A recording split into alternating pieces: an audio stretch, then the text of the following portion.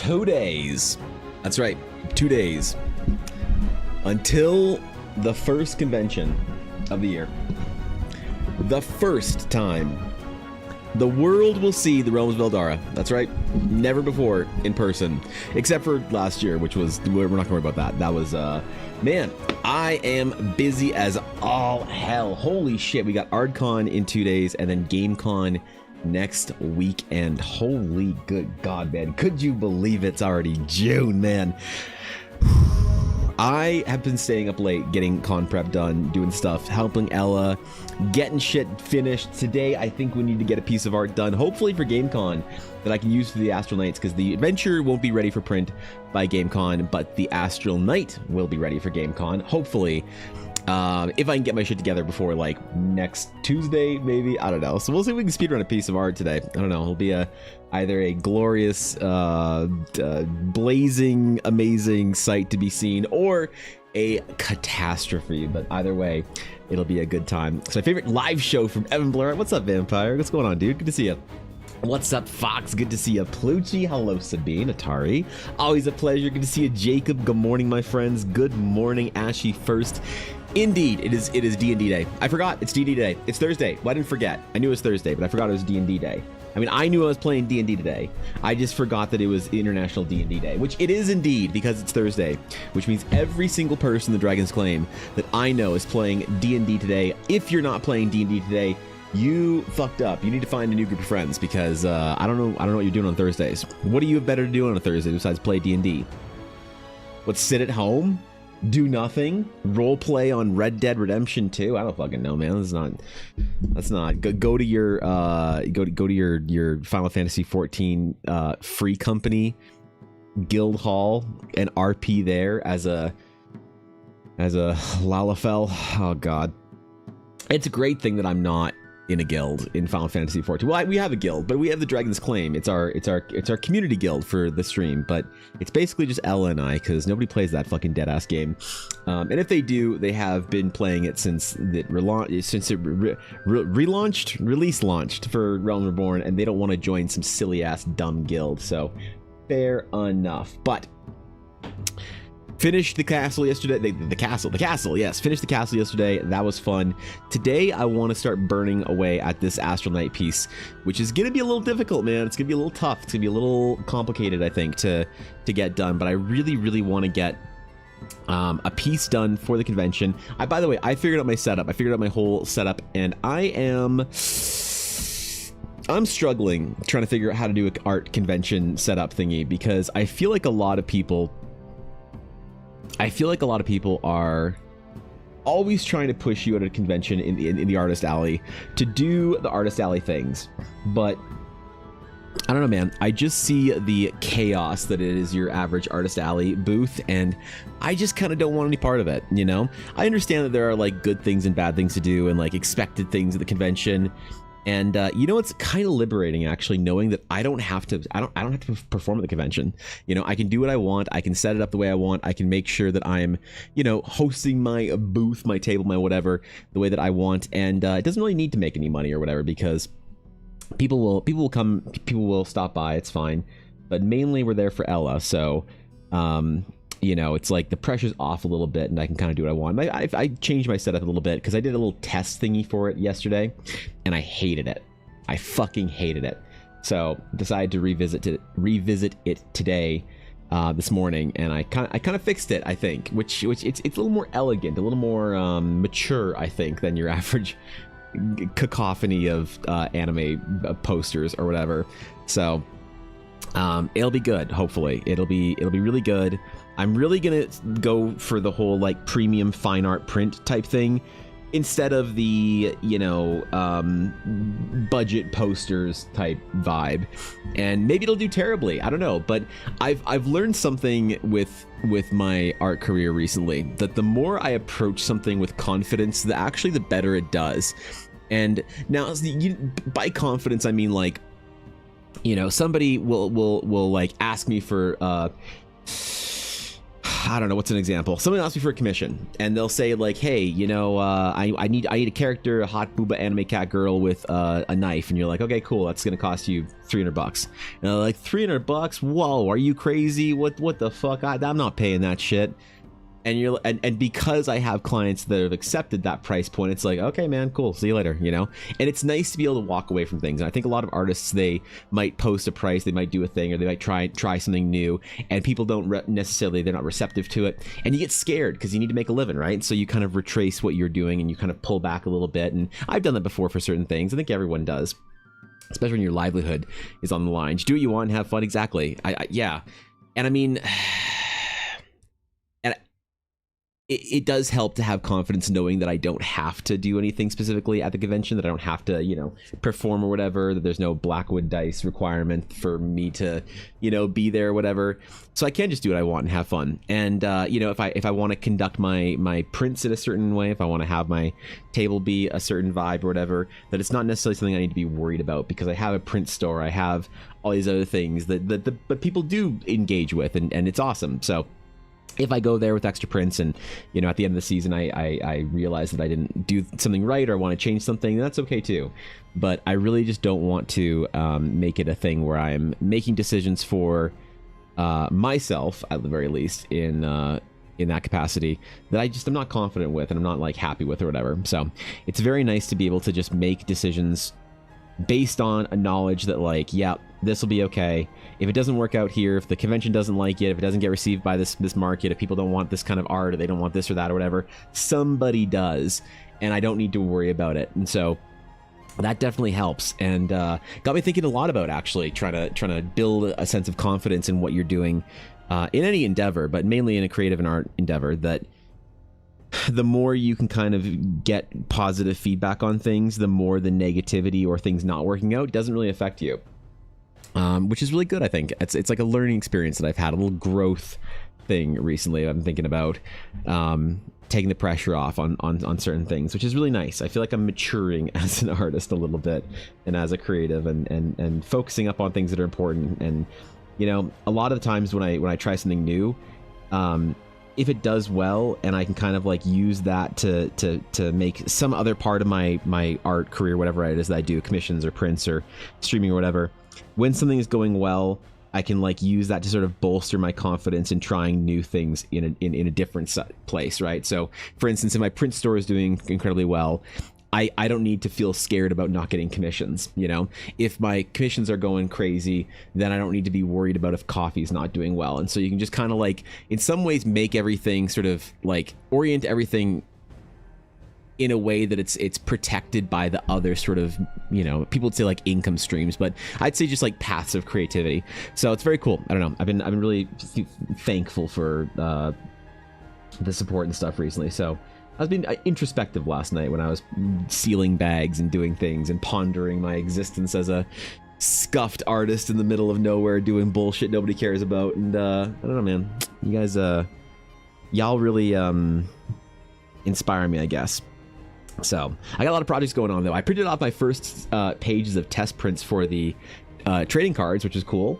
So all I have to do is I have to figure out how to make booster packaging for the trading cards, and once I've locked that down, I can basically start making my test run. So I'm very excited about that. I don't think I'll have any ready for the conventions, for one. I also don't know if I really want to sell any of the conventions, and I know this is kind of a dumb thing to say, but I kind of don't want to sell the trading cards to people that don't want them. You know what I mean? Does that sound weird? So, because I thought I could have a couple of like, I could have like 24 packs ready for the convention, and I could, you know, charge the full price and whatnot. People don't want them, that's fine. But I just like kind of don't want to get them up because they're limited, they're numbered, right? It isn't just like art going out. It's like I don't want to. I would never bring a first edition print to a convention because people don't necessarily really care about that are just there for the art or whatever. And some people do. That's awesome, but most people don't. And I don't want. I just like don't want. I don't. There's like such a limited quantity of stuff like this, and I consider it like very early stuff in the history of Eldara and the world, and I'm thinking like 35 years down the road, you know. There's all these stories of like Magic the Gathering cards that they gave out like packs or at conventions of like free cards people to test and play, and people would like be like, oh, what's this shit, and then throw it in the garbage, you know. So there's just so much of like that early history of Magic that's just like gone, you know. So many of those cards that are just wiped out and will never be there again. And so I think about everything I do as like a long-term thing. I think about like, you know, the Realms of Eldar adventure that I have printed out for myself and just like stapled together. I sort of think about it like, you know, those early scripts for Star Wars that sell for like $50,000 when it was like still Star Killer and the Star Wars, whatever. And I think about how cool that is, you know, signed by George Lucas and whatever from 1975 or whenever he started writing it, things like that. And I think about this shit often. I think about it for Eldar, like trying to chronicle and capture the history of the journey. And I really wonder if people are actually going to look back at any of this, if it's going to mean anything any point in time. You know? What is this? Okay, hold on. The meta of the day. All right. What's up, Daria? How's it going, man? What's up, dude? What's good? All right. The meta for the day, so says Iduria, is in fact the Nor Botan Spets. That is a... Oh, wait. This is a real dog? This is supposedly a dog. A small, slightly rectangular Spitz dog. I don't know what a Spitz dog is, but I'd be allergic as fuck to this little guy. That is a good boy, though. That is a good boy. I'm going to rate it like a solid 7.4 out of good boy. So, great meta for today, Dario. What's going on, man? What is going on, dog? I bought some neat dice and a Vesper print last night. Can't wait. Yeah, I actually packaged them up for you, Sabine. Last night we did a whole bunch of packaging for orders and Patreon and sent everything out and whatnot. So yeah, you did, and I appreciate it. So thank you for the support. And the dice. The dice should bring you much fortune, I hope. I can't say that Ella's dice are blessed because there's no legal, you know, like quantification for dice being blessed with luck, but a ritual was performed, so I don't know if that matters or means anything. But yeah, we packaged it all up last night and got a whole bunch of orders and stuff, which thank you guys for all the print store orders and everything. I think I actually also packaged up an order for somebody else that wanted all 3 of the characters. I think it was somebody from your D&D group, Ella said. So I packaged that up in an envelope and we'll send all that off with the mail on tomorrow, I guess. So hopefully it should get to you somewhat quickly. Anyway, if the mail doesn't, you know, doesn't lag too much. Actually, the service we're using is pretty fast. We're using a service in Canada that sort of like circumvents the Canada Post bullshit and then goes straight to USPS, and it'll use the fastest, most efficient route, and it's really, really good, honestly.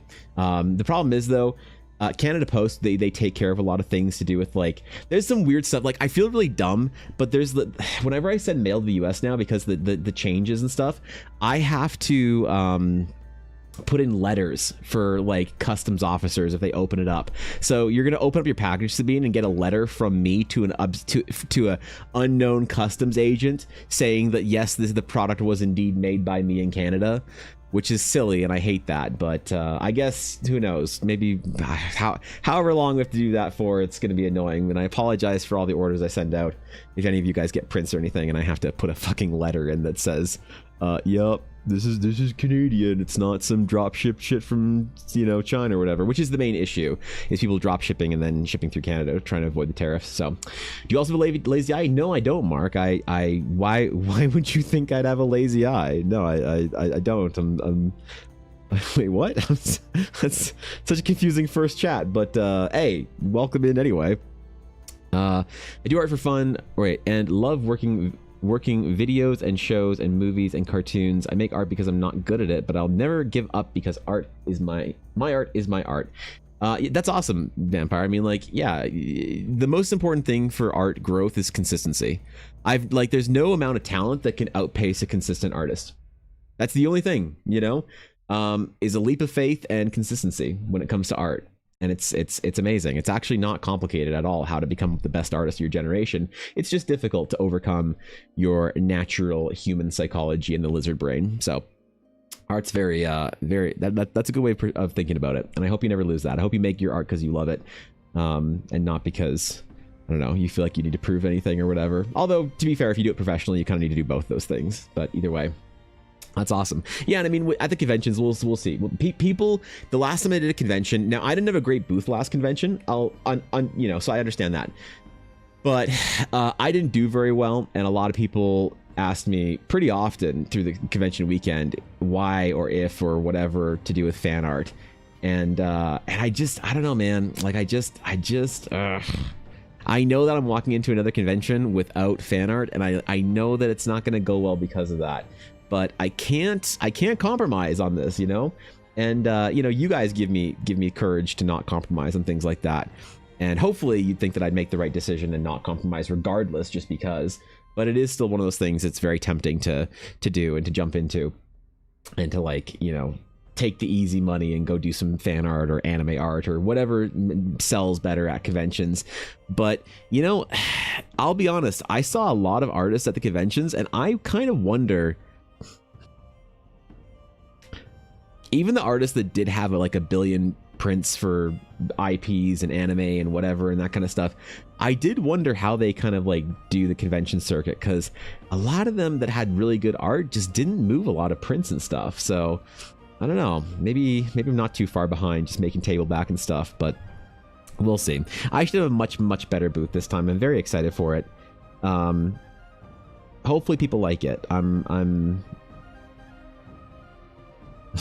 optimistic at the very least. And also it'll be fun to have, you know, Ella right beside me, and then at GameCon we'll also have Ella's friend Selena on the other side of me, who makes like sewn, you know, she sews, her company is called Sewn Geekery, and she makes like everything from dice bags to hair scrunchies to anything that she can sew as a master seamstress, with prints and all sorts of cool, you know, nerdy shit on there. So I'll be well guarded by great creators, I guess, on either side of me. So we'll see how it goes. I'm there to support Ella. I just have my dumbass booth there, so I'm trying to put too much effort into it. But I should get my keychains in the mail today or tomorrow, which is good. So I should have those for the convention, and then I'll have another couple of new things, excuse me, like the bookmarks and whatnot, which should be cool. So we'll see if people like those, and then I'll be adding all that stuff, all the new stuff, to my print store later, I guess. So, Detailed Ink, thank you for the follow. I appreciate it. Welcome in, my friend. Good to have you. Also, what's up, Lex? I don't think I said hi to you. Ashy, are you excited for tonight? Are you excited for D&D Day? Or are you too busy playing Elden Ring Night Rain to want to play any Dungeons and or Dragons? Because that's fair too. Listen, I understand. It's like a new World of Warcraft expansion release. Holy, imagine playing D&D when there's a new game. That's when you start stalling your players, and you plan to TPK the first hour and play Night Rain while you make new characters. So honestly, that's good, I guess. But Ashy, you know, realistically, you and I both know you could do better. You could make us level up first. If you really want to draw out the game, what you do is you make us level. And also, if you're super greedy, you could run the double level gambit. So you level this up, and you're like, guys, make sure you level up, because this in the next, you know, dungeon is the keep is meant for one more level. So while you're here, you level up, and then we level up, and then you're like, cool. So you're all level like 6 now, or whatever, or 5 or whatever. We're like, no. You're like, oh my god, I said level up. Oh shit, I thought you guys were sorry. Level up again, and then we level up again, and that's when you TPK us in the first fight, and then we're making new characters. That is when you really sell it. So I don't know. I know you're good at what you do, but man, the stalling, like, it's an art, right? Isn't it? It's hard to put on the movie in the background while we eat pizza if we're not local.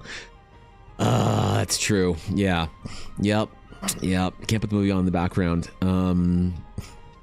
We could fix that. You know, y'all could move to Canada.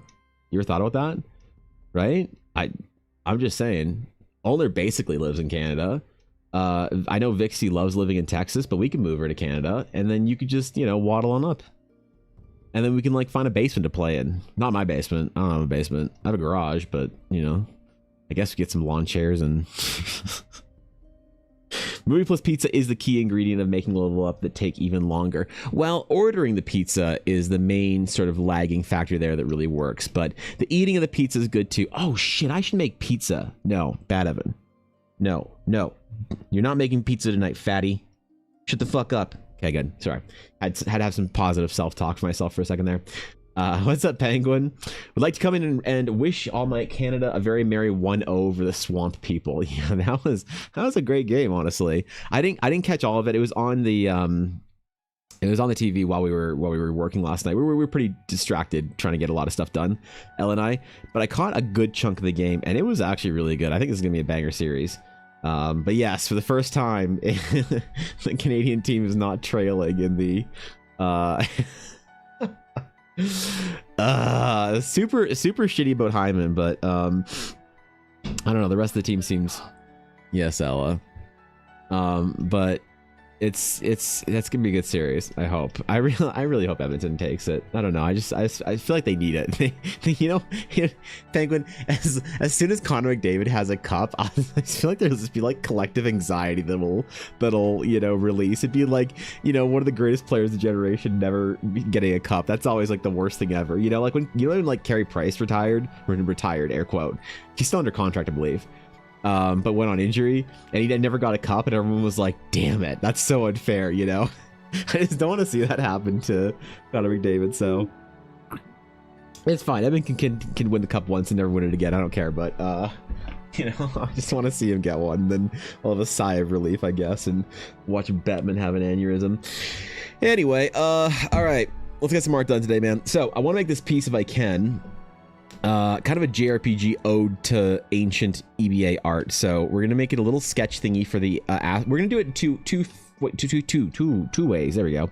The first is gonna be as a sketch piece. The second is gonna be colored. So it's gonna take me longer. It's gonna take me probably 20% longer to do it, but I'm gonna have two pieces of art out of it. So we're gonna do a sketch version and a painted over version, which is a little unorthodox for what I do, but it should work out, I think. So anyway, yeah, that's the job today for the rest of the day anyway, is to get some stuff done here. And then I might start one of the coffee requests that we have, because honestly, I got a lot of them to get through. We got some serious things to get through here.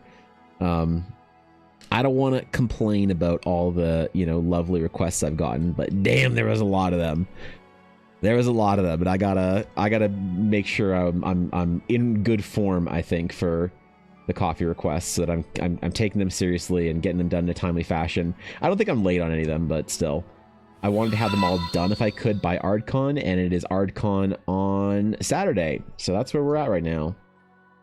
That's kind of my my focus, I guess. Hi from YouTube. Oh shit, good to see you over here on Twitch there, Vampire. Good to see you, dude. Yeah, YouTube's been actually doing pretty well as far as like videos and whatnot. It's been growing, man, and I appreciate you coming over there from YouTube and saying hi, because Twitch is like the chat I kind of catch the most, I think, mostly because of sometimes my YouTube chat is just straight up broken.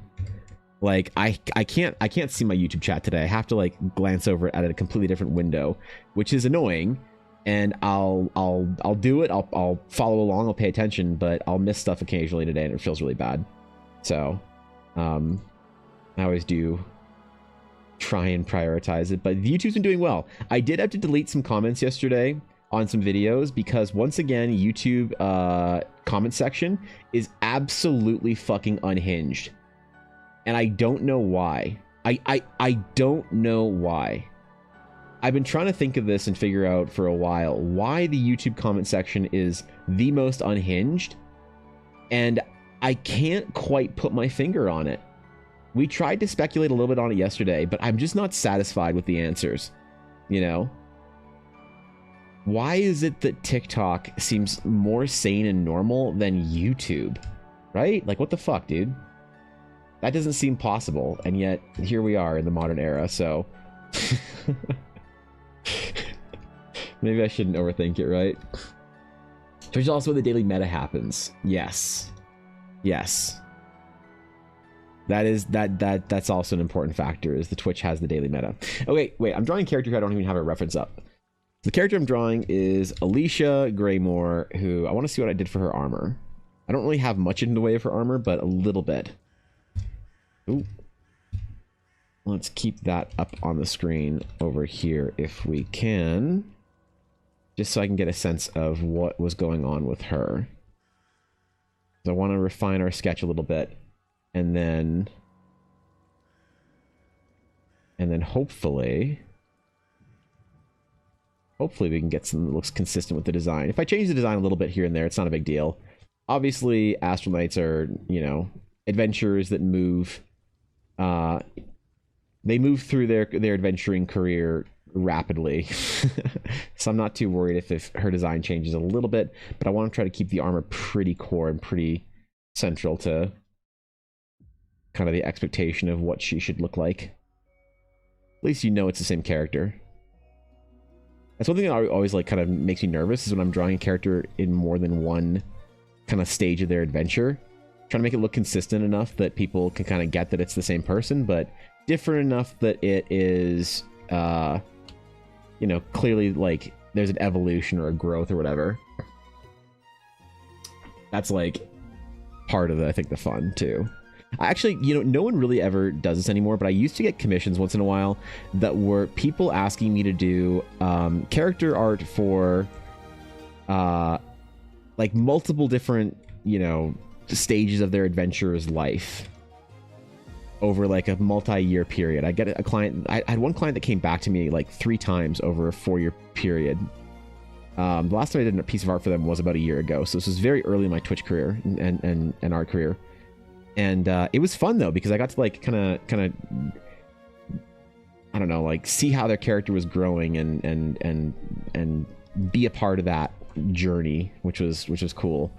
But I think the problem is, it's like you get a piece of art made for your character, it's so expensive and so it's such a process that it's hard to like really justify going back or whatever and getting another piece done. Right? That's not the right angle. This is all gonna be a very rough, scuffed sketch today, because it needs to be just very, very loose for the painting and the oversketch. So I'm not gonna agonize too much over anything, but I'll try not to fuck it up too much. That's like the controlled chaos thing we talked about yesterday on stream. Maintaining control whilst also not feeling too constrained. Okay. But this is gonna be one of the title pieces for the Astral Knight, so I really want it to sell the fantasy of the Astral Knight if I can, or at least the like adventuring side of the Astral Knight, because realistically, the knights aren't necessarily designed as adventurers. The idea of you sort of having profession adventurer as an Astral Knight is more of a D&D construct than it is a narrative thing for Eldara, but I think it's okay. I'm not like mad about it, I guess. If people like are adventurers as Astral Knights, it's more like, how do I narratively treat them outside of the TTRPG side of D&D or the game. Chris Gaming, thanks for the follow, I appreciate it. What's your inspiration for drawing? My inspiration for drawing, that's a big question. My inspiration for drawing, you know, that's hard to say. I think that my inspiration for drawing is a combination of wanting to tell stories, okay, that are hopefully inspiring of adventure and the better qualities of the human experience, like certain stories were for me. There were lots of stories that when I was young gave me a lot of strength and courage to face, you know, tough times when I was young and whatever. And I really want to sort of make my entry into the world of those kind of stories by making art and telling stories and making narratives that kind of fit within that like great legacy of tales and myth. But weirdly, the first thing when you said that, what's my inspiration for drawing, the first thing that came to my mind is actually weirdly my wife, to be honest, because I had spent a lot of time agonizing over my kind of failures and the things that I didn't do and the things that I wanted to accomplish in my life that I didn't work hard enough for at the time. And my wife was really a deciding factor in me giving all that another try. And so actually right now, it might be just because I'm drawing her characters, but I started making this D&D world, this entire thing for her, basically, as an ode to the adventures that I wanted to take her on, so that she'd always have great D&D adventures and things to go do. So it's kind of a combination between, I'd say that there's a difference between the calling and the inspiration. And so the calling is the kind of the artistic endeavor to do cool things and make cool stories and make cool shit. But the inspiration, I think, is really, to be honest, to make a cool thing that my wife finds fun. So maybe that's a little weird, but yeah, I think that's probably somewhere in there. It's as a very quick TLDR. I could talk about that for 3 hours though. Gonna have Entity's Astral Knight show up in Horizon because he heard about the rune sites and wanted to check them out. Let's go, dude. Maybe even a little bored or resentful that he got a shit assignment. I mean, that would be unknightly of him, I'd say, because the story of the Knights is that anything they do is very, very important. So investigating any rune site would be a thing that he would take very seriously as a canonical Astral Knight. Check Discord available, right? Heart. Okay.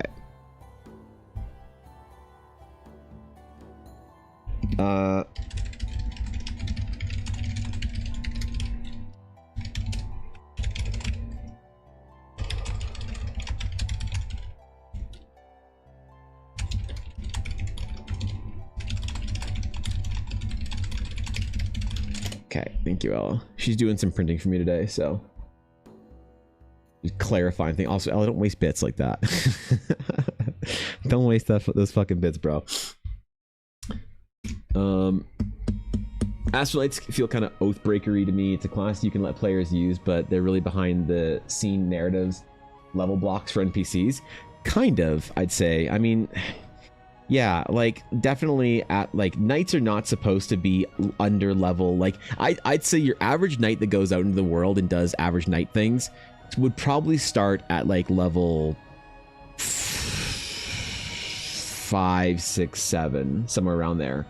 So trying to have an Astral Knight player, you know, justify a level 1 character, that's really like a you know, for the adventure type thing. Like we're not really seriously entertaining the idea that a level 3 Astral Knight could be, you know, challenged by a town guard kind of thing, right? Or that the small threats of the world would be an issue for Astral Knights. But unfortunately, you know, that's the way the game works. If you want to make it as a thing, as a narrative for the game,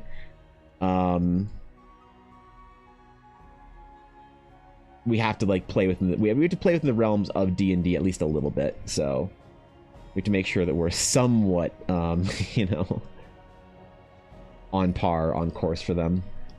I don't know. It's not really like, it's not something I'm worried about too much because, to be honest, the D&D side of Eldara is something I've kind of let go of a lot. People are going to make assumptions about how Eldara works for, you know, from playing D&D within it. And that's okay, because once I get a chance to like tell proper narrative, I don't mind going against like the D&D sort of like lore and rules and shit like that. And if people say things like, oh, that's not how this character should work, this character was a cleric in D&D, how are they able to do this? I have no problem being like, well, this is not a D&D story, so, you know, the rules and the things that we created for this that were needed to happen in D&D,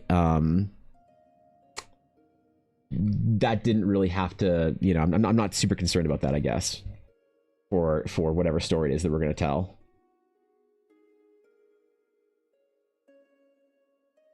You know what I mean? This isn't something that I'm... Oh, wait, how does your hair work? Oh, God, what do we do with these braids?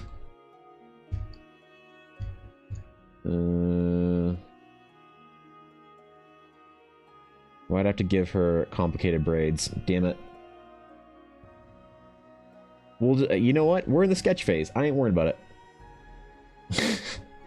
I ain't worried about it too much. How about that? Let's just do that. We'll just allude to it, and then we'll make sure future Evan knows what he's doing. I know I mean 4E good, but genuinely, I think characters that are already trained soldiers with backstories fit so well into 4E's level 1. Kind of. I think in general, any TTRPG is a bit problematic for that. The only one that I think does it really well is probably 3.5.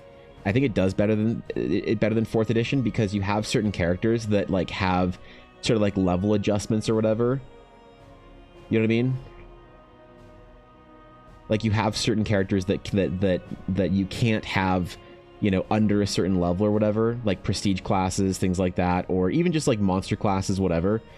4E does a lot of that narrative sort of storytelling really well, but I think even then it still kind of has some hurdles to jump over. It does it better than most, I guess. I definitely agree with that. But also, like, the problem is in the modern D&D climate, actually, we're really we're comparing 4E versus 5E, and it's tough to really, like, I've thought about this a lot. It's really tough to even compare 4th edition, 5th edition, because they feel like two completely different goals, you know? It almost be like comparing like D&D and Daggerheart or something like that, or maybe Draw Steel's a better comparison. I'm not quite sure. 4th edition's definitely got like a lot of that. Like 4th edition, I think definitely has the combat side of the Astral Knight design that I really like. But even then, I think that as far as like the idea of how to run a character that has a different sort of like level adjustment, whatever, I think 5th edition is or sorry, 4th edition is even then not quite up to standard in the way that I'd want it to be. It's not quite the don't want to have our ears exposed. I don't think so. Yeah, let's do that.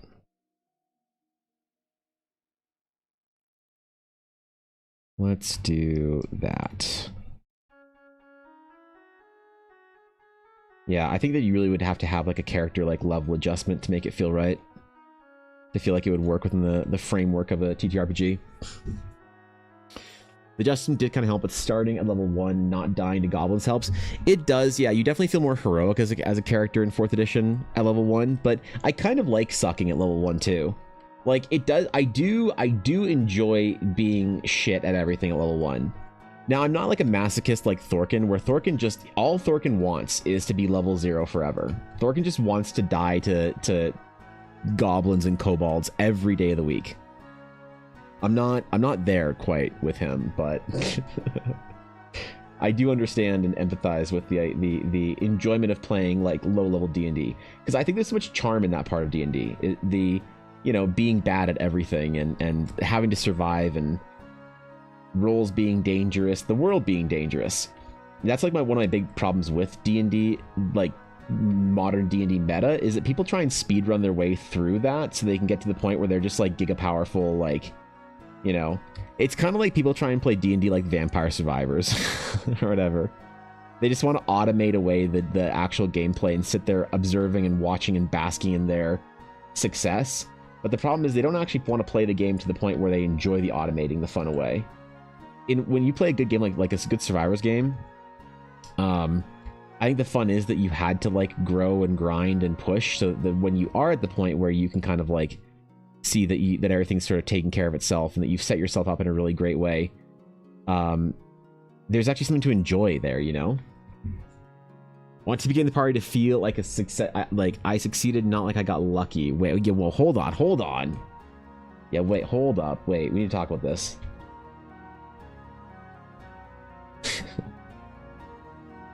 Yeah, I mean, I don't know. I like early D&D. It's like my favorite levels are level 1 to 5. I'm not like stuck on the idea of wanting to get to the heroic tier of the game as fast as possible, which I think a lot of people are in D&D, like really, really intensely, I don't know, focused on the end game, because that's where a lot of the coolest shit resides. But really, for me, I like the grind, the struggle. I like it.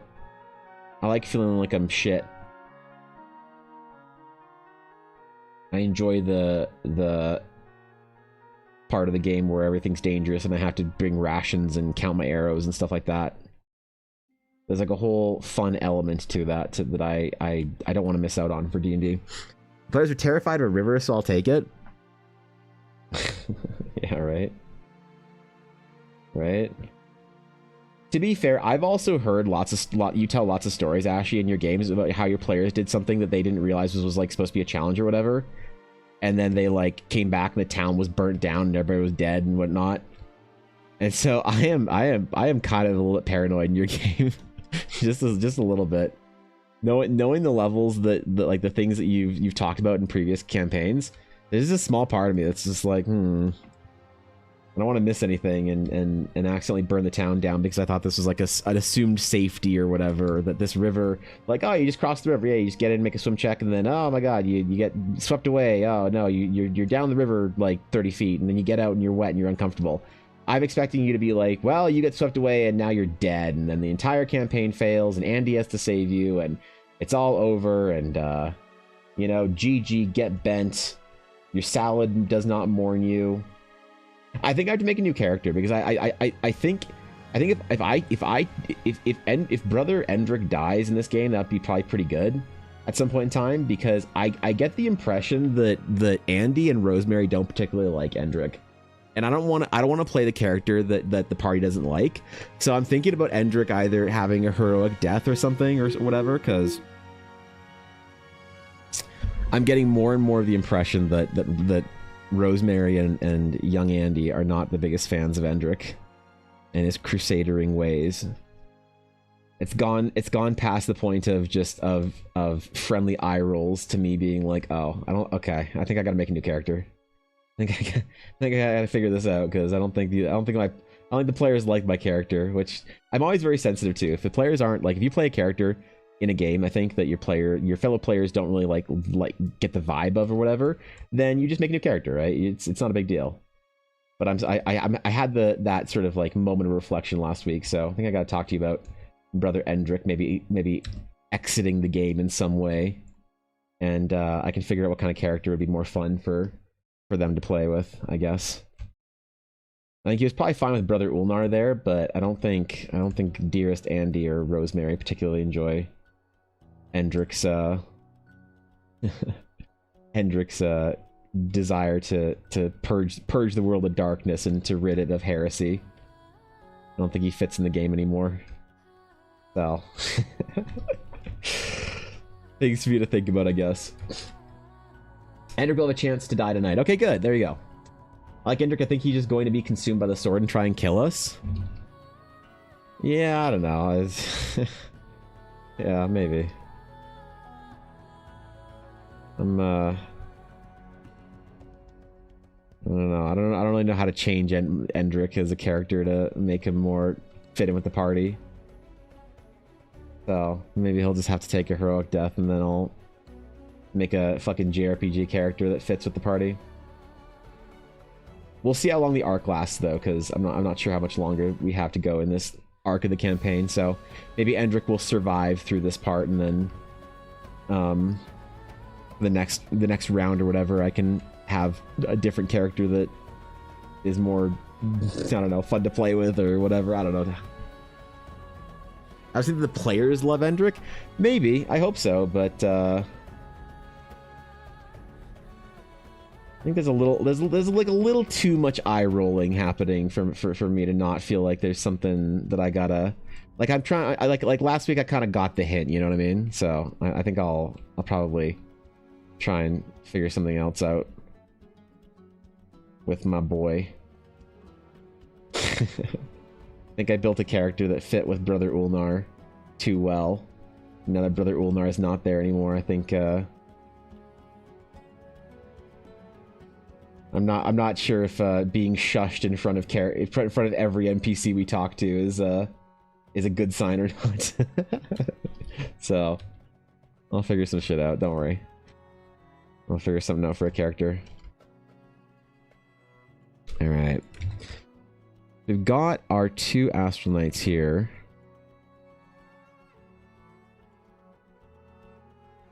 I think what we need to do is create some sort of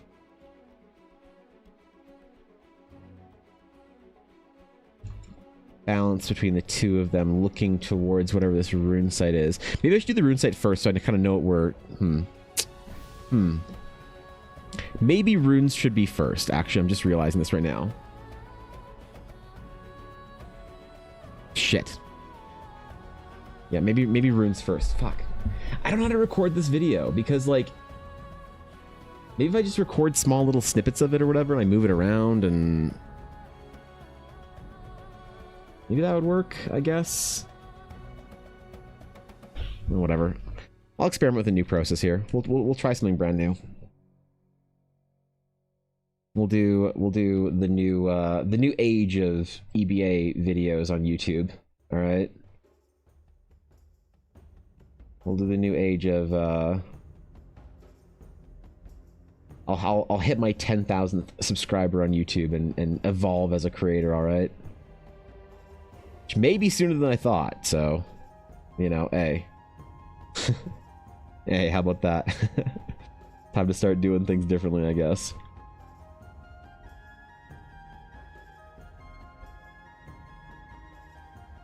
Maybe I'll make a long form video to this. I still don't know what to talk about for my long form videos. I'm thinking about that for quite a while, and I need to figure out a way that I can record both in vertical and horizontal for Photoshop. So it's like I need to maybe run OBS, I think, as well as Streamlabs. I don't know another software where I could record. Maybe like another Canvas for OBS or something. You know? Record all of it, then edit it. You will 100% forget to turn the camera back on if you play around with it. Yeah, I know. That's like the issue, I guess. The problem is though, Samurai, if editing is too much of a strain on me, I won't do it. So I really have to like treat editing and treat process and treat all this stuff as if I'm just the dumbest, most useless person I know.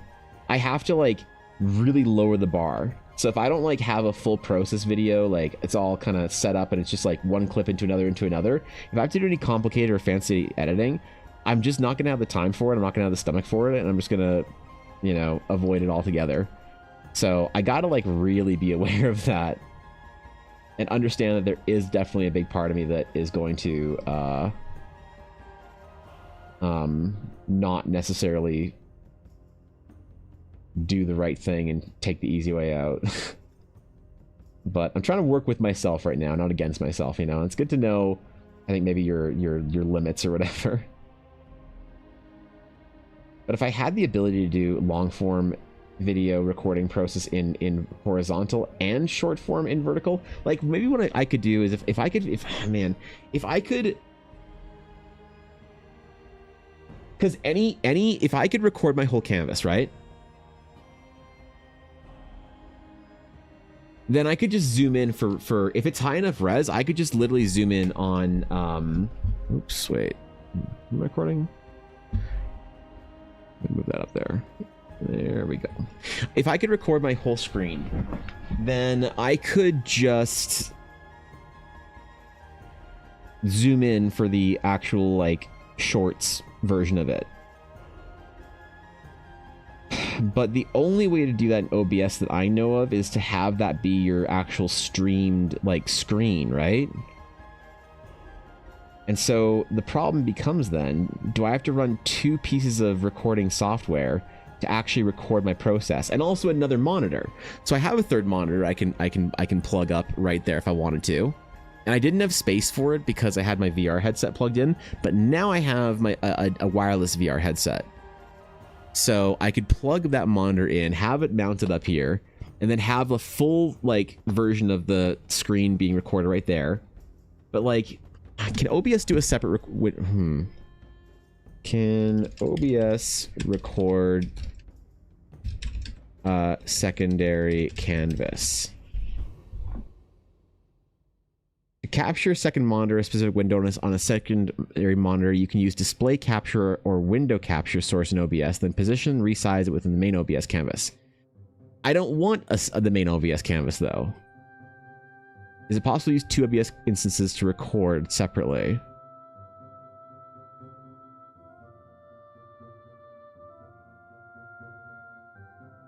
Or use Streamlabs. So basically the internet thinks that I should use Streamlabs, and I keep seeing this, and OBS at the same time. The issue is that's very resource intensive. So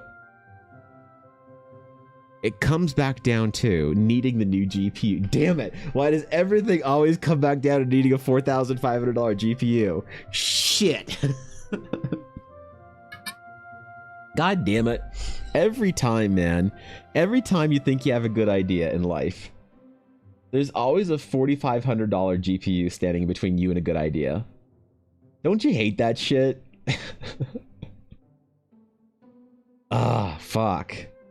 Because I could just have a second. I could just have Streamlabs up on a different with capturing the window that is a full screen. Because like in Photoshop, you can do this thing where you can create a new window, and this is how I actually. So I have two windows for my vertical recording and for my main recording here.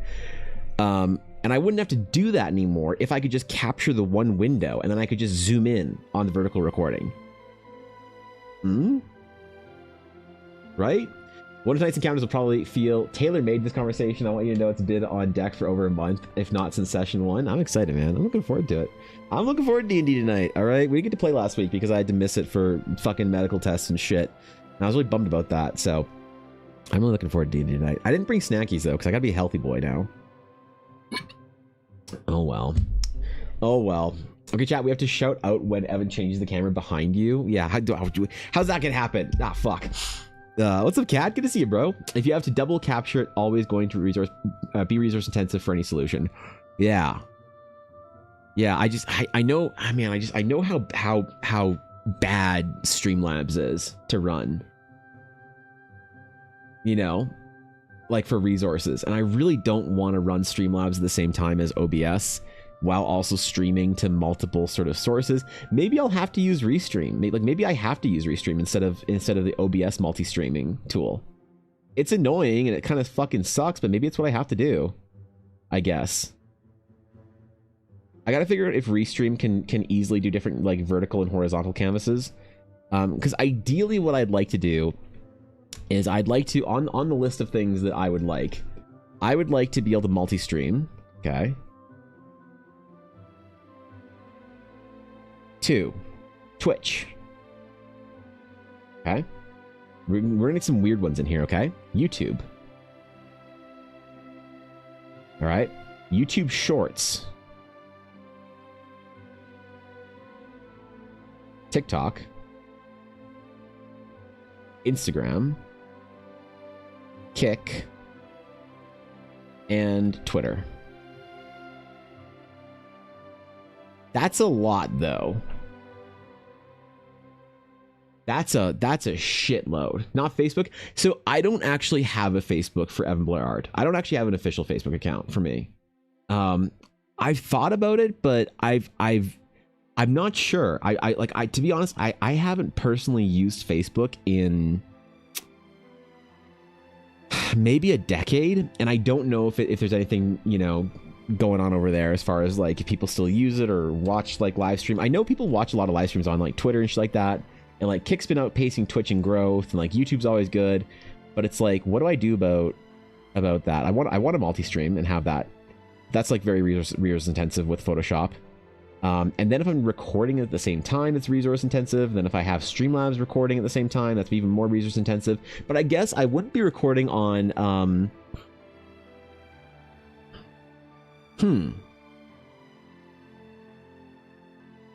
I wouldn't be recording on vertical anymore.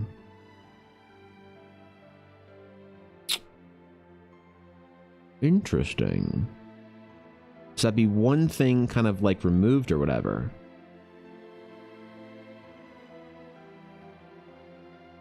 Well, that's a consideration. Want snackies, but I don't want to walk alone, and DoorDash is way expensive. Right? Dude. Remember when like DoorDash and all those services came out, and they I see you on YouTube, Samurai, and they had like discounts and shit to get you like used to the service, and then they removed all the discounts, so that now you're used to using the service, but also you're now going to pay full price for all that shit. God damn it. They got me with that, Ashy. They got me with that shit. I like still use DoorDash and whatever other delivery services we have in Canada for like a good 2 months before I was like, why is this so expensive now? God damn it. I thought we got coupons and sales and shit. Like Uber Eats used to give us coupons all the time for like, 40% off your food or whatever. And you're like, oh shit, this is not much more expensive after tip and everything. And they try and get you used to it, to using the service, and then they yoink it. They get you. God, it's so toxic, isn't it? Pre-standard VC service bullshit, right? Yeah, I don't like order anything now anymore. There's also like minimum orders and shit like that. I think Ella and I were like, we were really busy like a couple weeks ago, and we're like, maybe we should just order food tonight. We got so much to do. We're so fucked for time for something. I forget, maybe it was Calgary Expo or whatever. But we're like, yeah, let's just order food or whatever. So we looked at the restaurant we were gonna order food from, and it like wasn't fast food. It was like a Japanese place. And I think it was like Ella and I were each gonna to get what we wanted. We were, because we go to that restaurant occasionally, very rarely, but occasionally ourselves, like in person. And so we both like had an order, and our order at the restaurant's about $15-16. And on like the order, like the delivery service, they charge more for their food, which I didn't know you could do that, but I guess fuck you. And it was about $22-ish each. So it was already $44.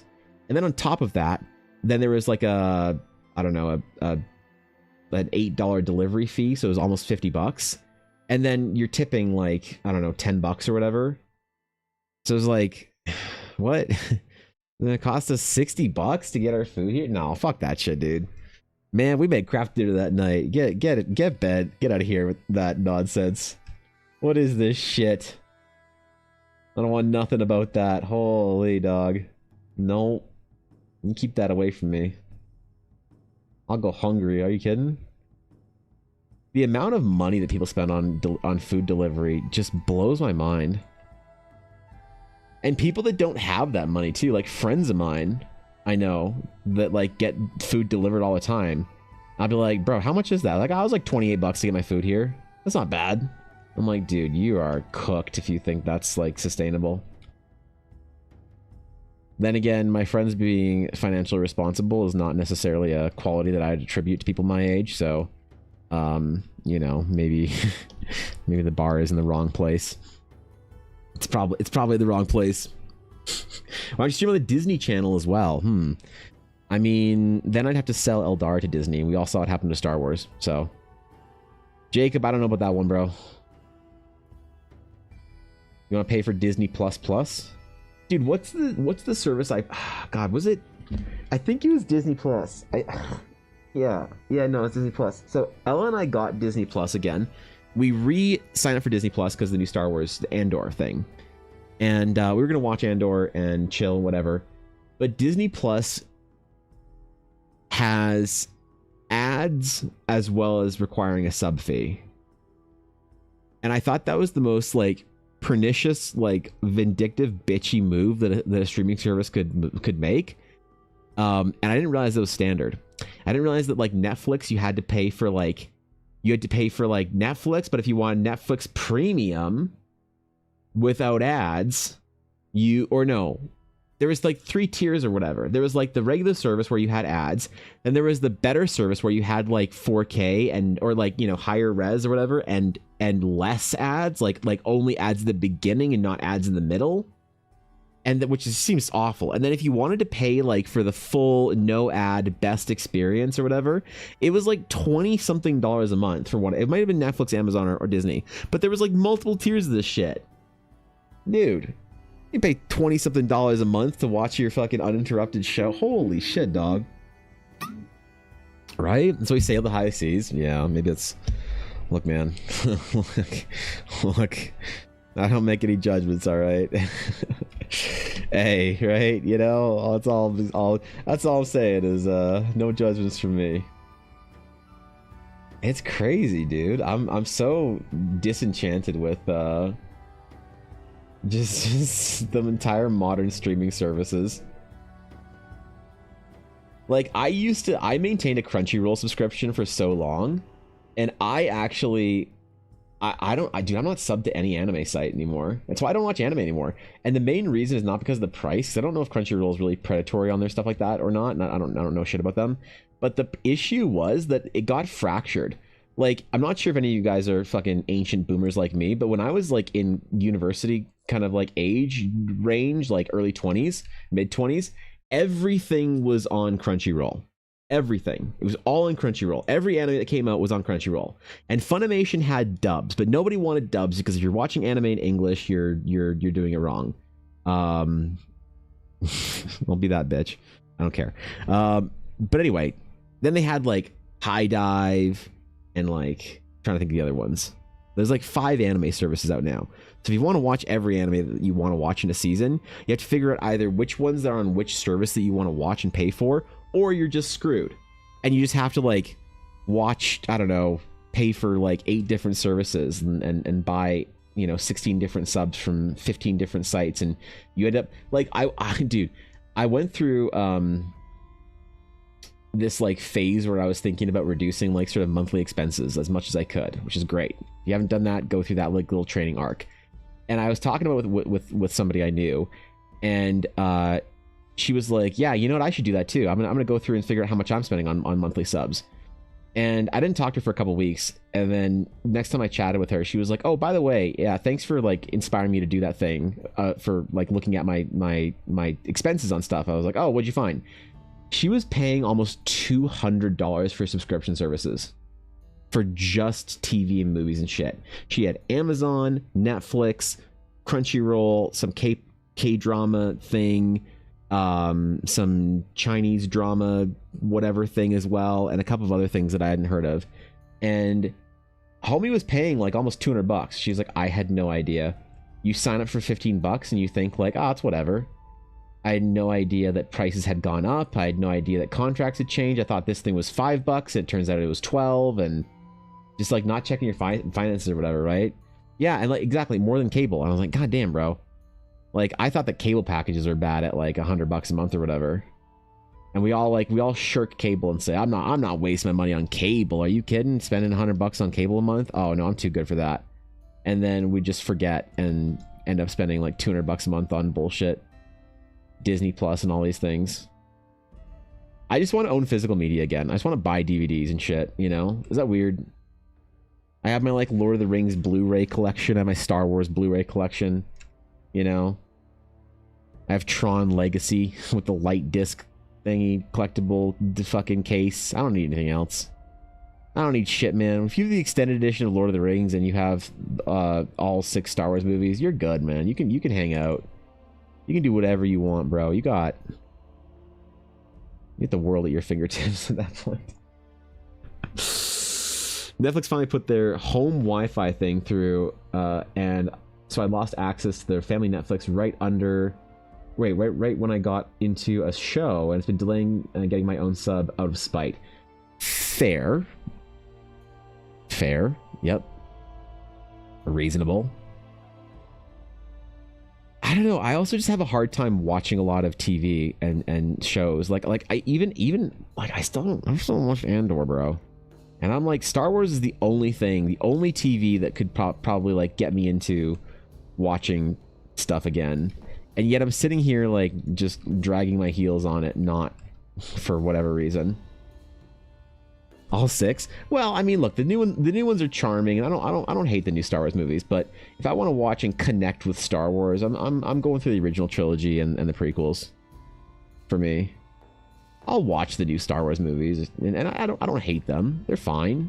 They're fine little space romps, but they definitely don't give me that inspiration like the originals did. So, it's a give and take, I guess. It's a push and pull, It's a whole thing. Yeah, okay. Right? I mean, hey, that's about normal, I think.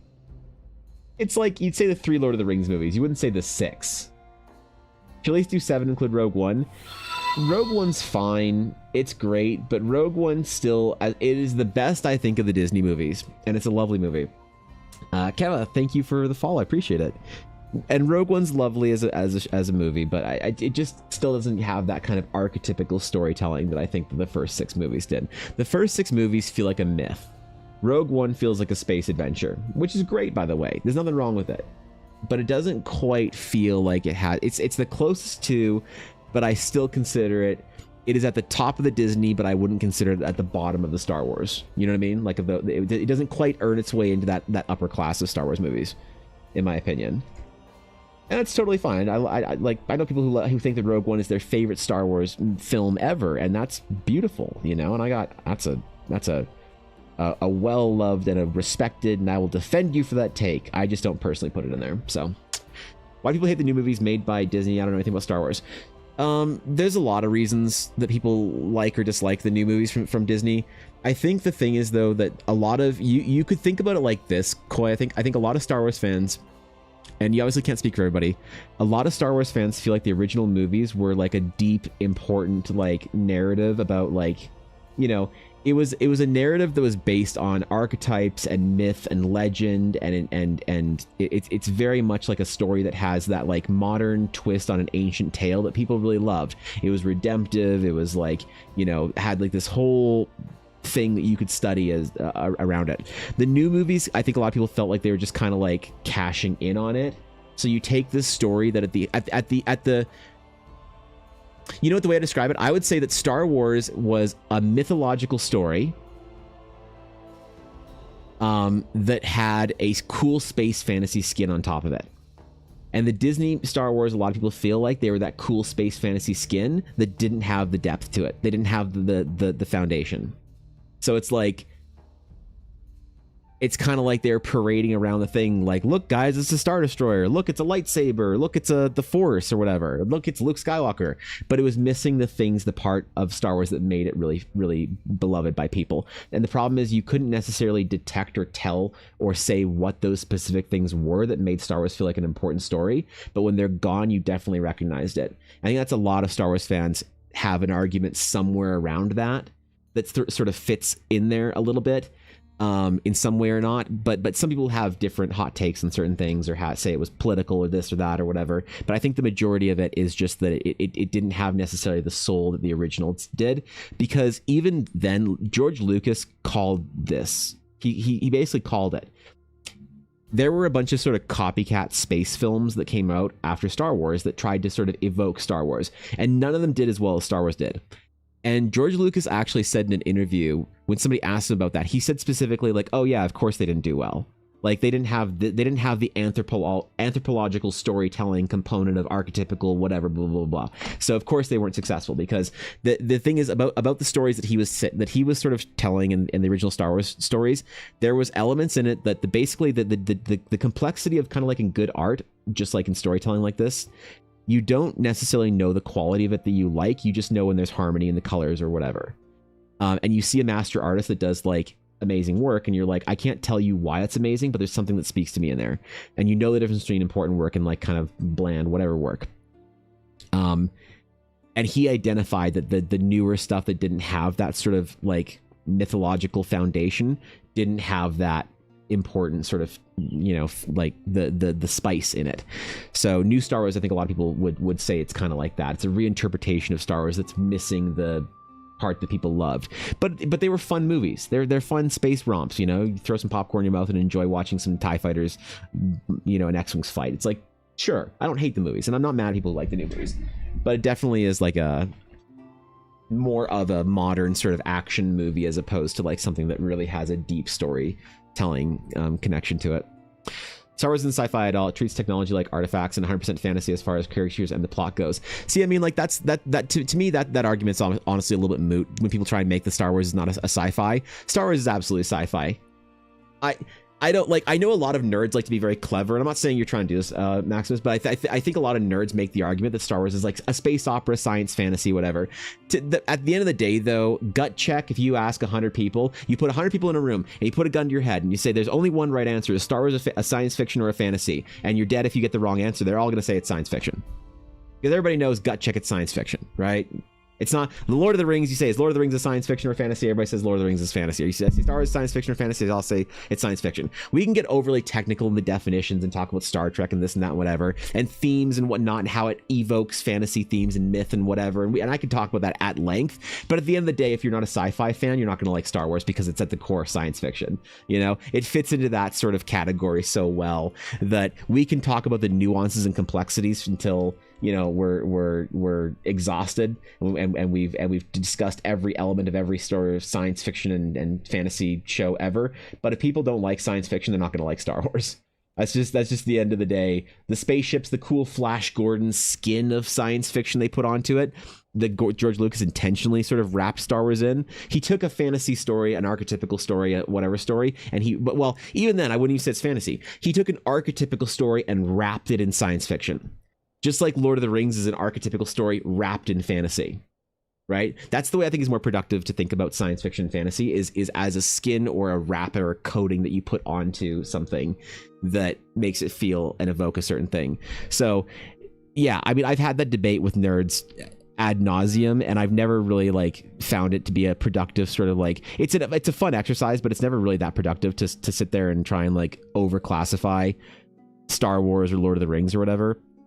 Not that it isn't sort of like, you know, amusing to do.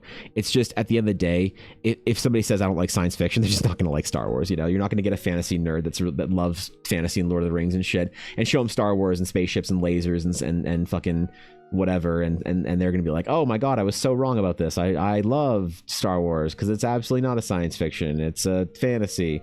I don't think anyone. I think that's like a theoretical. You know what I mean? Star Wars also hit the time where we didn't have saturation of media like we did today. It blew us away. We'd never seen anything like it before. Yeah, and I wonder what the qualities of a modern day Star Wars would be. Like to make a new a new entry into the human story, and to be the next kind of like Tolkien or Lucas or whatever. What would you have to do to tell a story that would matter to people in the same kind of way, in the same kind of climate today, or in the same kind of way in today's climate? And I don't know, because also like Star Wars hit at the time when like the war was going on, and it was very much like a statement about that, and there was a whole bunch of stuff about, you know, imperial powers and the good guy and the underdog, and yeah, there's just like a lot that went into Star Wars at the time that really made it sort of like feel like it hit at the exact right time. And then even then the prequels still had a bit of that, I think, where they kind of hit at the right time of the technology and, you know, the exploratory new millennium. In a way, you could say Avengers also sort of hit at the right time for Avengers to be really successful, for its like kind of time. I just wonder what the next sort of like thing, like how the next kind of thing needs to be communicated, or what qualities it needs to have to be able to capture the attention, the imagination of modern society, the way that Star Wars did, or Lord of the Rings did in 2003 or whatever. You know what I mean? Because obviously you can't necessarily work towards it. You just have to try to tell the best possible story you can and hope that people appreciate it. So, one thing I know is the setup for Star Wars is just Taoism the adventure. Kind of. I mean, there's a lot of sort of like, I mean, I think that's like a very small part of it. Not a very small part. That's a part of it. But I don't think there is a lot of like, God, that's so interesting. It's tough to. Okay. If you look at any of the sort of like ancient philosophies or religions of the world, you can place them onto Star Wars, which is one of the reasons why Star Wars is so successful. So you can write forever about how Star Wars is a biblical story, or you can write about how Star Wars is a Taoist story, right? Or you can write about how Star Wars is a Buddhist story. Like there's lots of that kind of somebody can make an argument as to how Star Wars is an ancient philosophy or religion story and be completely correct. And that's kind of by intent, by design. Is that there was partly in the sort of the metaphorical and archetypical storytelling of Star Wars, there was the intent to be able to relate it to sort of the commonalities within a lot of these ancient philosophies and things that have been around and stories that we've told for the last, you know, whatever, however long we've been telling stories for. So there are those elements, but it's not necessarily like this intentionally like a Taoist story, right? I mostly know a bit about the Force, which just fits into the idea of Kila. So the intent behind the Force from like a religious and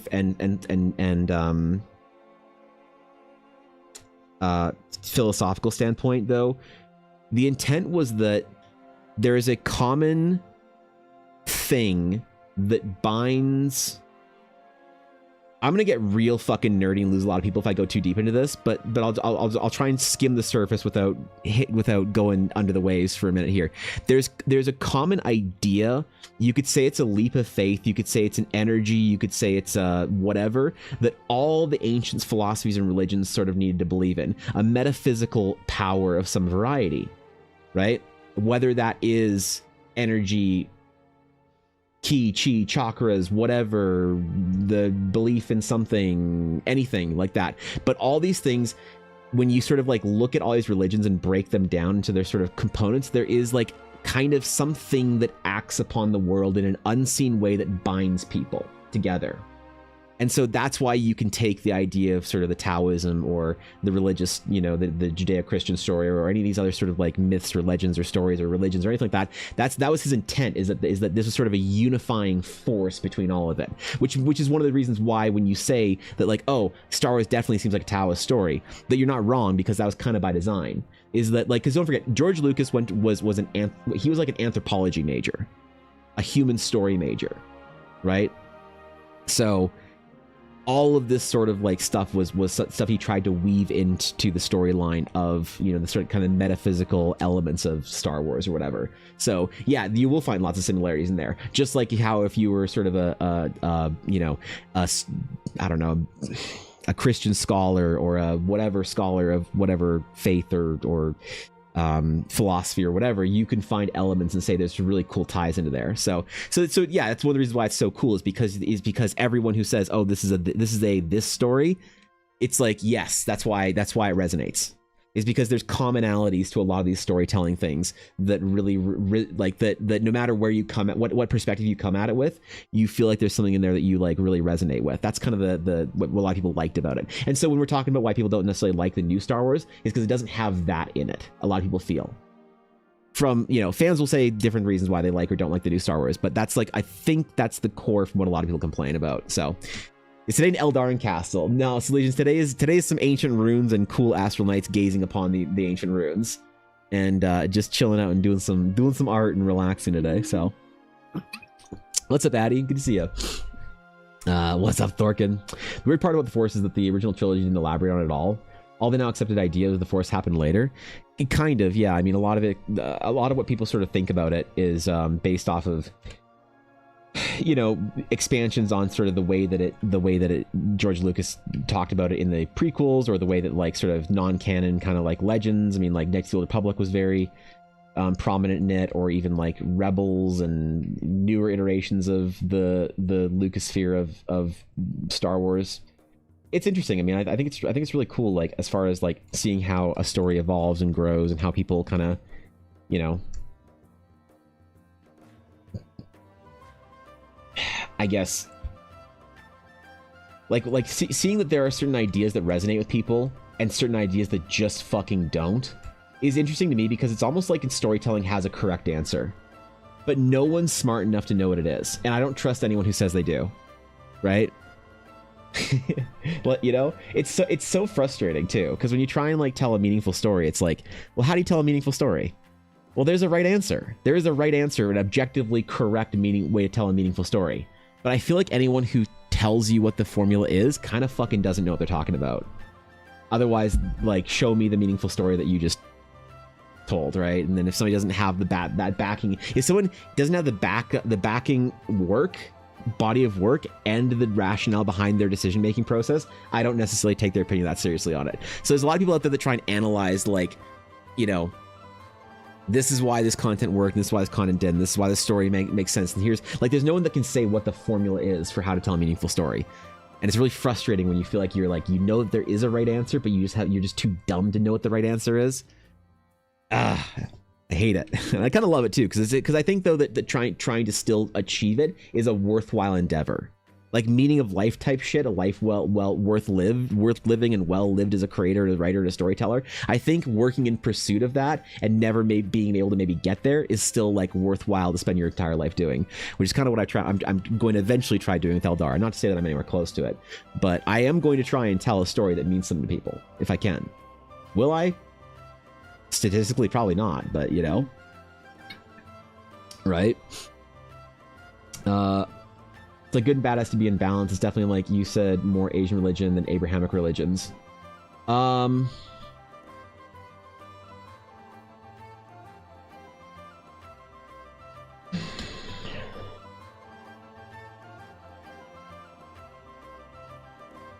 Yeah, you know what? Kind of. 80% of the way there. Yes. Yeah.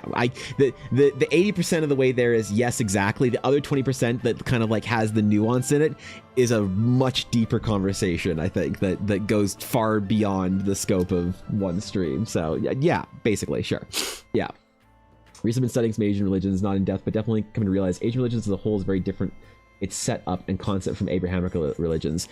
Yeah, definitely. I mean, it's a completely different sort of like culture sphere that grew up sort of like metaphorically in the world or in society or as a society. So yeah, absolutely. But a lot of them have like central and similar themes. If you're really interested, I'm not supposed to start to say anything worthwhile. No. It's just like, I know I could talk about this ad nauseum, and I just don't want to like go into a fucking like crazed whiteboard thing about why Star Wars is great or whatever. Because then then we got to talk about like Joseph Campbell's work and like fucking Jungian psychology and all this other like bullshit that's like, it's very in depth, and I don't think people necessarily tolerate me going in on those tirades about how to sort of tell fucking archetypical heroic stories and shit like that. And I don't know. I don't know, man. Bad news, still haven't got my gold and silver crumbs.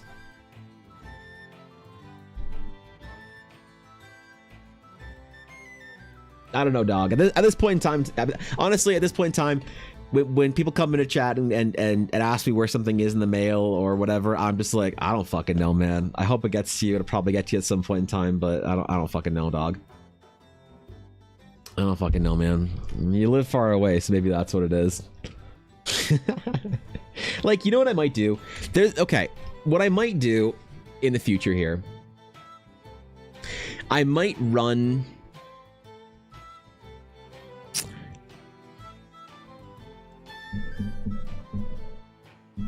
How do I do this? How do I run it through the print store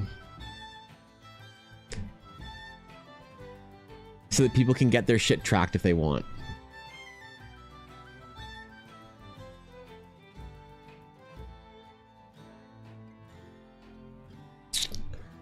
God, there's got to be an easy way to do this.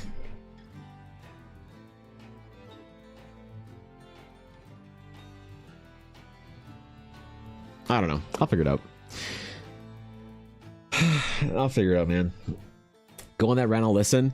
I appreciate that, Jacob, but it gets deep. How exciting! We go deep on it, and we spend too long talking about fucking that. What's up, Say? Good to see you, bro. I don't know, using FedEx. Well, the problem is that's extremely expensive comparatively, right? And so if I'm shipping something out to somebody or whatever, like it's fine. I don't mind like covering shipping for things like that. Like obviously, it's supposed to be something that people can kind of like, you know, get from me as a reward for all of the support they've had. But the shitty part is the shipping costs and stuff do add up. So if I can't mail somebody's crumbs, like their little tiny crumbs, through the post, it's just it really sucks. And I don't want to not mail something out to somebody until they hit a certain tier, like diamond or whatever. That's just like kind of lame. So I don't know, dude. I don't know what the right solution is. I really love sending people their rewards in the mail. I don't know, sorry, caught me in the middle of introspective thought here, Say. But it's good to see you. Thanks for the raid. I hope you had a great stream. Welcome everybody. Good to have you. If you're not following Say, please go over there and follow Say. Say is often, when I'm not obsessing over work, my morning time warm-up streamer that I watch and hang out with. So go chill out with Say. But You already know. You already know the deal. Welcome in, everybody. Good to have you. So, I don't know, man. I don't know what the right way to do it is.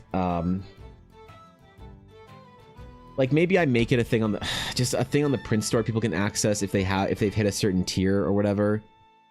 And then it's like $5 and then they can pay for shipping themselves if they want it. Like that's lame at the same time, but like maybe it's necessary. Because here's my fear. My fear is that and I don't think this is the case, but when I ask someone for their address and they one-line their address to me, my address is 1234 7th Street Road, City of lol cat 911 9919 America cat Av Star Wars. Right? Sometimes I worry, especially with European addresses, when people one-line address and I have to try and figure out how to fucking decipher this shit. I worry that if I'm writing it myself on a letter, that something's not working. Because almost always I never have an issue if I goes through Shopify and it goes through my print store, I almost never have issues with things not getting delivered. Even letters. Even if someone orders a small envelope of stickers and I print off the fucking shipping label and they fills in the exact way that they wrote it, it's almost always more consistent. And I don't really know what to do about that because I want the rewards to be fun, but I also don't want to like hate myself having to like make sure the rewards get to people and then whatever. And like, I kind of want to like almost enforce and require tracking so that I don't have people asking me where shit is. But the problem is that's expensive then. And then what do? You know? I don't know. I just want people to get their shit and not have to worry about the postage, man, because that fucking sucks, dude. Having to deal with it and worry about the post and tracking and whatnot, it just sucks. You want to get your rewards in the mail and like you're all excited for it, but then it's been like weeks and you haven't gotten your shit and you're like, where is my shit? It's just fucking lame, you know? I really hate it. I hate people like waiting and not getting this stuff and not knowing where it is and then wondering, you know, when did Evan send it? Whatever. Is the post? Is it Canada Post? Is it US Post? Where the fuck is this shit? Did the post mail the fucking... Is it at some thing? Did it get sent back? Do I, you know? It's just stressful for people, so... We're looking at unhinged real estate listing here in Ontario. We're pretty sure it's Phasmophobia serial killer house. Half of the living room photos are photoshopped and fake. Oh. Well, I think we should make that our new streamer house. So, yes. You go to the country's postal site and put it in, find address, usually it'll fix it for you. Oh, really? I know you could do that. The only concern I have with that is one extra step.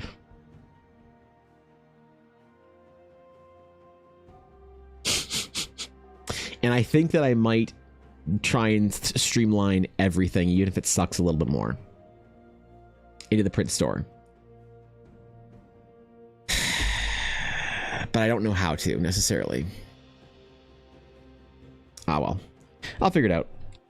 I'll figure it out. Like yeah, I don't mind resending mail if it's been like long enough. The problem is, what do I do if it's a one of one thing? I send like a sketch card, you know?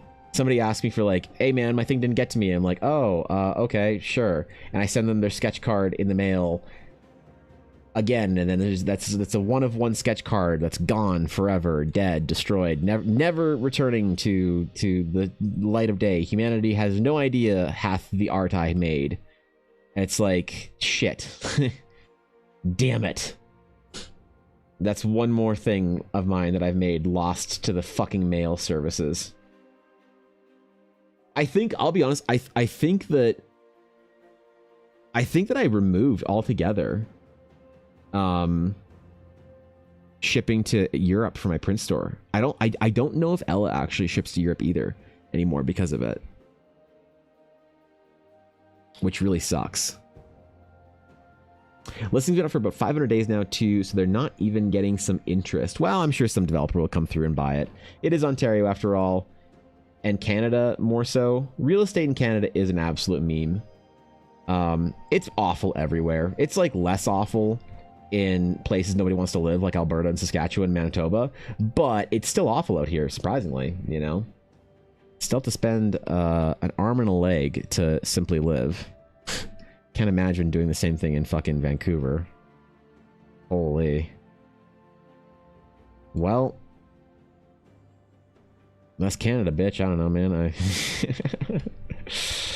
That's a fun little deep dive to go on the Canadian real estate depression circuit.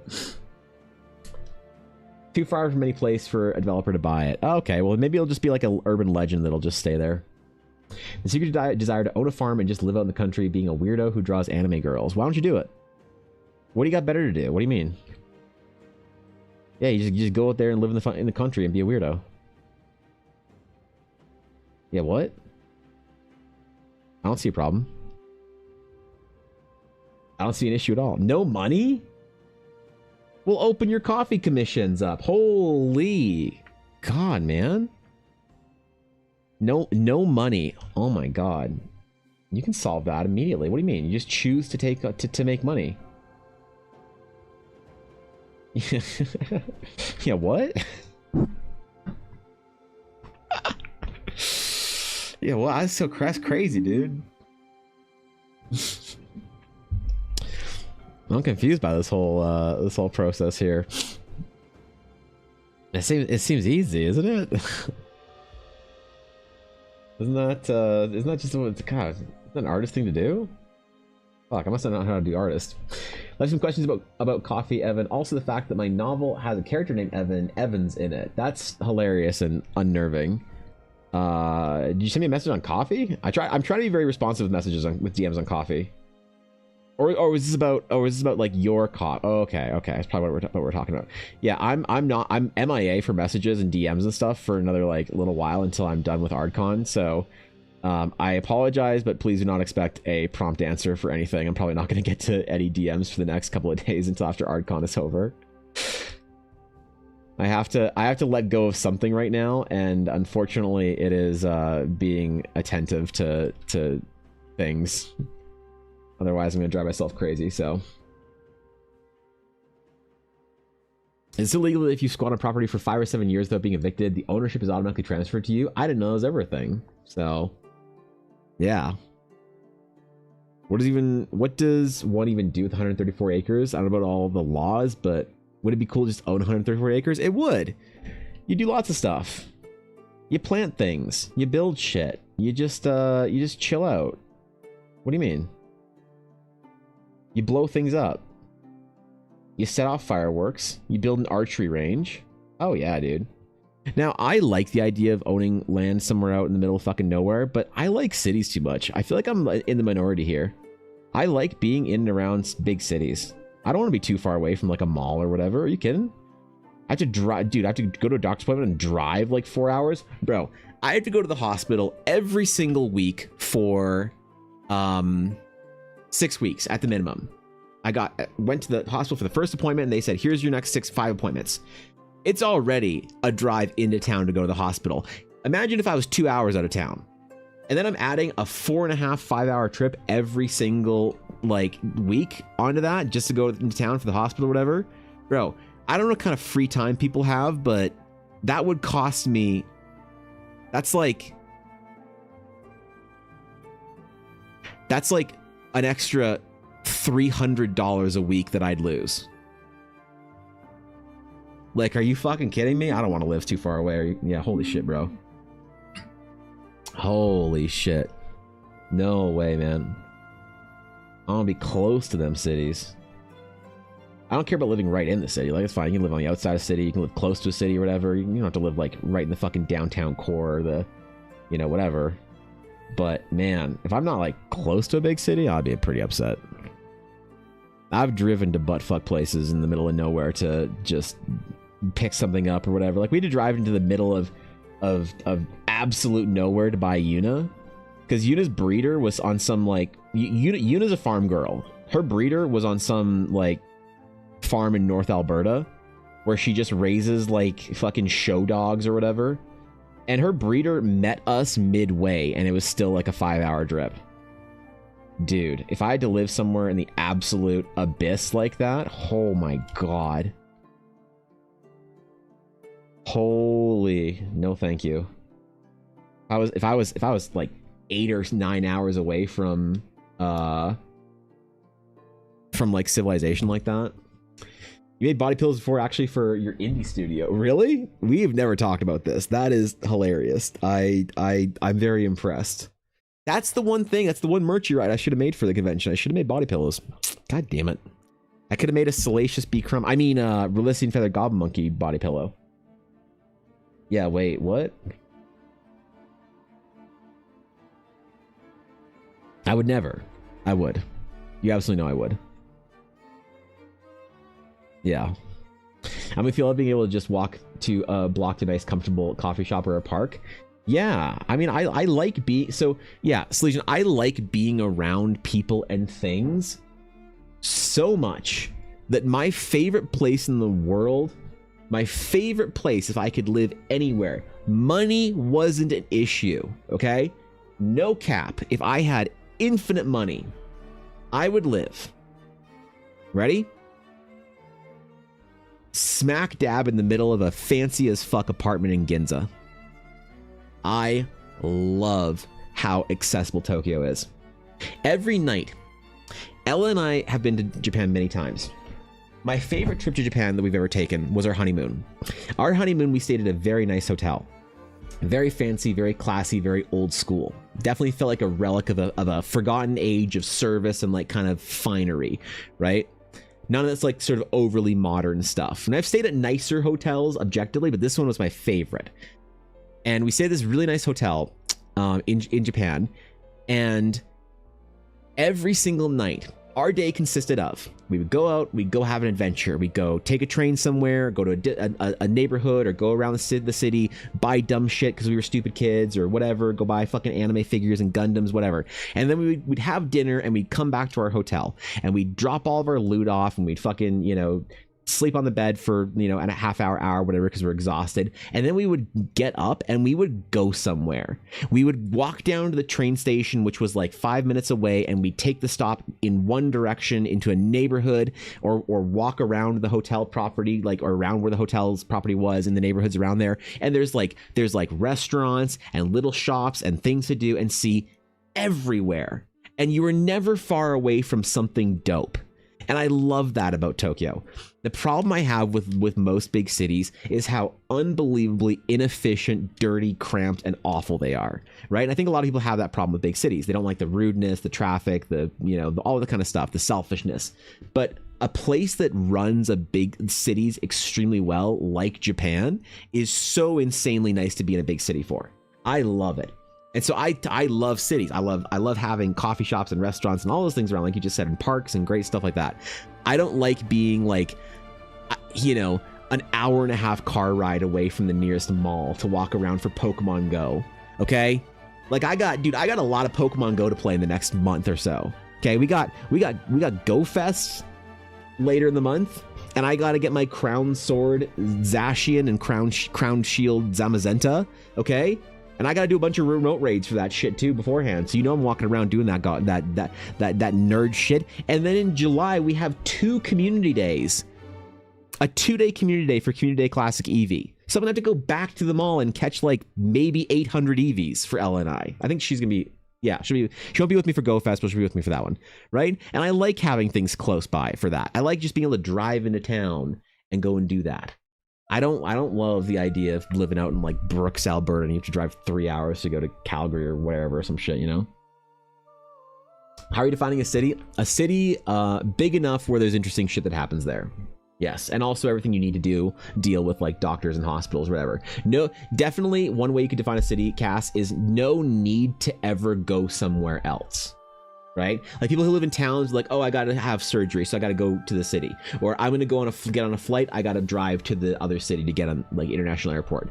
Places that are big enough with everything you would need to like function, I guess. The miracle walkable neighborhoods and public transport, exactly, right? It's like it's absolutely like another world being able to walk around your fucking neighborhood. All right, what is this shit?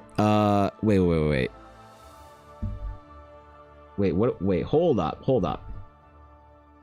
Hold up. Body pillow cases. What the app? Are you fucking kidding? Wait, you did this?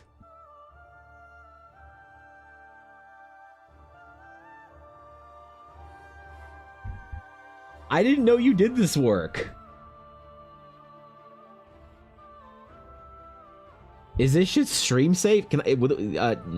Koi, will this dox you if I reveal? Will this dox you if I reveal? Can I show this on stream? Is stream safe? Okay. I just didn't know if it like had your like real name or some shit attached to it or whatever. Okay. Look at this shit, dude.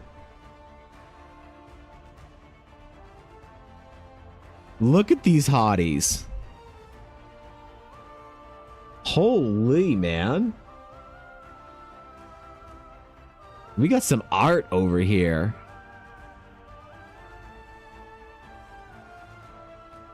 Dude, these are sick. I don't know. I had no idea you did this. I had no idea you did this. What the fuck? What the fuck? What a random piece of lore. What is this lore that I was unaware of? This is sick, dude. These are so good. You're just making fucking wow, dude. Yeah. Oh man. Big forearm energy from my man over here. This is sick. This is cool, man. I didn't know you did this shit. Okay. Well, that's some lore I had no idea about. So wow, that made my day. What's the command again? What's the command for what?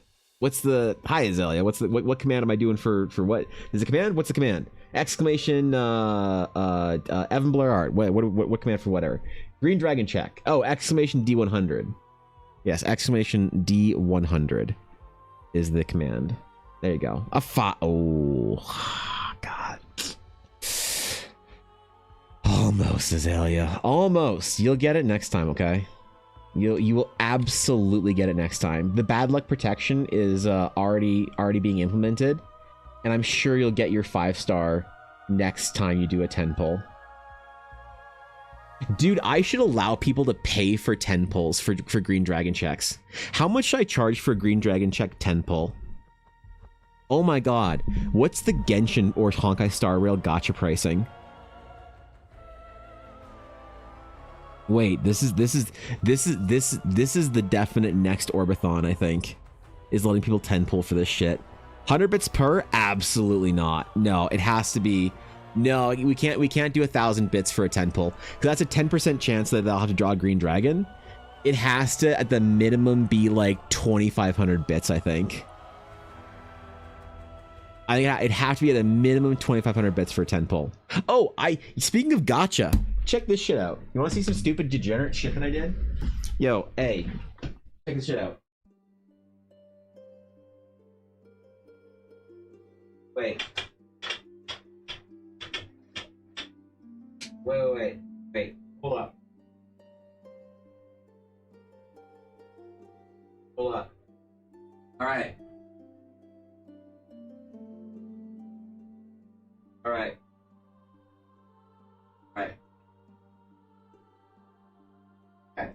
Okay, hold up. All right, so.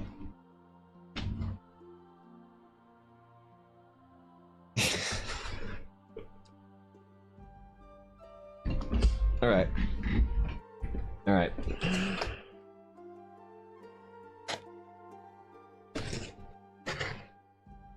Here's your coin.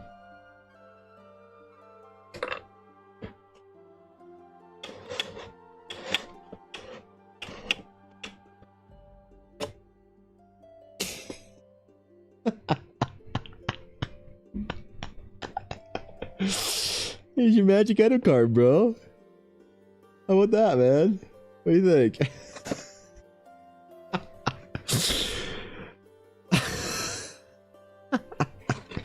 This is so fucking stupid. It doesn't work all that well because I can't stack because my cards are they're not slippery enough. If I put more than one card in here, it won't work with my cards. So I think this was actually a waste of money. Now that I think I just wasted $20 with this, because I think that it'll just shoot out all the cards together if I try and do that. Maybe if there's a way I could perfect fit them, it'd probably be okay.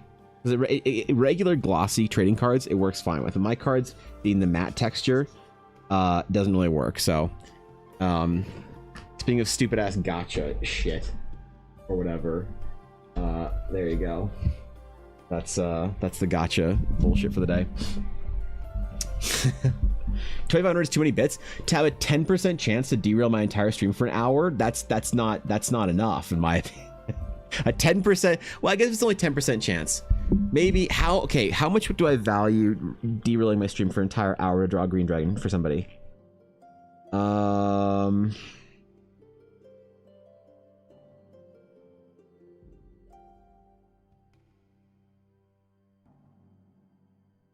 10% chance to derail my project for an entire hour or two, depending on how long I spend the green dragon check. Ooh. The problem is I know people who would throw hundreds upon hundreds of bits or thousands upon thousands of bits to ensure that I get no work done. Yeah, I'd have to think about that. I think we put them in sleeves, it'll be fine. I tried, they don't fit. They don't fit in penny sleeves. Or penny sleeves don't fit in there, Ella. Unfortunately. Like, if I try, I have promos here, for instance. They do not fit in the thing. It is too, well, I mean, here, let me try and we'll stuff. We'll stuff and shove and see if it fucks the penny sleeves up, it's fine, but we'll see if this works. Don't want to damage the cards, hopefully. All right, let's see if it works.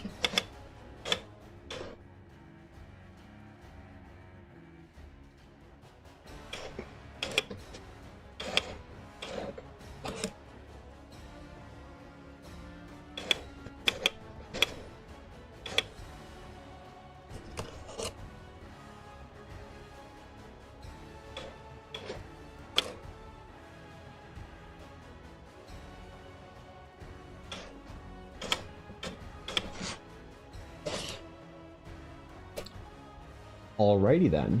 So, penny sleeves do not work, they're too thick. But if I get regular clear sleeves,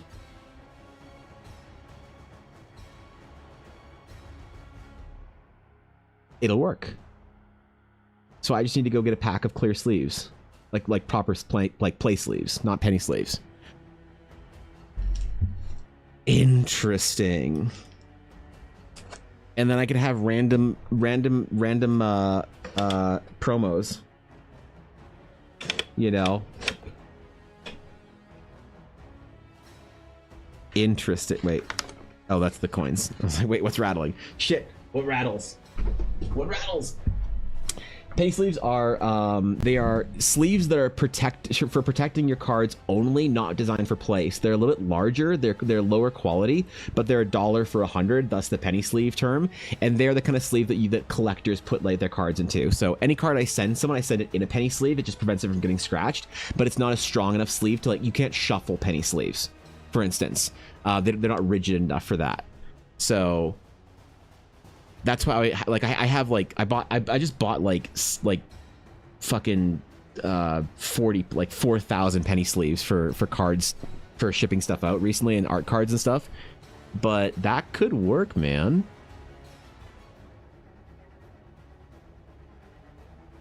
For the convention, absolutely that could work. Interesting. A green dragon is already 5,000 bits, so thousands upon thousands of bits is not that difficult. Just do it once, or if you feel crazy, twice. Chat works together, we can derail a stream for that long for free. You think you're derailing, but I'm farming you, Cass. That's the, yeah.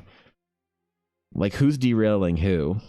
Derailing is when I have to do something. Visitors, like, how exciting. You know, these are, oh shit, wait, speaking of derailing the stream. Oh god. Oh my god, it's Grizzard not Bush. Holy shit. Legends told of his arrival. What's up, dude? How's your stream, man? Thanks for the raid, dog. I appreciate it. Hope your stream is good. Welcome in, my friend. Goddamn, I appreciate it. Thank you. The hell, man? Guys, if you're not following the legendary Not Bush, please go over there and follow the master sculptor, the best artist on Twitch, and basically the guy who has the best sub ritual I've ever seen on the platform. But you guys all know who Not Bush is. I don't need to introduce to my chat. But welcome everybody from the stream. Hi, Ella. Oh, sorry. I appreciate the raid. If you guys don't know who I am the scuffed artist that makes all of his D&D games into dumb art for his world. So today we're actually drawing a scene of two astral knights gazing upon some ruins. So if you're into astral knights, man, you're in the right place. But it's good to see you guys. What do you have, Ella? Grace. Oh, gimme. I know, I'm trying. Gimme. Guys, I got keychains. Wait, okay, guys, we have keychains now. Oh, wait, these are kind of clean though. Nicer, hey? Holy shit, dude. Look at it. It's a little sword keychain, dog. Really nice. Yeah, these are really good, actually. I'm impressed, man. These arrived here faster than I thought they would get here. Oh, man, dude. These are sick. And then this is the hammer. Okay, so you've got the hammer and the sword and the moon blade. Wow, dude, that turned out so good. I'm so glad Koi told me about this place. Look at it, dude. Little hammer keychain, man. Fuck yeah. This is my favorite. This is your favorite? Oh, that turned out good. Yo, the shield, the Aegis. Look at it, man. These are so cool. So the hammer, the shield, the sword. I'm sorry. Oh my god, wait, these are so cool, dude. Yo. Wait, different sword? Yeah, there's 5 in total. And we have the Astral Steel long sword. There's that one. Dude, these are so cool. There's one more sword, I think. Yes. And then this one, Azithran's Legacy. And there's the last sword. How many of each did I get? 10. 10 of each? Okay. Well, must be enough for the convention, right? Yeah. Hell yeah, dude. You got them real fast. Look at them. That's so cool, man. I'm so impressed. Yo, this is so exciting. I didn't think I honestly didn't think these were gonna arrive for another 2 weeks. So I'm so thrilled that I'm gonna have these in time for the convention. Look at them. You're gonna have them in time for both conventions. I am gonna have them in time for both conventions. These cost a lot. I'm glad that we're gonna actually be able to sell the conventions because, man, that order was expensive. But fuck, these are cool, dude.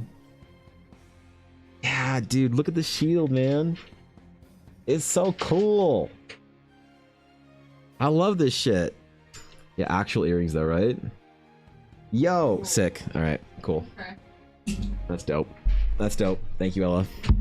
Appreciate that. I gotta figure out like a little bag I can put them in, a little packaging. Maybe I'll put them in little team bags or something. Yeah, you know? okay, that would be cool. Mm-hmm. They don't have a film on them or whatever, do they? No. Like a protective one? So yeah, I definitely have to put them in a package or something to ensure Quality. they don't get scratched. This one's a little scratched. Shit. You might have. I don't think so. That's the fish question. Koi bacon. Okay. Koi bacon question. Koi bacon? Fish and bacon? Is that her name? Koi and bacon? Okay. Koi bacon. All right. Thanks, Ella. Sick. All right. Let's draw some runes, some rocks. That's awesome.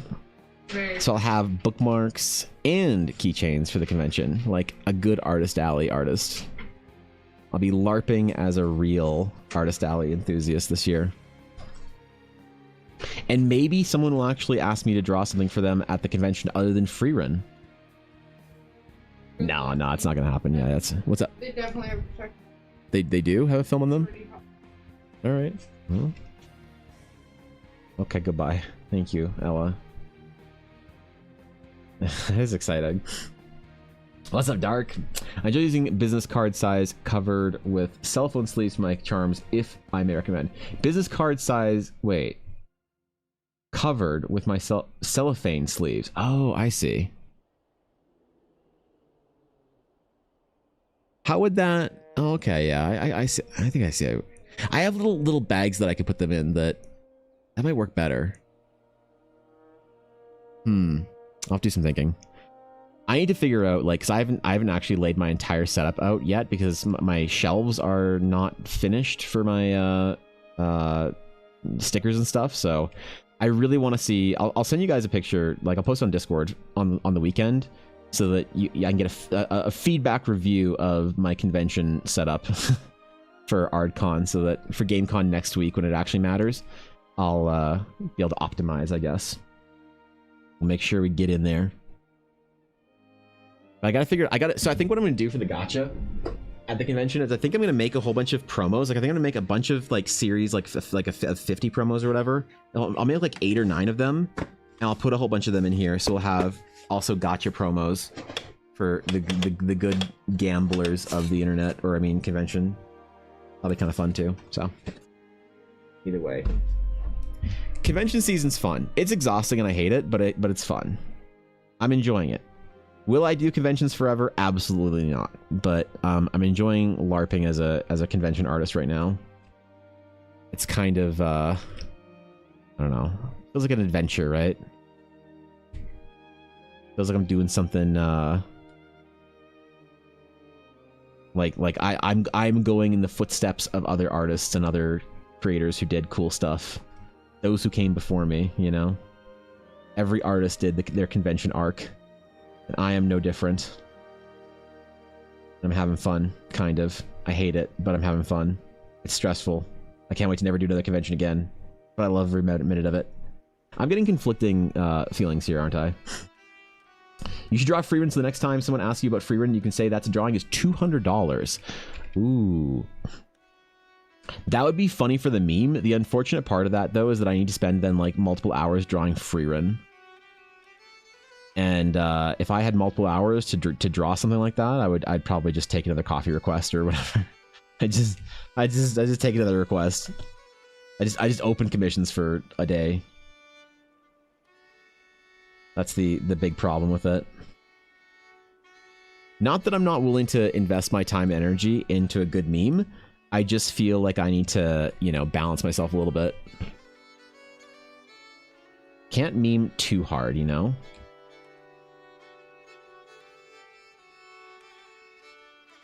I have to like actually try and LARP as a real artist one of these days.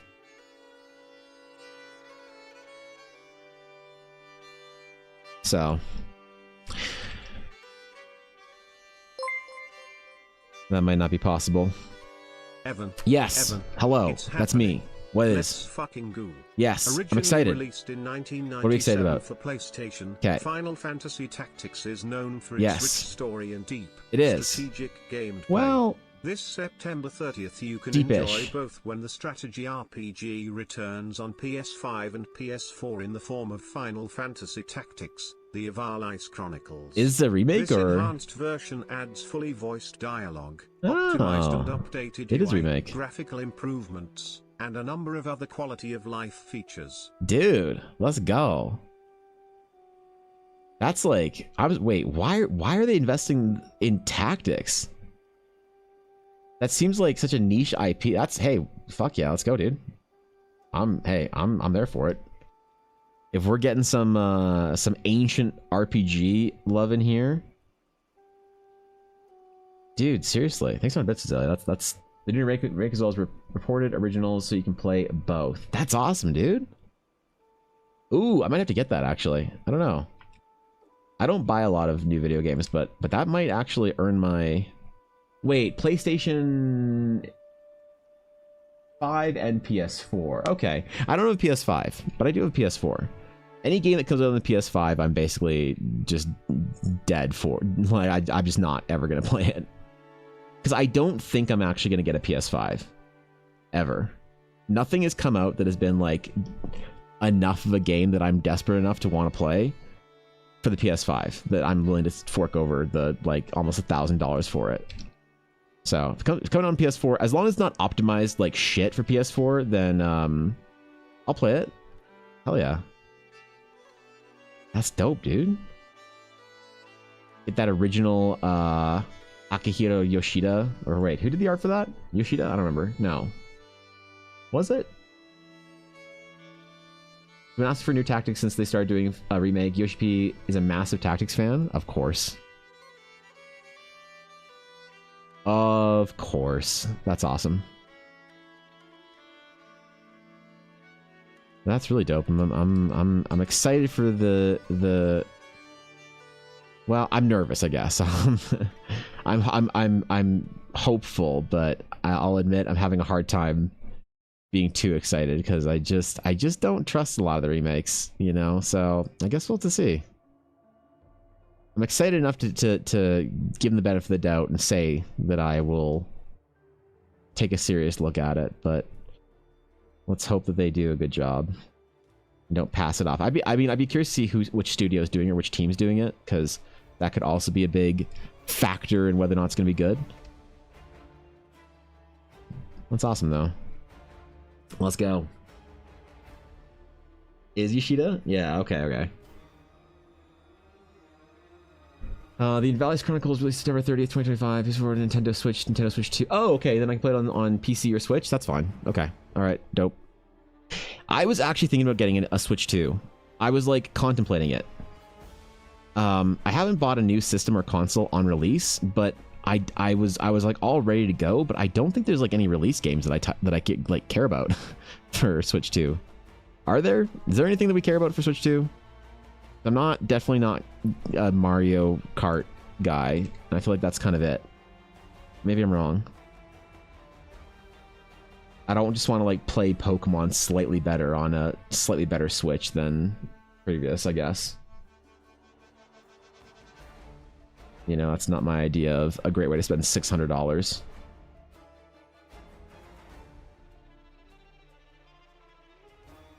Especially when I need to do GPU, dog.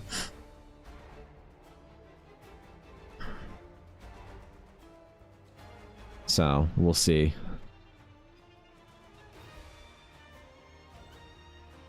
I just want a new console, man. I want to be that like hyped for the first day release of something, you know? It's been a long time since I've had that kind of hype. Since I've had like a brand new thing to be excited about with everybody else. Every time I get a new game where I'm like excited for a thing, it's always like I get on board when the game's been out for like, you know, 8 months and it's finally on sale. It's what I call the Monster Hunter curse for me. There was a Monster Hunter game that came out years and years ago, and I was so excited about it, and I couldn't afford it when it came out. But all of my like Warcraft playing friends, that entire like crew that I played like, you know, a lot of WoW with, they all got the game. And I was really excited, and I you know, I was like, I'm gonna get on board too, and they're all playing, and they're like, oh man, yeah, when you get this game, we're all gonna go on hunts, we're gonna like carry you through things, it's gonna be rad. And the game finally went on sale, and I bought it, and I was like, guys, I got it, like, yo, we still play Monster Hunter on Tuesdays? They're like, oh, we haven't done that for like a month. I'm like, oh. Do you guys want to play Monster Hunter again on Tuesdays? I got the game finally, and they're like, oh yeah, we kind of like beat like everything we wanted to and played the shit out of it. Yeah, we're pretty much done. I was like, damn. Okay. All right. That's cool. That's cool. That's fine. Yeah. And then Animal Crossing. The same group of friends during like the lockdowns, they all got Animal Crossing, and they all built islands. They had like parties at each other's islands, and it all looked dope and whatnot. Everybody's playing, and I didn't get Animal Crossing. And then one of my D&D players, she actually bought me Animal Crossing. She bought me Animal Crossing, and I went to one of the parties. I went to the last party that they ever held, and I was like getting my island ready together and stuff to like host my own island party and stuff with like games and all sorts of stuff and a treasure hunt. And they're like, yeah, okay, that was fun. Like, as a last, like, that was a great last party, man. That was a fun, man, that was a fun phase of our lives. And I was like, what? Like, yeah, we're not playing Animal Crossing anymore. We're off to whatever else now. I was like, damn it. Behind again. I spent so long on my island and no one ever saw it. No one ever saw it. I just want to play a game when everybody's playing the game, you know? I want to be part of the hype. Because hype is real, man. Artificial hype for things being exciting is real. When everybody agrees, it's like why seasons in games are so good, because even if it's the same fucking game you've played every single time, it still is awesome when everybody's just deciding they're going to be excited to play the game now, again. Right? Like Diablo 3 was like that for me. It's like the game's basically the same shit as it is every single time. You level up, you do the greater rifts and whatever, and people will be like, bro, why do you play the game? Like, it's the same shit. They haven't added anything new. I'm not playing that shit anymore. It's like, yeah, but all the streamers are playing it and everybody's getting ready for that night and we're talking about builds and, you know, there's like a little different seasonal bonuses and shit. And it was like really awesome because people were like all, you know, hyped up to try something new or whatever. And it's like everyone just deciding to play a game together again is like really awesome and really fun. And I thought it was really cool. So unfortunately, seasonal games, I think I haven't really found any that I love, but I want to play the new thing, you know. Play Phasmophobia with me and Shalgrim. I mean, Phasmophobia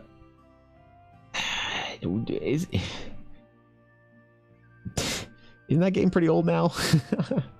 Isn't that game pretty old now at this point in time? Yeah.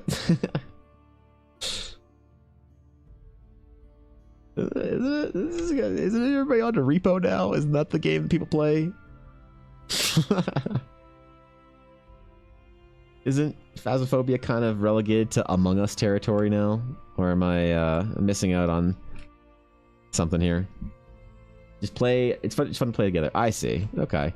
But I want to play the thing everybody's playing. Like I want to play the game that everybody's like having fun with and like doing the thing for, you know? It's my semi-centennial, baby. Where is my golden gift? Holy shit, Guapo. 50 months.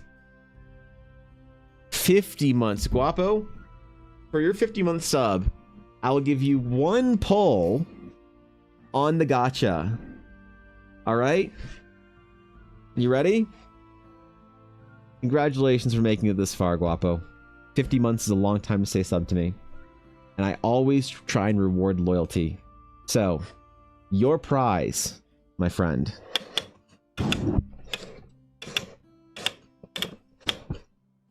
The fuck? Oh, it's empty. Get wrecked. Thanks to the 50 months, Guapa. Appreciate.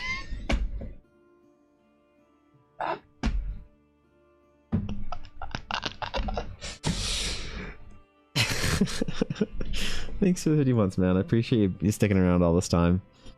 It's been an honor to be your friend, man. Thank you. Seriously. I appreciate the support, dog.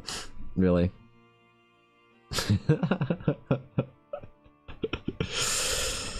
Hey, how was I supposed to know that was empty? Come on. I'm the one that loaded it. I mean, shit. Fuck. I said it out loud. Ah, damn it. Damn it. 50 months and all you get is an empty gotcha pull. Shit. Serantis, thank you for the follow. Welcome in. Honored to have you. Thank you, dude. Appreciate it. Yeah, rip. Holy, man. What a disappointment. The only thing more disappointing than that is the 50 months that you've been here. Just the streams of nonsense and bullshit and disappointment that is being an EBA sub. It all comes together and is accumulated in the most disappointing 50-month celebration. Ah, oh, damn it. I hate it, but look, it's the way it is. I can't change it, man. We have to lean into the meme. Thank you for the sub, though, Guap. I appreciate it. Daily life and EBA guild member. Actually true, though, right? Look, I never said the Dragon's Claim was worthwhile being a member of, but yeah, there's nothing else to add to that. It's just I never said it was worthwhile to be a Dragon's Claim member.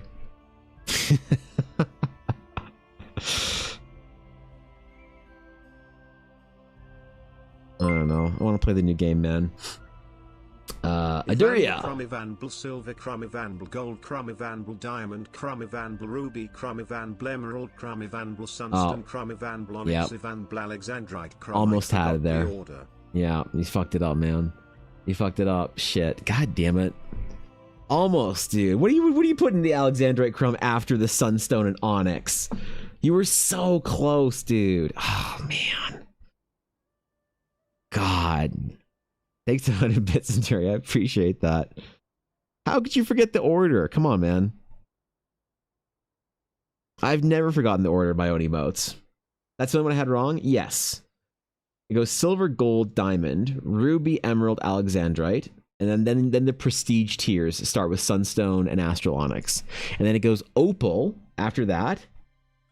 And then after opal is the legendary sakurite crumb. The crumb that no one has ever earned in this chat, and no one probably ever will earn. The glorious pink crumb. The elusivest of all crumbs. The rarest badge. I've never sent out a Sakurite crumb badge before, and likely no one will ever see one. Anyone who's gotten close enough has realized it was a massive fucking waste of bits, and they couldn't believe that they had given me that many bits, and all they got was some shitty art.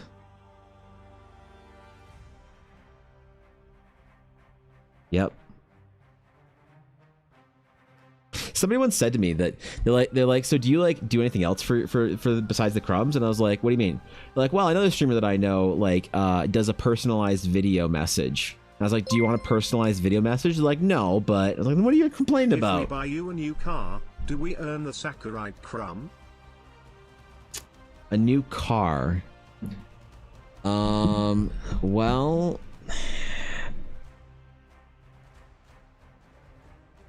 the problem is insurance is really expensive. So I don't know, man. That's tough. That's that's fucking, yeah, jeez. You want the Sakurite crumb for a car? Holy. What is this meta? What the fuck? Thanks for 100 bits of Duria. Just 498,000 bits more for the Sakurite crumb. Those last 5 numbers are in order. There you go, man. Just think about how worth it is. Think about how much you get to support the stream for 498,000 bits. Yep. Hey, that's like that right there. That on its own is a new 5090. So, you know, I do think I need to do something like rather than being such an abstract, distant goal, I do think that I do need to do something to thank people for bits and shit a little bit better than just the crumbs. I think I might do a promo or for single bit kind of contributions or whatever. I was thinking about that. If I print off a couple series of 50 print promos, I could do I don't know. I could do I could send someone a promo in the mail for 5,000 bits or some shit or whatever. Every time you earn a silver crumb, because people talk about it oh, so I only get a silver crumb once. It's do you want another silver crumb? I feel bad though, because I always want my deepest fear is that people don't think that I'm grateful for the support. That's my biggest anxiety when I'm streaming.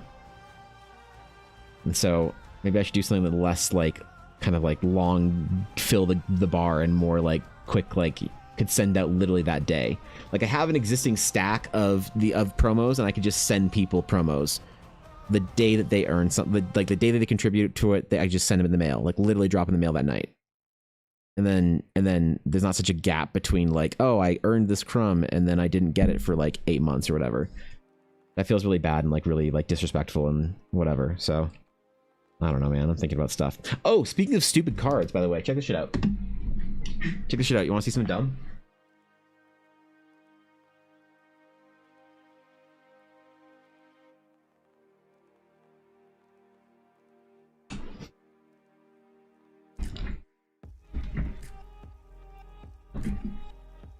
So I made a couple of these yesterday.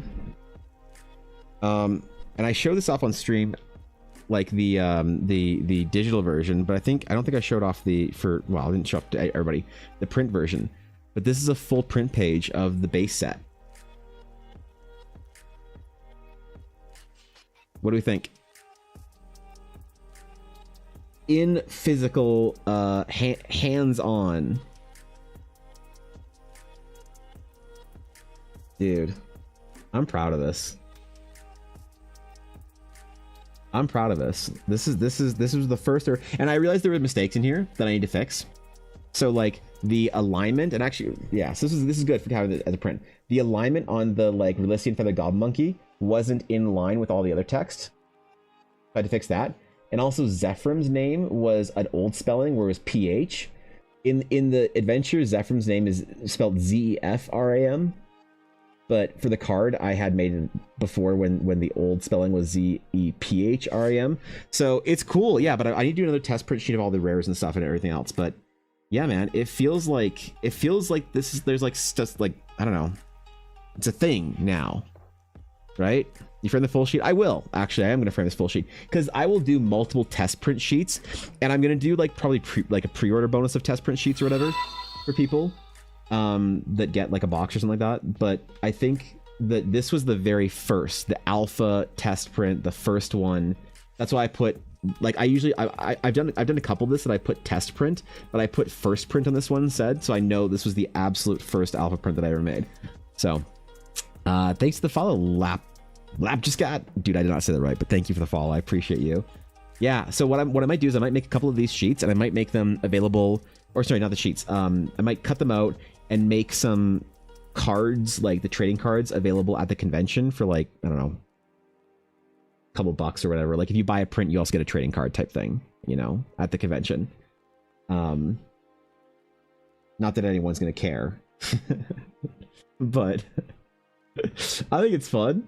And I could like make an actual thing for the gacha machine or whatever. But yeah, man, I'm really proud of this. Like this is cool for me. This is like an actual like thing, you know, like just a lot of work and a lot of like celebration of art that I've made and hard work kind of come to fruition in a shitty little test print sheet for a dumb made up trading card thing that I did. I know it might not seem important. It kind of seems lame and silly and dumb, and it is lame and silly and dumb, but it's my lame and silly and dumb, you know? And I think it's fun. It's it means something great to me. So I think I am gonna frame this, I think, and put it up somewhere. I don't know where. I don't love having. Is it laminated? No. This is just the base cards. So I'm not gonna laminate these or anything like this. This is the paper that I print on. This is my regular print paper. So it's 300 GSM cotton rag. No lamination or anything like that. So I got to put it in a bag and then frame it properly and whatnot. I really should have wrote first print better, but I definitely didn't, and that's part of the fun, you know, is that the scuffed handwriting on it is kind of messy and whatever. The signature's not really all that good. So yeah, I don't know. This is fun. It's cool to like to do a thing and have a goal for something silly and then just like do it. Even though I know this is like dumb and who like this is the most who asked bullshit. But it's my who asked bullshit, you know? And I see like so much art that I had to like struggle through or overcome, or big pieces that I really, you know, this is not my best art, but it's a chronicle of Eldara's development. And if I were to limit it to just my best art, it wouldn't. I'd never be satisfied with it. So it has to be art that I like used to develop Eldara. And yeah, the project's very real. Project's very real. How much for this one? For this? Well, I sent you a first edition print sheet with your prints, Dark, as a thank you for your order on the print store, and a thank you for your enthusiasm. So this very sheet right here, priceless. Yes, this one is because this I gifted to Ella as the first. She always gets the first of everything. So $4,000. Yo, thanks for the follow. Demetri. Wait, dude, I can't read names today. I'm so sorry, but thank you for the follow. I appreciate it. Thanks, dude. Anyway, stupid trading card nonsense. The trading cards are no, it's not for sale. That one's not for sale. That one's not for sale. That one is Dimitri. Okay, cool. Thank you, Dimitri. What's the store link again? I gotta put in a pre-order for my boxes. It's not up yet. The pre-orders are not up because I haven't done test packs yet. So I haven't done test packaging. Until I can test the packaging and see how long it's going to take me to make packaging, and I can make sure I can do it in a sustainable way where I'm not going to hate my life, I'm not going to put up pre-orders yet. So I need to do my packaging tests, and then I can actually put up pre-orders. But where can we read about your world? So right now I am in the process of finishing the world anvil. So in the next couple of weeks, when my adventure beta enters its next phase, the World Anvil will be up and running, and it's going to have probably over 100 articles talking about lore and filled with art for the realms. So right now there's not a good place because I'm kind of transitioning between like it all being a sporadic mess to a place where I can actually like have game masters directed to and organized.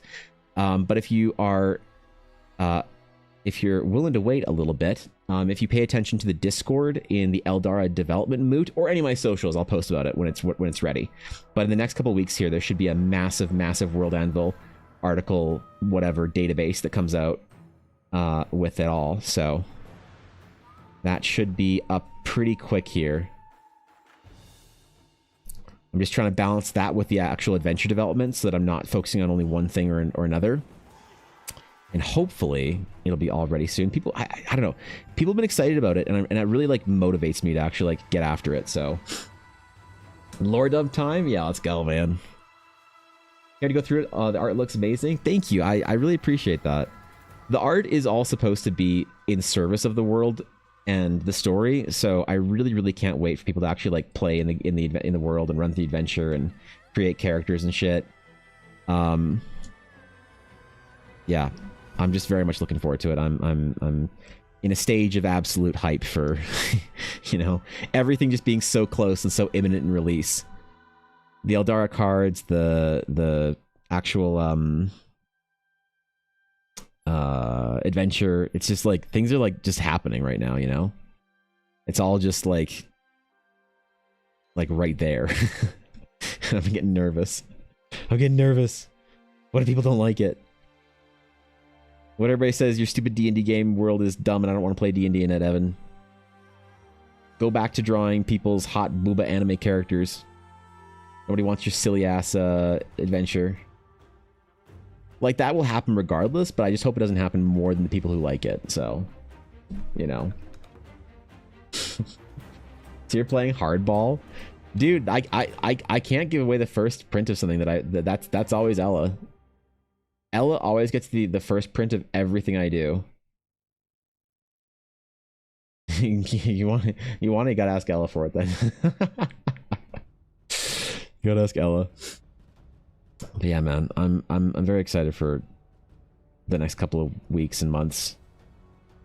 I wish the conventions were in July and not June though, because like if I just had another probably 3 weeks or whatever, I could have the actual physical copies of the adventures at GameCon. So I won't have the physical copy at GameCon, but I will probably have the physical copy of the adventure at Strathmore Ren Fair, Strathmore Ren Fair, Vegreville Ren Fair, and Edmonton Expo. So 3 big events still, but the one that I wanted it ready for, which was GameCon Canada, was not going to be ready for. I suppose, you know the most important thing will be, the most important event will be next year's Calgary Expo. Calgary Expo next year will be the most important, I think, because it's the biggest one. And I think Ella and I are in Calgary Expo. Redo Dead, thanks for the follow. I appreciate that. Welcome in. Honored to have you, my friend. Good to see you. Hope you're doing well. So I guess I have some time, but like still, I just really wanted it for GameCon this year. It will be ready for Gen Con though, for Atari running it in July. So that is like kind of my like actual secret goal, is to make sure that it's ready for Atari to be able to run at Gen Con. Because Atari ran a version of it last year, but not the full version. Obviously, it didn't have all the art and the assets and everything for it. So that is like a big component of my effort I'm putting in, is to make sure Atari has the full version in hands. So I'm gonna make a couple of collector's versions of the Horizon adventure that like are not necessarily gonna be like thing I'm like trying to sell or whatever, just like a little dumb passion project. And I'm gonna make them like a full print series, whatever version of the game. And I'm gonna make a couple for some of the longer term kind of people helping me out with the adventure. And Atari's definitely one of the people who's been the most supportive of the adventure project, running it for people and getting feedback on things. And so I want to make sure that the full physical print version is ready for Gen Con for him to run. So, nope, it's mine. Shit. Okay, fuck. Got dunked on, fuck. Yeah. Well, that and not just Gen Con, but also the what's the other one that's in the fall? People are playing D&D at. Shit, it's not PAX. Somebody said they were running they wanted to run Horizon at another convention in the fall. It was like some big American one. I don't remember what it was. It wasn't PAX. What's the big TTRPG one in the fall? Fuck. I don't remember. Whatever. Doesn't matter. They'll be ready regardless, so. Barring some calamity happening to me. And given the fact that I've just been through all the fucking, like, health shit that I just went through and still, like, didn't enter my development cadence that much, I think I'm basically indestructible unless something really catastrophic happens, so. Should be able to kind of promise it lightly. What's up, Conk Lobster? Good to see ya, bro. We doing well? On this fine afternoon? Morning, maybe? I don't know, afternoon. Okay, so we want to intermingle some runes in here with our large mountains to sort of give it this vibe of like...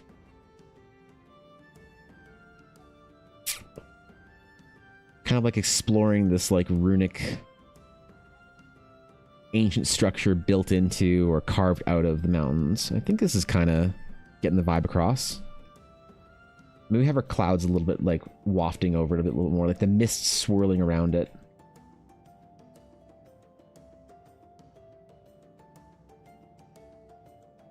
Giant hand sitting in a bucket. Wait, what? Alright, cool. You know what? Sick. Whatever that entails, hey, you know? Yeah, cool. Sounds like a great start to an afternoon. I don't know.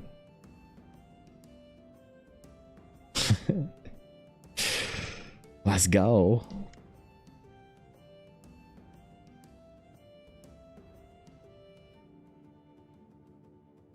Alright. Whatever, like clouds kind of swirling through the bottom here. I'm glad we spent so much time like on composition on this piece because I really like how it's like turning out.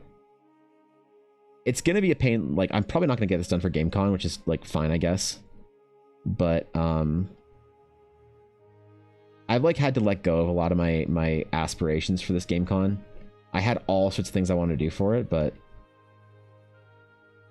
I'm like trying to take the advice of like you gotta prioritize and learn to let things go, which is like good advice. People have that, like, you know, some people have that down pretty well, prioritization.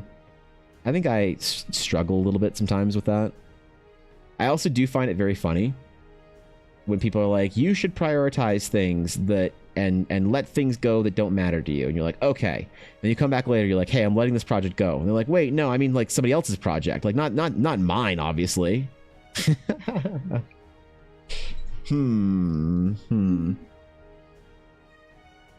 Not a real hand, cardboard and paper mache.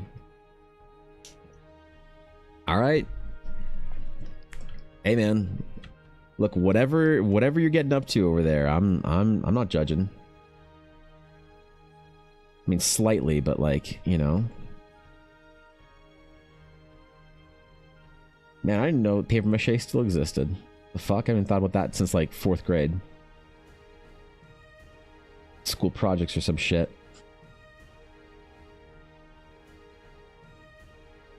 They still make you do that shit in school? Or do we realize that the paste eating was just like not good for kids? Like smelly markers. Wasn't good for developmental health. With all the marker consumption. Look, I grew up in a different time, alright? You know? You're recycling? Wait, what? Some necromancer shit over there? Alright.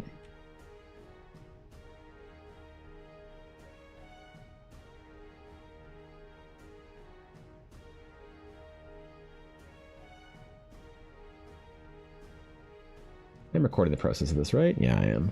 Okay. Good. Good. What do we do about these? Monolith rune site, giant stone monoliths. Sometimes I look at like the undersketch, like the super early brief undersketch. I'm like, what the fuck was I thinking? What was it supposed to be? I think they were just like random monoliths that were kind of like looking like they have the same kind of shape contour as the gates. I'm proud, still proud that to this day my suggestion for background music has become a mainstay for stream. Background music. What was your background music suggestion? Which one was it? Adrian von Ziegler? Or who? Robert Tereshin. Did I say that right? I definitely didn't. I'm sorry. Thank you for the follow. Appreciate it. Let me turn you into Adrian von Ziegler. Oh, yeah, okay, cool. Yeah, his music's great, man.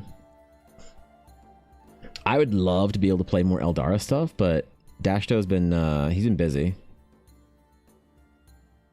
He's been busy. He randomly put an order into my print store, though, for the Realms Eldara soundtrack thingy. I had to send him, like, a special version of it that I made for him. As he is the official composer of Eldara. I need to get to the point where I can just hire Dashto, like put him on a full-time composer salary to just make music for Eldara. Be my John Williams.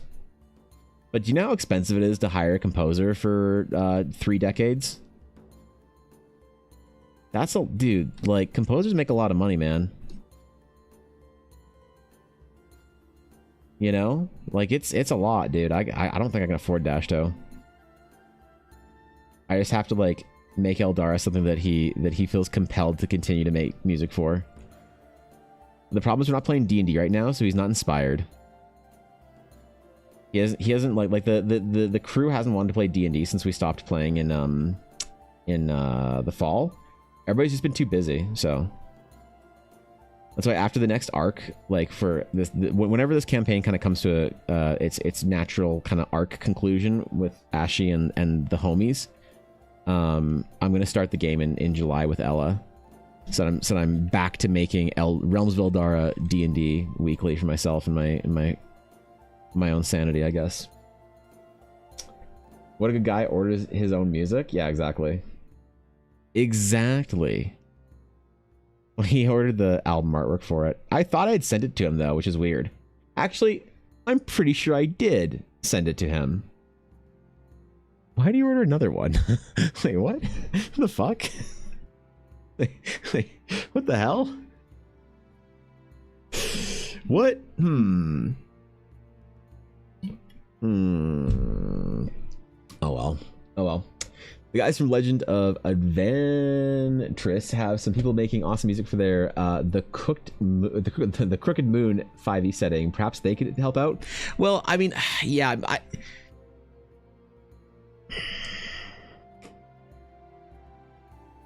the problem is I really want more of Dashto's music. I don't actually know much about Legend of Adventris, so I don't think I've ever like caught a ton of it. So I can't like think of the music or whatever in the back of my head. But I really like Dashto really captured exactly what I wanted for Eldara, because him and I have such a reverence for like a certain era of classical music and for like John Williams' work and stuff. So legitimately, I legitimately love the stuff that he did for me for the first album for Eldara. I just want more, you know. I just need more. There's other themes and places and things that need music, but he really he almost ended his fucking like software engineering career to compose that album for me, because he messed his hands up so bad. He was working like doing his full-time job and working 6, 7, 8 hours a day on the album to get it done. He was just burning for it, because he's the kind of hyperfixation obsessive type that will just go into his project and just stay there until it's done. And yeah, he almost completely roasted himself over it, but I think I put him on cooldown for a while. But I really want some more themes, like if I had a theme for Horizon that I could release with the adventure. Oh Could you imagine? Like the Under Harbor has a theme, but he did a couple of themes from around the world, not that really had much connection with Horizon. But yeah, that's what I want. I want a Horizon theme and some other things for the adventure. I also probably couldn't afford music composition, to be honest. So if there is people working with such a big like production like Legends of Adventurous, there's probably no way I could afford them. I couldn't afford it if even Dashto wanted to charge me for the Realms of Eldar album. And I told him that straight up. I was like, bro, if you make this album for me, I can't pay you. And he's like, I know, I want to do it. I'm like, okay. He's like, no, I'll pay you. I'll maintain my tier 3 sub in your chat, and then my Patreon tier, and then God. Yeah. Yeah, there's that too. Currently Eldara makes no money, so commissions and everything feed and fuel Eldara, and then the tips and donations and stuff feed and fuel Eldara. But Eldara doesn't have a product right now that like sustains it, you know? And even after Horizon comes out, it still won't have a product that sustains it. I think, unironically, I think the first Realms of Eldara product that I'm ever going to release is the trading cards, I think, right? You know? Which is crazy to think. Post and stream topics, the original director, art director, scenario writer, and editor all worked on it. On what? On Final Fantasy? Is this a tactics thing? Ooh. Ooh, they brought back the whole squad? Let's go, dude. They got them all in there, man. That's exciting, actually. Eldar marketable plushie when? So you can make plushies. You can crowdfund plushies. Here's the issue. You need to have a certain amount of pre-orders.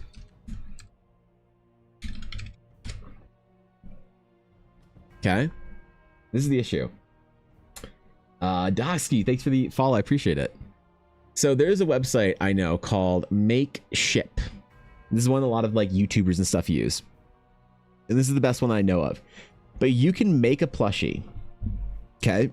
And you can have it be a thing. The issue is that if you're going to make a campaign, you need to have a certain amount of people order it. And I think it is 100. I think you need like either 100 or 500 plushies to sell in order for them to like, for it to fire. So you pay for them to make the mock-up, and then you need to crowdfund it. You need to basically kickstart it.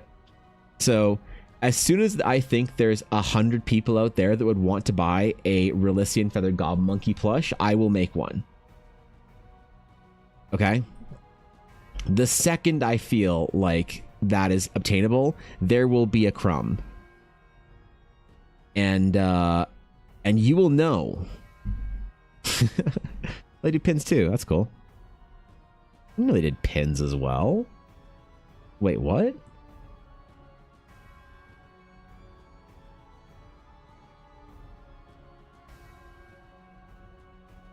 Well, that's kind of cool. A little enamel pin set? Wait, you can do that shit? Explore petition. What the fuck's a petition? I don't know what this shit is. Well. So. You just wait. You just fucking wait. It's Creative Studio 3. Yoshi P Studio did it. It's Creative Business Unit 3. Creative Business Unit 3 did it? That's impressive. Alright. I have more faith in the project now.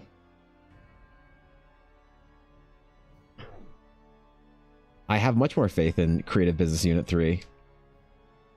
That's really cool, actually. Okay, all right. I'm growing slightly more in anticipation.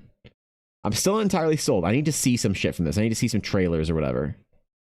And then I might be more hyped. I need to see how it plays.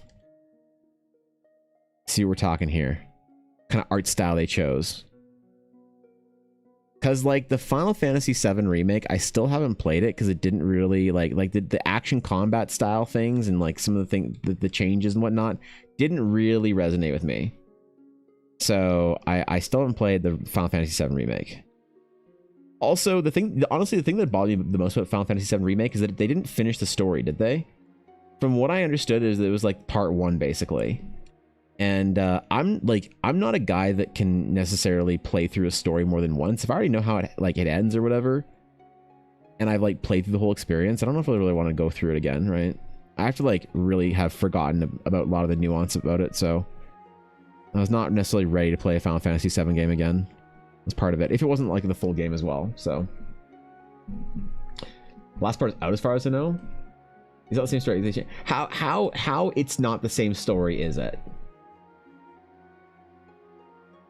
Like what do you mean by it's not the same story? So my friend Genova told me the same thing. Funnily, his name is Genova, so I got he'd be the authority on this, I guess. So Genova, he's the Twitch staff friend that you see in chat occasionally that I've known forever. And Genova said it's not the same story, but I asked him what he meant by that and never elaborated, or I just missed the message or whatever. And so I don't know how it's not the same story it is. And like, is it for the better or worse? Like, what are we talking about here? How different is it? Because it's like, what's an example? Persona 3 versus Persona 3 Golden. Oh, Evan, it's not the same story. How about you get bent? Pin of the Emporium, maybe. So I can honestly, Solution, I can actually just get pins made from Vograce. I don't even need to do a campaign. I was thinking of doing little Eldara travel pins, actually. I don't know if that'd be lame. Would it be cool? I don't know. Do you think that the like, would travel sticker pins be cool?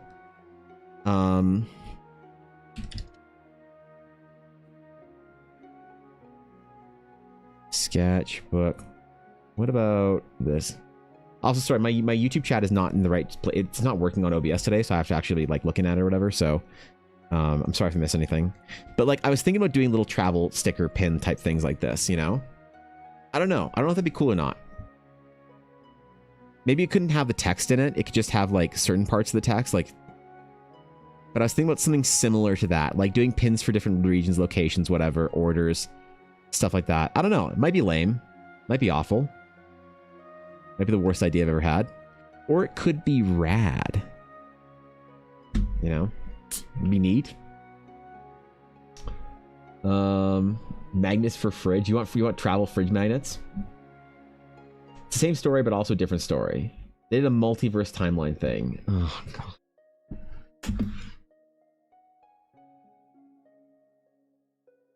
Does Aerith die?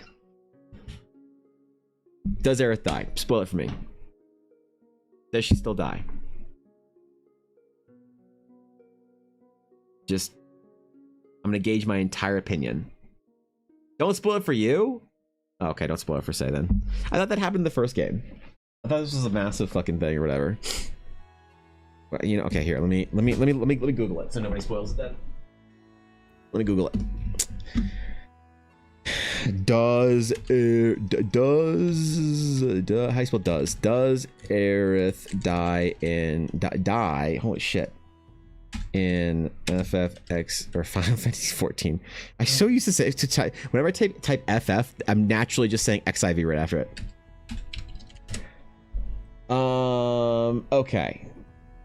All right, that's the answer. There's our answer. Okay, cool. I'm not going to react to that. I'm not going to say that maybe want to play the game or not or whatever as to not spoiler. That's just my answer. Cool. Got it. All right. I don't know, man. I don't know if the Final Fantasy VII story, like, even if they did some crazy shit, I just don't know if it's like different enough for me to want to like play through it again. You know. Also, I mean, like 7 wasn't my favorite game, you know, in the franchise. It was not my favorite Final Fantasy game. So I love the era of Final Fantasy VII though, you know, with like Dirge of Cerberus. That was a great game. And like the fucking, what was the movie called? I don't remember. Been my one and only fandom since 1997. Wait, Final Fantasy 7 has been. Oh, okay, I only recently got into Grandmaster of Demonic Cultivation as my second fandom. What the fuck is that? Grandmaster of Demonic Cultivation. Is that like an anime? I swear to God, if that's an anime about getting isekai'd as the strongest demon farmer, I'm gonna throw myself out the window. Chinese gay novel. Okay, so all right, cool, got it. Neat. Got it. Gotcha. Cool.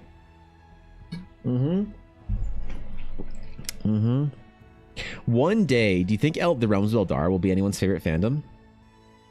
Do you think one day someone will ever say, "Yeah, I got into the Realms of Eldar in like 2026 when like the thing came out. Oh yeah, dude, it's been my favorite fan. Like it's been my dude. When someone like proficient at fucking no." I was about to be really mean unintentionally. Oh God, I'm glad I shut myself up so bad. Jesus Christ. Oh, okay. All right, I'm good. I can't wait till people are excited about Eldara, I guess, in the same way. There has to be something to be excited about first. I have to actually finish the game and the project and whatnot. Whew, yeah. One day, man. One day. Alright. Let's kill some of our delete sketch here. Let's kill all of it, actually. Why not? Let's just get rid of it. Summon up all of our desire to not have a delete sketch anymore. Hey, we're looking cleaner. Even though this is also still a delete sketch. We need to do multiple layers of it. For an illustration like this, where it's going to have multiple sort of like forms to it, a sketch and a painted version, we need to have, fortunately or unfortunately, multiple layers of sketch to it. So, as a live action show, Chinese comic, Japanese stage play, and a Chinese anime. Wow. What is the elevator pitch single sentence storyline for a Grandmaster of Demonic Cultivation? And I swear to God, if you say isekai into as a demon farmer, I'm still gonna throw you out the window. I'm still gonna throw you out the fucking window. I need some. That can't be your favorite. If that's all it is, that cannot be your favorite fandom. I ban you from it. I hereby banneth it. That name. I hope the name is misleading. Desperately.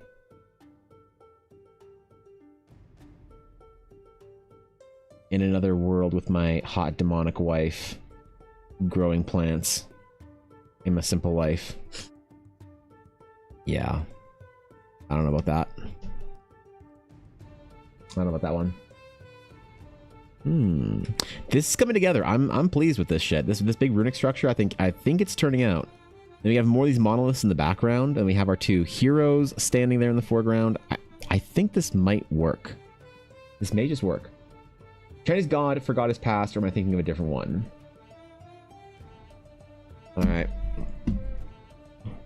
What is Grandmaster of Demonic Cultivation about? The series follows Wei Wuxian, the cultivator killed for following the demonic cultivation path. Despite his bravery in a campaign against the Wen clan, a tyrannical military sect, a decade after his death, a disgraced homosexual cultivator trades his own life to bring him back from the dead and exact revenge his family. That's from Google.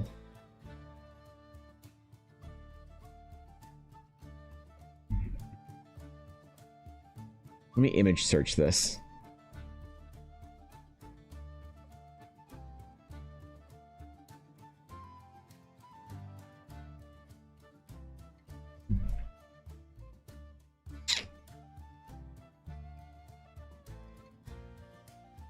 Beginner's Guide to Grandmaster of Demonic Cultivation.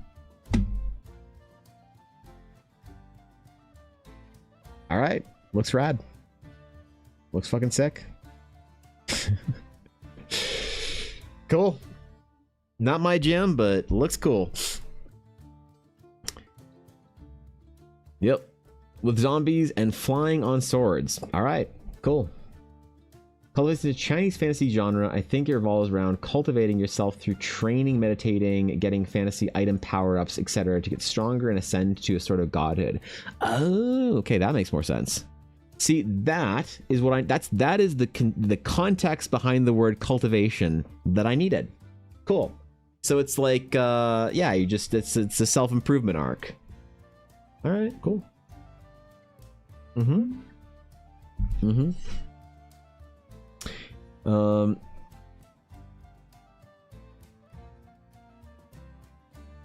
Wait. Okay, it is recording. My button just wasn't working. My recording button, I have no idea if I'm ever recording now on Twitch, because after they updated fucking OBS again, vertical is broken again. So I mean, a couple weeks before I actually know if I'm recording or not. And I think I am. I see the timer, just the button doesn't work. So almost had a small moment there of panic.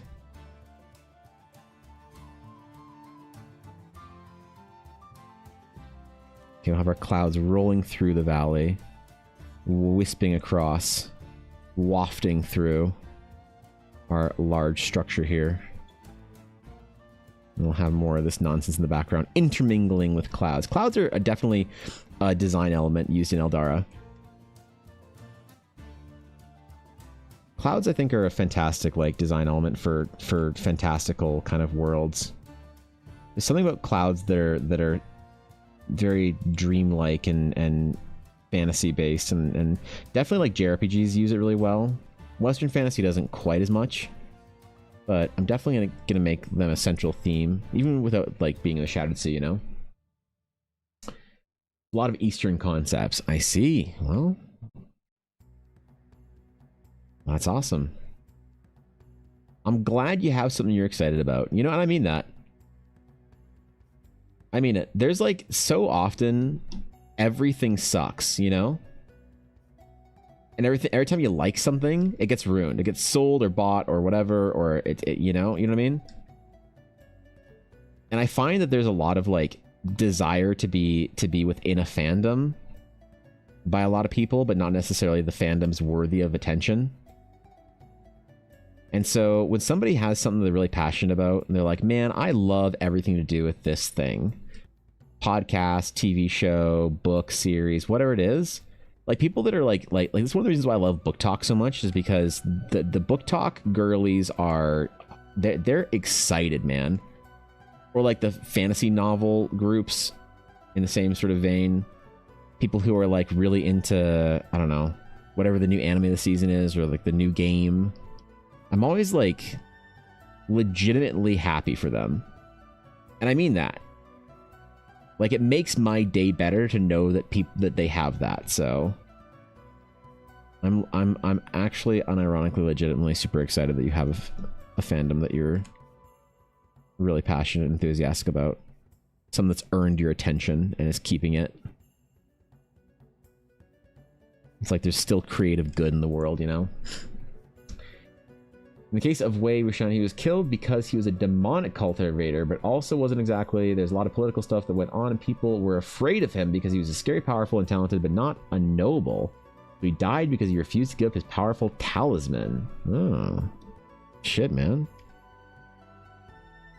I hate when that happens. Fuck. Alright, cool. And he was resurrected by his hot sugar daddy necromancer. Cool. Let's go.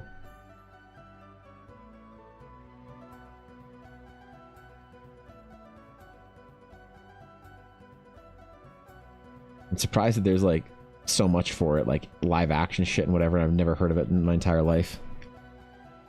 Surprised there's just so much for it out there, you know, that I've just never crossed my radar, you know.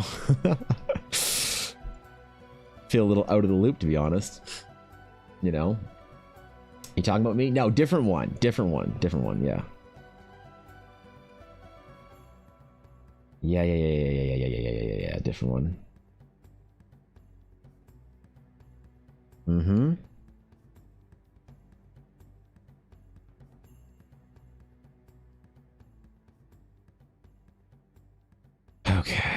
do like a Eldari, like a floating monolith type thing up here. Floating monoliths are also a theme in Eldara. Clouds and floating monoliths. That's like one of the biggest sort of tells that you're in a Realms of Eldara story.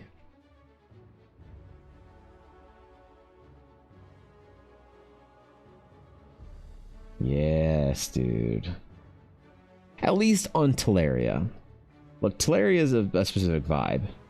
The other worlds will be very different. I think the world I'm most excited to get into is actually Domingrad. Domingrad's going to be dark, though, man. I don't know if people are going to like Domingrad because it's going to be so dark. And I think that, like, I think that D&D players can't, like, they can, it's, I don't know. There's, like, a certain amount of, like, dark fantasy people say they want and edginess, but I think that people can't kind of stomach really dark fantasy that, like, really kind of evokes the, like, terrors of the mortal experience. But Domingrad's a real dark story, I realize now. Even Diablo 4 caught heat from people. Like, I just don't think D&D players want dark fantasy. It's like the demographic, the Venn diagram of people who want dark fantasy and D&D players is like mostly just two circles on either side of the rooms. So that's like one of the issues, I think, with it. But I mean, part of like Eldara's sort of like goal is to have different realms have different sort of vibes of fantasy. You know, so like Thorash very much is like a Monster Hunter avatar, kind of like wilderness adventure, jungle, fucking pulpy, ancient secrets hidden behind and underneath, you know, thousands of years of forest growth, a lost civilization of unknown ascended individuals lost to time in ruined jungles, whispers and tribal nomads. And like Thorash is definitely a really specific vibe that I think people will kind of like. It's like it's like very adventurous and very much fits into the TTRPG thing. But like Domingrad feels a lot more like 40k. So maybe people would like it actually. Maybe it's like, you know, I'm just gonna appeal to the 40k nerds.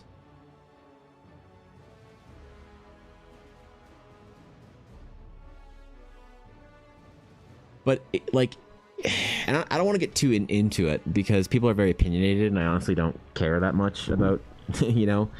But there's like an issue with, I think, a lot of like, there's a debate.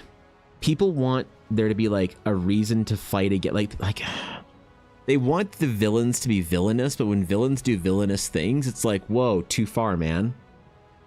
You know what I mean?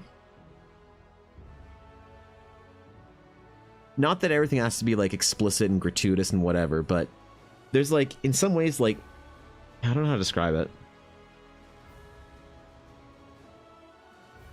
People who think that like 40k is like unnecessarily dark or grim or whatever probably won't like Domingrad. But there's like a whole, I feel like a whole collection of 40k nerds that love that shit. Generally somewhere in the middle of it, but I do think it's a minority players. Yeah, maybe you're right about that.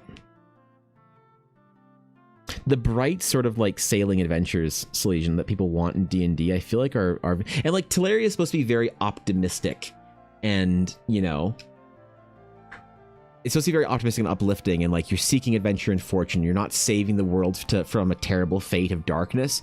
You're seeking adventure. That's like Teleria's vibe.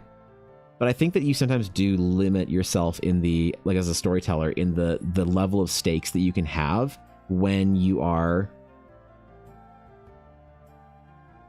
you know, when you're sort of trying to keep things like PG-13.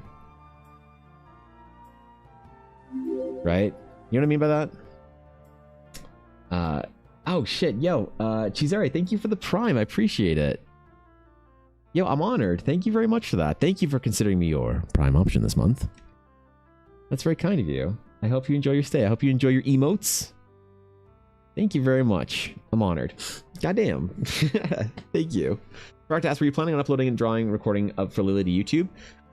Yeah, eventually. Yeah, I haven't made like many new YouTube videos recently. I've only made a couple of them. I've just been backlogged on work. But I have the process recorded, so Probably in the next week or so, I'll use the recording for her. Yeah, dude. That's part of the fun, I feel like, of getting a request or a commission from me, is that sometimes you get to see the process, either live on stream or in a YouTube video. But I don't use every video for every recording for a video, but I do for most of them. I think I used almost all of them. Wait, did I use all of Sabine's and Brooklyn's?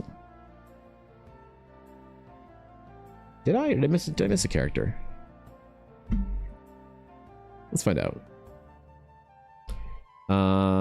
So those are both of Brooklyn's characters, and then those are oh yeah, so I did. Okay, yeah, fuck yeah. Oh, 15.5k. Yo, we hit the 0.5, dog. Oh shit. Wait, you get the exact number. Oh shit, I didn't know you could do that. I thought you could only see the... Okay. Yeah. Best villain, Kafka, Bros Unredeemable. Yeah. Right. Read something the other day that this kind of ties what you're saying. We love it when a villain gets redemption arc to become a hero. Everything a villain did in the past is excusable to a point. We hate it when a hero does something so heinous. Everything good they have done in the past means nothing. Very generic, but good talking point. That is interesting, yeah.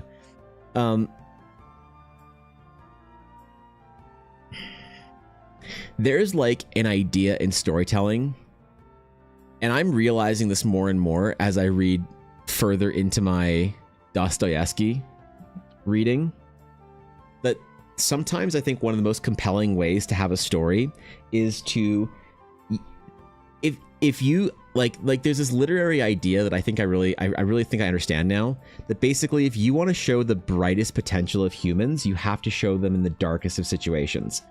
But I think that people don't necessarily feel comfortable venturing into the darkness. So you have to make the darkness dark, but in some ways palatable. Because if you read the darkest stories about humanity, you think about the darkest things you can think about, things that I won't even invoke on stream, events, wars, whatever. You don't necessarily want to read a story about it, but that's where the greatest sort of the light of humanity is found, is in the goodness that you find in people in the darkest days. And I think that that's kind of like, in some ways, the great stories. Is a great story evokes dark days and allows humanity and the human spirit to shine through. And I find that sometimes maybe the tolerance or the palatability of the dark story, you'll be like, yeah, that story's too dark. Like, okay, we don't need that. But then there's a lot of people in the fantasy genre like, oh, we can't have our villains be villainous. We can't have villains doing bad things. Otherwise, this is too uncomfortable. And it's like there's like no ability to sort of like dive into the darkness whatsoever for whatever reason. And there's got to be a good balance there. I don't know what that balance is, but a lot of folks don't seem to have media literacy anymore, not using Prime to skip the ad. So a lot of time when you have evil actions taken as a story, they think the story is bad. And the whole other issue of writers just not handling sensitive topics well. Yeah, that's fair. You know, there's like two things, and two things are a problem. Writers can't handle sensitive topics well, and people are oversensitive. And I don't know where the line is, and I think no one knows where the line is, right? Because sometimes when you invoke a dark idea in your story, and you're like, yeah, your villain's dark, you know, they do evil things. That's like the point of their villain. They're a villain. They're a fallen person that is doing awful things. You know, Anakin killing kids or whatever. And it's like, oh my God, it's too dark for me. I can't handle this. I think it's the way that you handle it. And you use the implication of it rather than this comes down to, I think, my idea of never being overly gratuitous. So Anakin killing the younglings would have been too gratuitous if we saw it happen.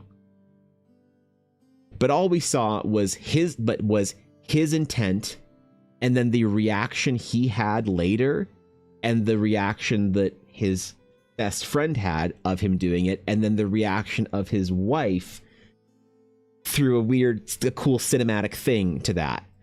But if you have it's why I think Game of Thrones didn't hit for me. Game of Thrones is too gratuitous in its violence and its gore and its sexuality. And I think that all these things, all these topics can be described, alluded to, and handled in a way that you feel like, oh, this villain is like a dark, holy shit, like that's a villain right there.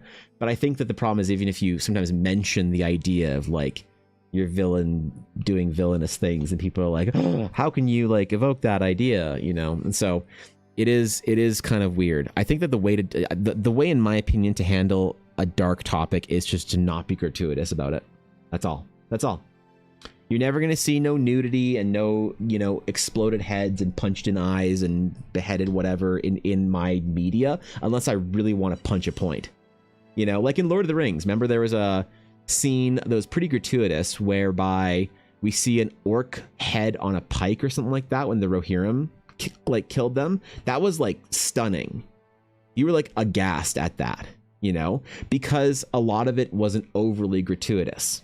And so when they did invoke the orc head on the pike, you're like, that stunned moment, right? As opposed to it being something they just try and, like a low-hanging fruit, they try and just roll forward whenever they feel lazy, which I think that's one of the issues a lot of people had with Game of Thrones. It was just like another week, another entrail or titty or whatever, you know?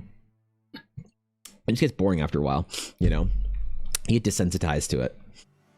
The Bright Type Adventure is pretty fun, absolutely. Like, I did love Treasure Planet, but I also crave the type of spooky you get from old fairy tales with unhappy endings. That's interesting. That's interesting. Reminds me of English classes when we read and discuss Shakespeare. R&J, only out of small comedy comes great tragedy. Yeah, that's interesting. That's interesting. So there's a lot of sensitive topics. Fair enough. We're supposed to be stunned by that moment. Yes, that is the intent. Yes, correct. It's a stunning moment visually. Yeah. If you're somebody who is desensitized to the gruesome nature of whatever, then sure, you're like, oh, it's another, like, you know, if you're a horror film enjoyer, you're like, ah, no, decapitated head. But no, for the average person, that's a stunning moment. It's a very intentional use of gratuity in cinematography, right? It's very intentionally, like, placed. The same thing too with the beheading of Lurtz. It's a moment that carries more gravitas because we don't see heads flying and entrails rolling around and stuff. And so when you show moments of brutality to people, to your audience, the vast majority of people aren't desensitized. So if you're like, if you're just chilling and you're like, oh, it's another, like, you know, beheaded orc, I've seen entrails and whatever all over the place, like, you know, maybe yeah, I ain't saying nothing, but bro, fuck kind of media you watching? No, I'm kidding. It is supposed to be like a moment of shock to the audience, especially when you have things like that, or if you have a character that is now naked and in the nude. That's supposed to be a shocking moment, right? As opposed to if that's something that happens on every other episode of your show. So that's the main issue with any sort of, whether it's gratuitous violence or sexuality or nudity or gore or anything like that. The best way to handle it, I think, is to take a sort of an air of elegant retreat from the low-hanging fruit of over descriptive whatever. So, you know, which is hard because you, when you know you can evoke an emotion with people, and you know you have like a key you can turn to make people gasp or whatever, it's really hard, I think, as a creative to not just try and, like, you know, fucking hit the button over and over again. And that's when I think a lot of people get very, like, that's a big problem with, like, theatrical D&D, is like, if everything's dramatic, nothing's dramatic. You know what I mean? If everything is I can't believe that just happened kind of moment, it just gets soap opera-y, you know? Like, you're ever watching a D&D show or whatever, podcast where everything's just a fucking soap opera and then nothing's dramatic, you know? Whenever it's the meme, it's the D&D meme of everyone having the cursed backstory, right? It's absolutely the fucking meme of it. Everyone has the cursed backstory. We're all so, you know, aghast when we find out that the person's parents died in a tragic fire that they caused when they were 5 years old because they couldn't control their phoenix blood, or that the vampire slew their family in front of them so that they would be, you know, sworn to service or whatever. It's like, when everything's dramatic, nothing's dramatic. When everything's shocking, nothing's shocking. And I think that's like what a lot of like modern writers get really fucking wrong, you know, in a lot of media. And so when you see somebody doing it intentionally, you're like, I see what you're doing there. I see what you're doing there. You know what I mean? Every HBO series. Grew up in fantasy books. A lot of authors describe things, and I've always been a very mentally image person, so I could always picture the scenes. Yeah, and I think there's a lot of fantasy authors that take the easy way out and are overly descriptive. You know, if there's one thing that I've learned from the fantasy scene, is that there's a lot of low hanging fruit out there, and that people like it. I mean, people like.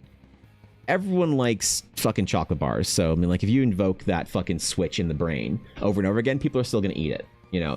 And that's fine. It can be good. You can enjoy it. It can be your, you know, you love that shit. That's beautiful. But from, like, an impact, a narrative impact sort of, like, standpoint, I think that if you really want to have something be punchy, then you should definitely, like, try and figure out a budget for those punchy scenes. And like Ella, you know, has told me about all the heinous things that she's read from like this one book series that she couldn't get through. We were like in our late teens when a TV show called Legend of the Seeker came out. And I don't know who wrote it, but who wrote Legend of the Seeker? Terry Goodkind. So like we watched Legend of the Seeker and it was this fun show, right? And Ella's like, I'm going to start reading the books, you know? And so the show was like pretty chill, but like Ella's like reading the books and she's like reading the books and I'm like, oh, like, how are you enjoying it? And she's like, yeah, it's fun. You know, hey, like you get to hear these different conversations and like, they're cool. Yeah. It's like the characters and Zed and whatnot. And then like, after she's like a little bit further into the series, she's like, yeah, it's just, I don't know. It's like a little weird. I was like, oh, why is that? She's like, I don't know. There's a scene where like, you know, and then she describes something. I'm like, oh, what the fuck? Like what? She's like, yeah, it was weird. I don't know. I was like, no, I just skip pages. And I'm like, okay, cool, you know. And then later, she's like, dude, this guy this guy's fucked up. And I'm like, why? And she's like, well, there's another scene like this, another scene like this, another scene like this. And I'm like, okay. And so she just dropped the series because of that. She's like, yeah, I'm done with this fucking trash. And like, again, some people they love that shit and they eat it up, and that's totally fine, man. You know, I'm not trying to shame. I'm just saying that, like, for Ella, it was like to just kind of like eye roll, like, ugh, right? And to be fair, though, that like Ella and I tend to have like a more of a modest take on storytelling, I guess, and that's fair. You can accuse us of that, and what the kind of stories we like. But that was like so odd. The reason I bring that up is because I'll ask Ella about a fantasy series, and I'll be like, on the scale of like Lord of the Rings to Legend of the Seeker, how is it? And she's like, a 7. I'm like, ugh. She's like, I know, I dropped it. So that's like, to me, that's like the ultimate of like the gratuitous whatever. And to be fair, I never read the fucking book series, you know? So, but it seems like that's something very pervasive in fantasy, and a lot of people like it, and a lot of people, it's like a very polarizing topic. A lot of people love that shit, and a lot of people just like kind of want, you know, get tired of it. And I think that personally, I don't think that if you invoke too much of that, I think you lose people. If you do it, like, you can have the darkness, but you have to invoke it in the right way. Does that make sense? What do I mean by that? I just said that in order to have the most human, interesting stories, I guess read Legend of the Seeker and then read like Letters from the Underground or whatever. And maybe that's the difference or some shit. If you get past it, it does have a purpose. Sure, maybe, I don't know. Yeah, I don't know. Didn't have enough of a payoff, I guess, to matter to Ella, you know. So, and that's the problem, is if you lose your audience and you have like some grand idea or scheme behind like something like that, but you lose your audience because you don't handle it well enough, then you're just screwed. It's kind of like Final Fantasy 13, how much that game fucking sucked, right? Because like Lightning was the worst character for the first 20 hours of the game. And then everyone's like, oh my god, but if you get past the first 20 hours of the game, oh my god, Lightning becomes the best Final Fantasy character. And it's like, dog, you can't ask me to sit through 20 hours of Lightning for that game to suddenly become not a trash character, right? Or like any other game. I think Final Fantasy XIV is a great story and a great RPG and a great MMO, but I would never ask someone to sit through 40 hours of Realm Reborn to get through to the game being good. And I get that. And so like the payoff can be worth it, but again, if you don't necessarily handle, like, if you lose people too early in the process, then it kind of doesn't matter. You know what I mean? I think about that kind of stuff a lot with storytelling and how to do it properly and how to do it right. I don't know if I'll know how to do it right, but I'm certainly gonna fucking try, I guess. I'm gonna try my best, dog. We'll see. We'll see. Obviously, like Piers Anthony, Robert Aspirin, Robert Jordan. Yeah, a lot of those names just go over my head. No, I'm not good with author names. I'm better with like works. So it's my favorite series, but the beginning was very intense. These provide foundation for why the main character does the things he does. That's interesting. Okay, cool. Yeah, I mean, sure. Like, yeah. I'm glad that there is like a payoff that makes it like a good story or whatever. Puck Slapper, thank you for the follow. I appreciate it. That's a great Twitch name, by the way. The old Puck Slapper. Hope you enjoyed the playoffs. No love for Tad Williams? What did Tad Williams write? What did Tadicus Von Williams write? Like I said, I'm not good with names. You can't even like play this with artists with me. You'd be like, ah yes, I love that one Caravaggio print that's in this museum of this painting that was lost to time, and I'm like, you got to show me the fucking work. I don't remember the, like, you know. I couldn't name 5 Caravaggio paintings, but I could point them out. I'm just not good with names like that. Memory, Sorrow, and Thorn, and the Austin Ard saga. Well, shit, that didn't help. Damn it. All right, fair enough. Fair enough. Well played. You know, fair play. Named the work, still don't know it. Okay. I appreciate you trying. Shit. The team did make it to the playoffs, but nice to finally catch one of your streams. Dude, it's an honor to have you. Yeah. I am cheering for Edmonton because I do want to see 2 things. I want to see a Canadian Cup just to see what happens, because I don't know what's going to happen if that happens. Like, I don't know if we have protocols. And then I do want to see the anxiety lifted that will Connor McDavid get a cup. Even though I grew up as in Calgary, I'm still cheering for my brothers and sisters up in Edmonton to have a great fucking time. So they're our team now. Let's not get crazy here, okay? Let's not say anything we regret, Ella, but I am cheering for them, okay? Because if Oilers are your team, Ella, where's your jersey? Where's your jersey, fake fan? Can you bring yourself to owning an Oilers jersey? Can you do it? Mr. Streamerman, I have a very important 3-second clip for you. Oh, good. Let me react to this. Wait, is this a Vixie stream? Let me just age gate my stream real quick. Hold on. Okay, hold on. Wait. If this is a Vixie clip, I just have to do something real quick. Copy image file, new board. Okay. Oops. Okay, this is a Vixie clip, right? File, save as. We're gonna save it as a PNG. We're gonna call this sweater. Okay. Then we're going to bring up. We're gonna grab it real quick. Okay, hold up. Yeah, sorry. I gotta take precautions here. Okay. I gotta put the sweater on. Oh no, sorry. That has to not be on Photoshop. That has to be on OBS. My bad. I dragged the wrong screen. Okay, hold on. So we gotta get our sweater here. Okay. And then we gotta bring up this clip of Vixie. Okay. All right. So this is my friend Vixie. Okay. I love her dearly. All right. And then we just gotta move this over here. All right. Okay. Let's see what Vixie has to say now. Now that we can watch this Vixie clip, let's just see what Vixie has to say about my fucking D&D character.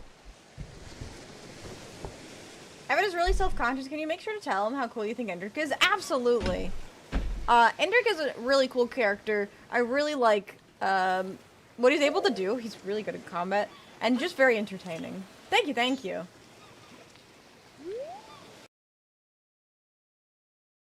The fuck's wrong? Oh shit! Oh shit! Oh shit! I mean, damn it! Crap. Okay. Okay. Jeez. God damn. Got flashback right there. Holy. All right. Oh man, well, that's good. Hey, I'm glad Vixie likes Endrick. So there you go. You know, we'll you know, damn bro. What a lovely human, man. Vixie, no fox were given. One of my favorite people. Love her dearly.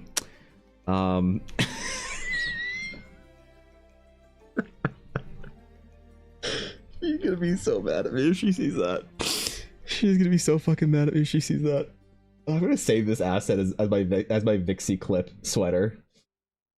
I'm gonna save that asset just for the future. All right, cool. Cool. Hey, thanks for the clip, Ash. I appreciate it. Thanks for the you know.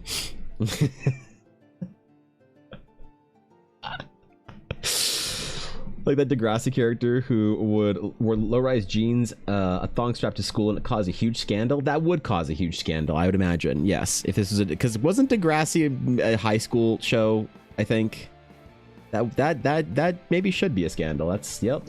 I provide you with more stream con. I know you can only draw so many lines in a row. Thank you, Ashy. Yeah, no, I'm definitely getting to my line per hour cap here. I'm definitely going to the bank. My hand is kind of bothering me right now. I'm a little worried about it. I'm a little bit anxious about that. My hand is starting to bother me slightly, and I think I need to be doing my stretches more. So I need a stretch redemption a little more often. Do you not remember this episode, Evan? You want to know a secret? Is it time for my dark mask off moment? Is it, Guapo? I've never seen an episode of Degrassi in my entire fucking life. Not even one.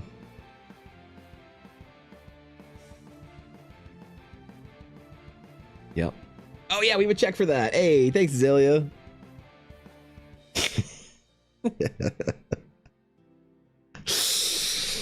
hope Vixie's not mad for that. I don't know if she thinks it's funny.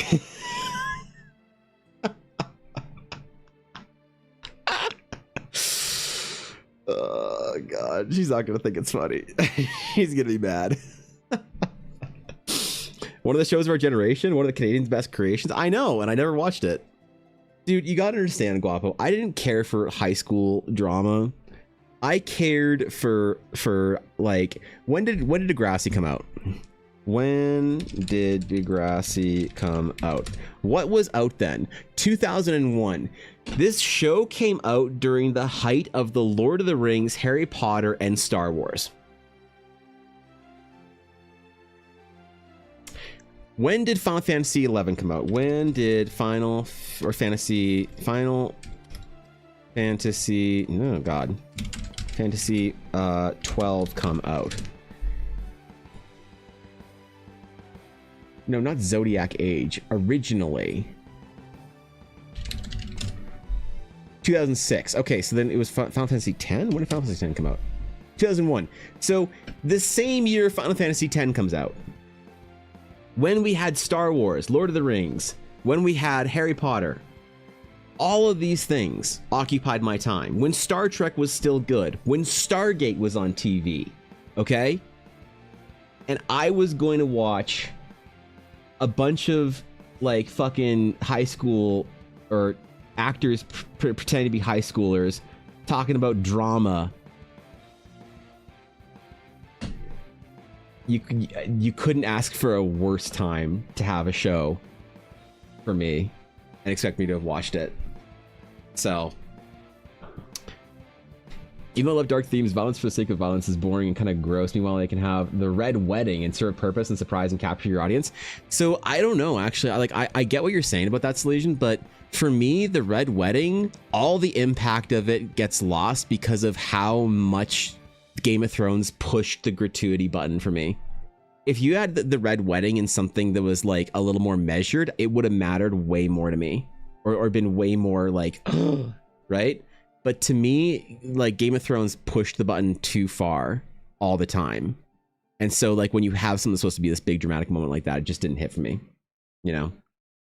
So, but I know I see what you're saying, because like also by within the like within the bell curve of Game of Thrones, that was pretty stunning, you know, or startling. Wasn't a movie something I could watch online? I didn't watch it. That's fair. Who were you being like if you'd watched Degrassi instead of Star Wars, Lord of the Rings, and Harry Potter? Dude, I'd probably be a doctor. I had a friend who loved Degrassi, and he's a neurosurgeon. He's unironically a neurosurgeon. He was in this program in Canada where they can only train like 6 neurosurgeons at a time or something like that. And he just, so we're in our mid 30s. He is just finishing his schooling now to be able to like teach and shit.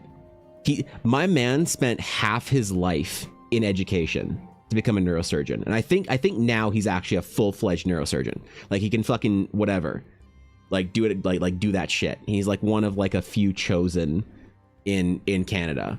And that's him. And I remember he loved Degrassi. All right. I do remember that because he would talk about it in junior high. And my friend Darcy and I would just be like, let's talk about Lord of the Rings. So maybe that's probably the different path, I guess, I would have taken. So third point for me, I guess the impact it had on the way the plot could play out felt pretty salient. That's true. Yeah, it's perfectly valid with that. I think that's a, yeah, fair enough. Fair enough. Okay, I need to grab more water. This is just, I'm gonna throw some ice in this water bottle. Give me a sec. While I'm gone, revolt all you want. Get banned by the bot. Anyone who gets banned twice in a row gets a hug. I don't know.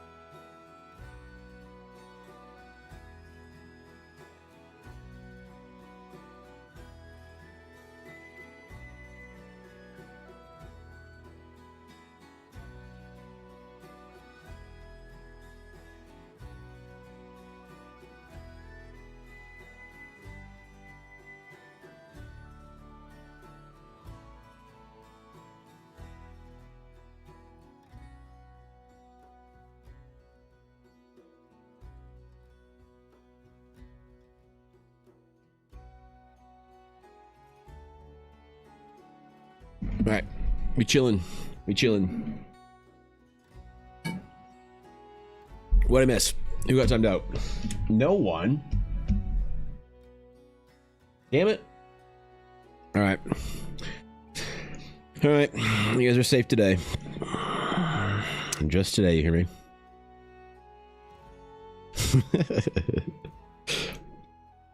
Wait. The bots betrayed me.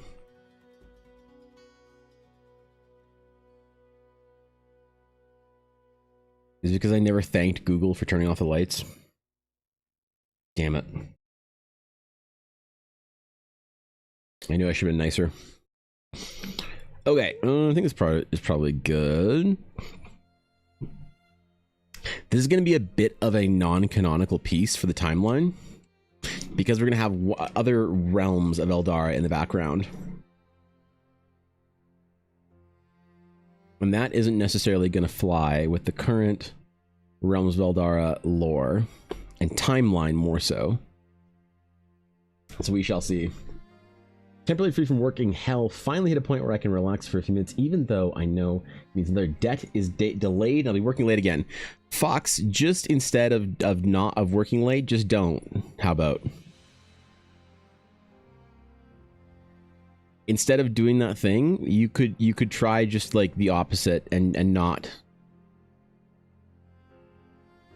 Yeah.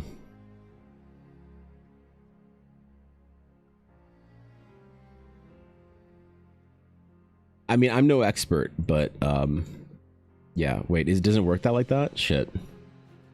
Wait, I don't know what I'm talking about. Nah, shit. Well.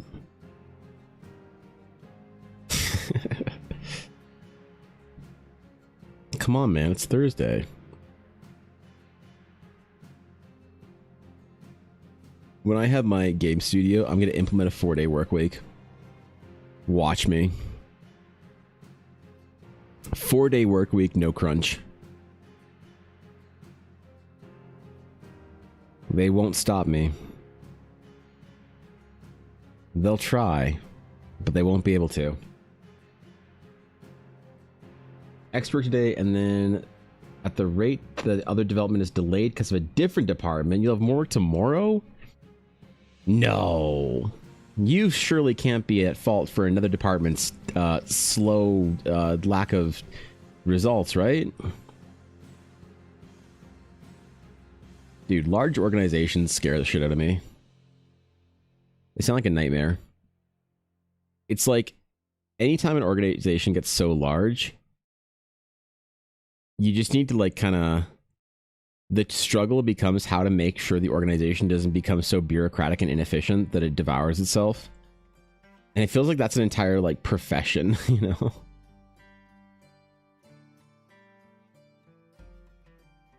It is nice when you don't have to count on a lot of people to get things done, I guess, so I do feel that. You're just the one who suffers. I see, okay. I see. Well, that makes sense, I guess. That's, oof.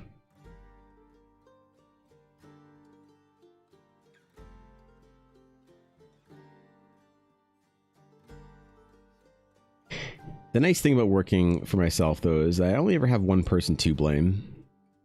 Problem is, I'm always blaming myself.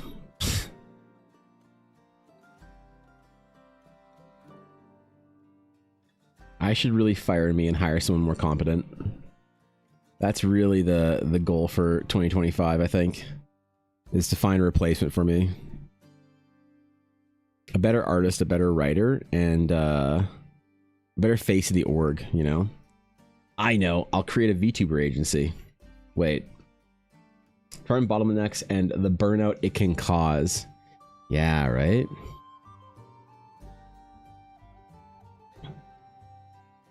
The bottlenecks, the bureaucracy. I kind of just can't imagine working for a big company like that. Like, really. I don't know how to, like... I don't do very well in organizations when there's, like, inefficient leaders and stuff. And I've always had, like, problems with that. I've always, like... Like, that's one of the reasons why I actually left the game store that I worked at. Or not really left it, but like transitioned to do other things. Like, I was so all in on like the game store life. And I loved it there. I still treasure that time, and I miss it often. But there was a guy that worked there, and I was like complaining about something one day, because I was like, I wanted to like do something different that would make things more efficient or better or whatever.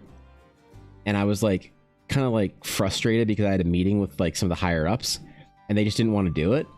And I was like, I guess I was probably like visually sulking. And this one guy who was like, he was like really cool.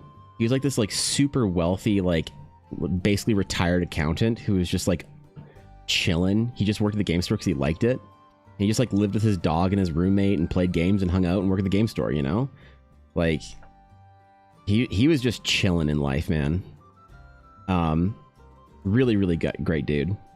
He's like, "What's the matter there, Buttercup? You seem a little bit like, you know, down." And I was like, "Well, I'm just mad because like I tried to do this and I don't understand why we can't do this thing. It's like I have evidence that it'll make things better and it'll improve this thing, and like I don't get it. Why don't we do, like, they just didn't want to do it because, like I said, I even said I'd take charge of the whole thing and whatever and blah blah blah. And it doesn't even cost any money. It just like does this. And we just need to change this and like, here's my plan, man." I was trying to like justify my plan, and the guy was like, "That is a great plan." And I was like, "Yeah, right." And he's like, "But they didn't want to go with it." And I was like, "But I don't understand. Like, we could be doing this, and I could be like doing this graphic design thing and be better, and like, you know." And he's like, "Why is this important to you?" He asked me that question. He said, "Why is this important to you?" I said, "Because like I want to like grow, and like I want us to grow. I want to grow personally. I want to do this stuff. I want to like get better at this."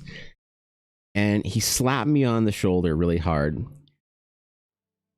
and couldn't help but laughing at me and my childish 23-year-old whining. And he's like, "Evan, you don't work at a game. People don't work at a game store to grow. You work at a game store to be comfortable." And I was like, oh my God, he's right. Oh my God, he is absolutely right. And I realized that I needed to transition to do other things at that point in time. And I've always had this problem whenever I'm in an organization of any kind, a World of Warcraft guild, a company, whatever, and I see this inefficiency around me, I just like need to fix it. I need to correct it. It's like I can fall in line with good leaders, and I love good leaders and working for good leaders if I respect them. You know, if I respect them. I don't like necessarily respect the authority they have. I need to see the action, and I have a hard time with that. And so anytime I was like like joined this World of Warcraft guild and ended up like being the tank officer leader for our raid team just because I couldn't stand the way that the last guy was doing it. That's the way I started DMing, is because our DM sucked so much that I was like, fuck it, I'll do it. And so I don't think I would have made it very far in the corporate world. And these like dreams and goals and ambitions I always had of working for big video game companies, I don't think I would have like done it. I don't think I would have like fit in. I think I'm too petulant and too whiny about that stuff to actually, you know, like some people try and make it about like a good quality. They're like, well, I just can't stand injustice, so I need to speak up. No, I think I'm too childish to like play the game properly with people in like a corporate environment or like any kind of like an organizational hierarchy. Maybe it's probably for the best that I never like made it into there. Someone, I get a Slack message saying it's delayed, and within the subtle passive-aggressive note about the other department having a week to address the issue they currently are scrambling to fix. Oh, I see. They just want you to know whose fault it is, I guess, right? Just happy that my firm is established enough that we can and will fire clients. We've dropped people that have unreasonable demands or ignored emails for months and then ask why everything is late. Most memorable story is a time someone got fired on the spot after making an admin cry. Jeez, dude. Like that is like a point to like definitely an important, you know, point to make, is that is a benefit of becoming established or growing, is being able to have the confidence to fire clients that are problematic or whatever, you know. That's like, I get so much shit, Sabine, from other artists because I charge people late in the process because I want the ability to fire them as long as possible. Once somebody's exchanged money with me, I'm basically locked in with them. And if they're a misery to be around, I'm like, I just have to grit my teeth and kind of like handle them, right? But I love the ability to be able to be flexible like that, to turn down clients, turn down shit. And the more projects I do, the more confidence I have under my belt. I recently just got offered to basically do a project and get paid in exposure. And it's like, I think every artist gets like scared of like missing opportunities. But once you get a little more established and get more like confident in like what you're doing, those opportunities aren't scary, and you have more confidence in saying, "No, I'm good, thanks." Like, but don't you want these people to see you? Don't you want this many eyes on you? Don't you want this person to know who you are? Like, yeah, I'm good. I'll get there without, you know, doing this project for free. It's just easier. The more established you get, the more like confidence you like gain in the ability to kind of pick and choose your battles, your clients, your headaches, all that kind of stuff. Blame is very important. Absolutely. Yep. A very loving way to this person. I want to send the last few minutes to a friend of mine. They want to charge in the entire corporation they're in and really wait, hold on. They want to change sort of the entire corporation they're in, and it's really ruining their mood right now when they could go and explore independent things. Yeah, I mean, it's not good to have an authority problem, I don't think. Some people make it this like this dramatic thing, like I'm just too like badass and I'm so cool I can't handle being around authority I don't respect. But that's like half the fucking game and surviving in life is being able to get along with people. And realizing that I needed to like sort of be like the person in charge was like a maturing moment for me when I realized that I had to do that. And I regret never like trying to like grow and be better.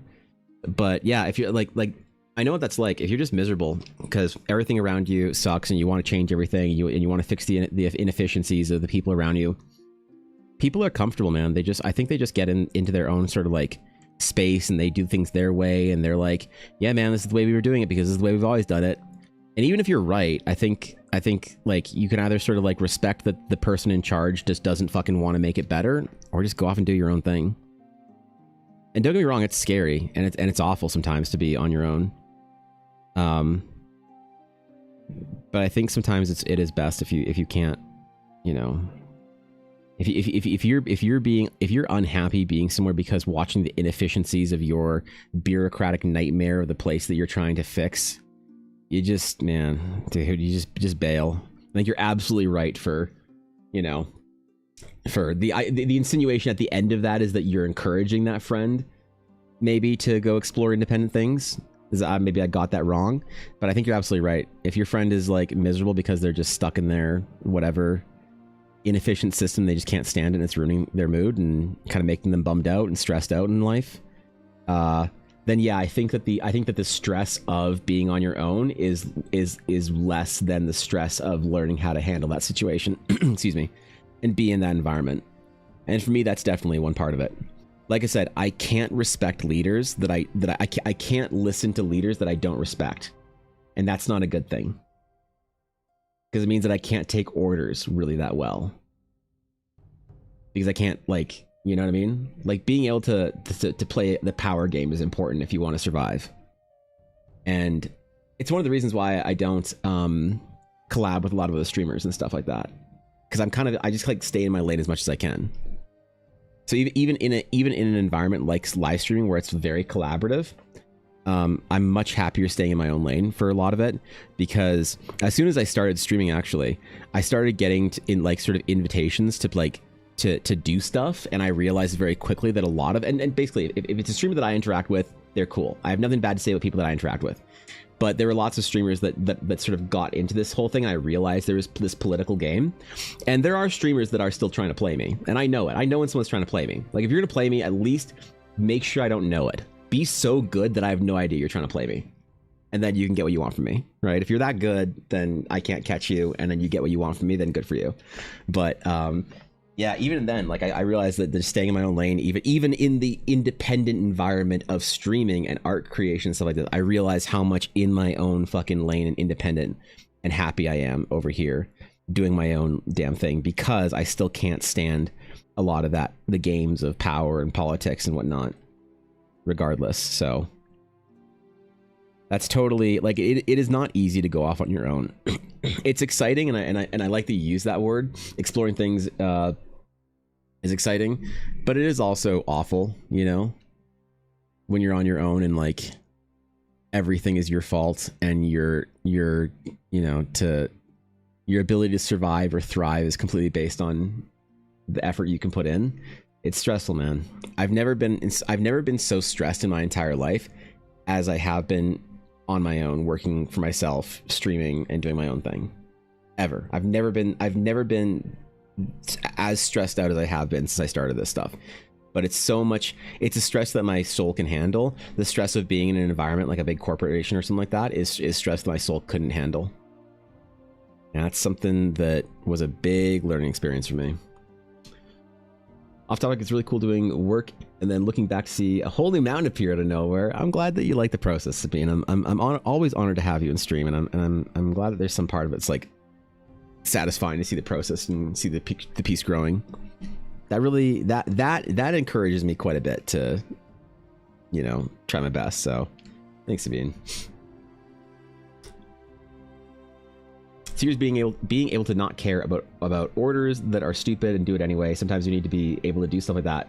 It will blow up in somebody else's face. Sure, yeah, and that's definitely a required skill. Like being able to play nice and to be well socialized is like an important human skill. And people like to sort of be, I think, very... They like to view their independence as, or their inability to do that as independence, and I think a lot of times it's just a failing. That's why I try never to like... I try not to glorify my inability to handle stupid people, because I think that's not something that to be, you know, to be glorified. I think it's childish, to be honest, and I try and be better at it. But wasn't ever good enough. Wasn't good enough, man. I had to go off my own and suffer my own consequences and be the insufferable person that I have to deal with every day. God, imagine working with me every day. Imagine trying to manage me when you're me. Ugh, God. Ugh. The worst. I think I need some things for scale in here, right? Like I have this mountain temple, and this is all supposed to be kind of like foliage, trees, and whatnot. But I think what I need to do is either I need to zoom it out, and I need to put some big trees on here. Because if this isn't just forest foliage, if there's like actual trees on here that you can kind of like pick out and look at and be like, oh, then you can kind of visualize a person being like maybe that size. But if I'm trying to make this like, this is all just like dense tree foliage and a person's like this size, you know, that's harder. It's easier as a painting, I think, than anything else. But as a sketch, it's very difficult to convey that. So I think I need to put some sort of scaling up, or some sort of scale of whatever it is we're looking at here on here to like help the viewer understand what it is we're looking at. Is this archway something that someone can fit into pretty easily, and this is just like sort of down the bend and up here?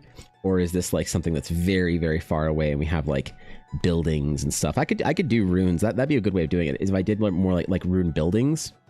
If I really wanted to build this structure up, I could have like a little like rune city right here or something, you know, and then you're like, oh shit, yeah, that is just like forest foliage, whatever. There are no assholes around you. You're probably the asshole, Pepe laugh. Yeah, right? Yeah.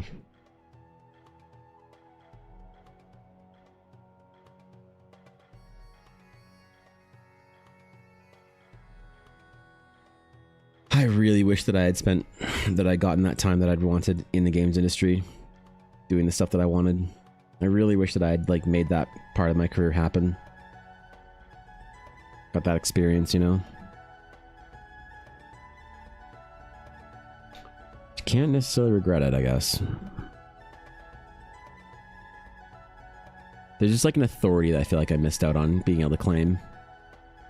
So many people, when you see them, like these like artists make like YouTube channels, they start they basically tell you why you should care about their opinion. I was an ex-Blizzard artist for 22 years. I was a games artist in whatever thing and doing this. And it's just like their CV. And it's like totally fine, you know? And you're like, oh shit, I should listen to this person. But I always feel like I missed out on that. You know, that I didn't earn that like cool thing to be like, yo, I did like art at ILM for 4 years and now I'm making a D&D adventure. People say like, oh my god, an ex-ILM artist doing this cool thing, right? But for me, I have to like let my work speak entirely for itself, which is scary sometimes. It's a little scary. I like this composition. I wasn't sure if I would. I wasn't sure if I would, but I think I'm satisfied with it.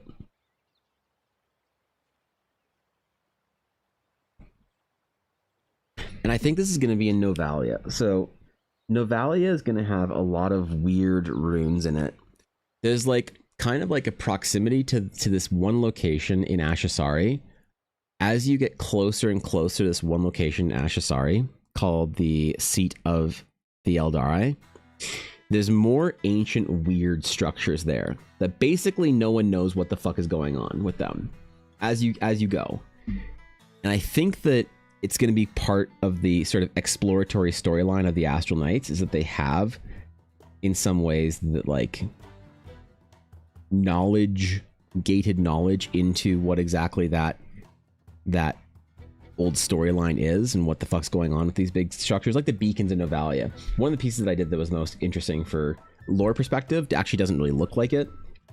But the beacons of Novalia, this piece, these are actually like really important structures in Eldara, but they look a little, I don't know what the right word is, mundane, innocuous, whatever. And they really do have like a big lore implication that just hasn't, you know, been like sort of played around with yet. And I think that maybe like the Astral Knights are going to have some sort of like connection to this stuff as far as like rune diving, spelunking, that kind of thing. There's sort of like a guarded, hidden history that Astral Knights have some insight into.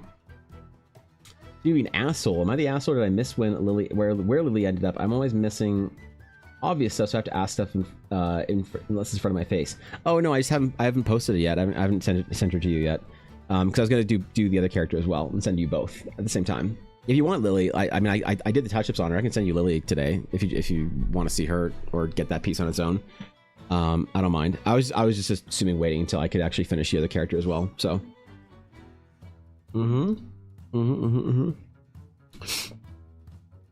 I figured I'd just deliver it all in one at once, but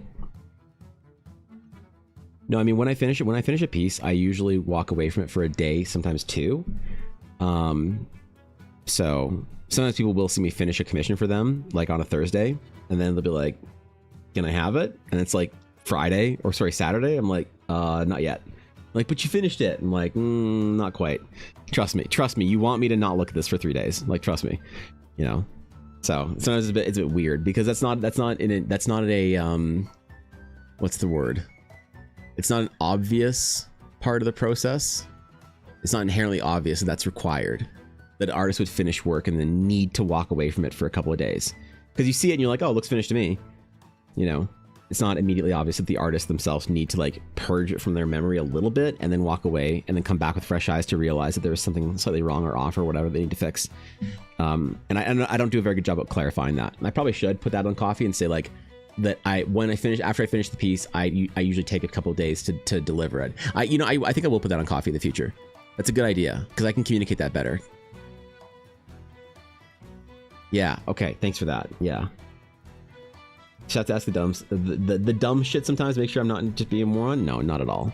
Not at all. That's a perfectly valid question, and I'm glad you asked it because that helped me figure out a solution to not put people in a position where they think that they're the dumb when it's really just me processing the process. So. Yeah, but I did do the touch-ups on Lily. There actually wasn't any touch-ups on Lily. If I think I just like some line weights and that was it. Kind of fucking one shot nailed that piece on stream. Actually, let's go. That was a fun one. We'll see if I post another pretty girl and get told I have same face syndrome again on YouTube. Holy God. I got more shit talking, more comments on videos, man. It happened again. Dude, there's something about YouTube. I don't know what it is, man. But it's just the lowest tier rank of comment sections, and I don't know why. But it's like whenever a video does well, I know that at least a couple of times that day, I'm gonna have to go in and delete some fucking comments. I don't understand how her top is molded to her breasts like that. The material seems like metal or leather or something, but has no thickness to it. It doesn't make sense. See what I mean? I mean, this isn't like a mean comment, but it's also like a extraordinarily who asked. You know what I mean?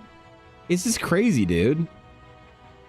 Like, you never get weird shit like this on. So like, I could respond to this and explain to them, like, I don't know, man, fantasy it away in your fucking face. Like, the client wanted fucking cool, hot, armor bikini thing, or I can just like shadow ban the person. Way easier. Way easier than interacting. You know what I mean? I know what book talk, but as a representative for the lesbian community, you can never go wrong with muscular women. God damn it. Good loud, I'm gay. Okay, dude. Oh, God. Yeah. I don't know, man. It's just so bizarre. It's so weird. YouTube's a mess. It absolutely is, man. It's so fucking weird. You get everything between, like, you know, I'm so lesbian for her. Real, yes. Iconic and relatable. OMG real. I don't blame you. Like, you get everything from this to dude complaining about how they don't understand how the armor works. It's like, oh my God, guys, just chill out, you know? Is this the norm? Like, is this a phase that I'm gonna go through? Like the unsolicited critique phase when I had like less than 2,000 subs, where I got unsolicited critique on every piece I did. Now I'm getting people just questioning design decisions and all that kind of shit. I don't know. I'll just every time I see a comment that's weird, socially awkward, or negative, I'm just gonna shadow ban the person. So like I wonder what people who have been shadow banned from my channel, I wonder if they post on my videos. Like, I hope there isn't a way to go see that, but I wonder if there is a way to go see comments left by people that were like fucking shadow banned or whatever. Held?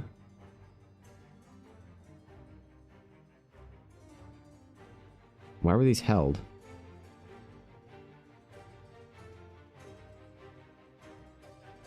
I don't know.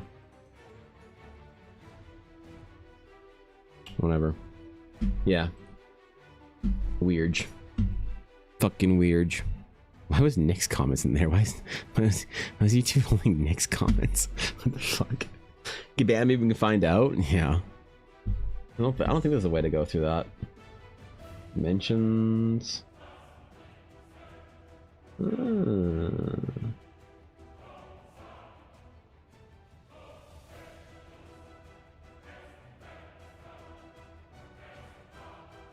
Blocked words.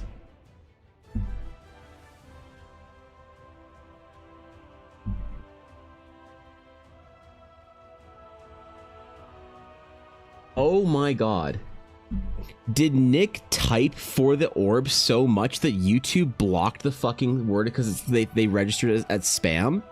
Is that why Nick said he couldn't find his comments? Because every time he fucking types for the orb, YouTube flagged it as spam? Oh my God, that is hilarious.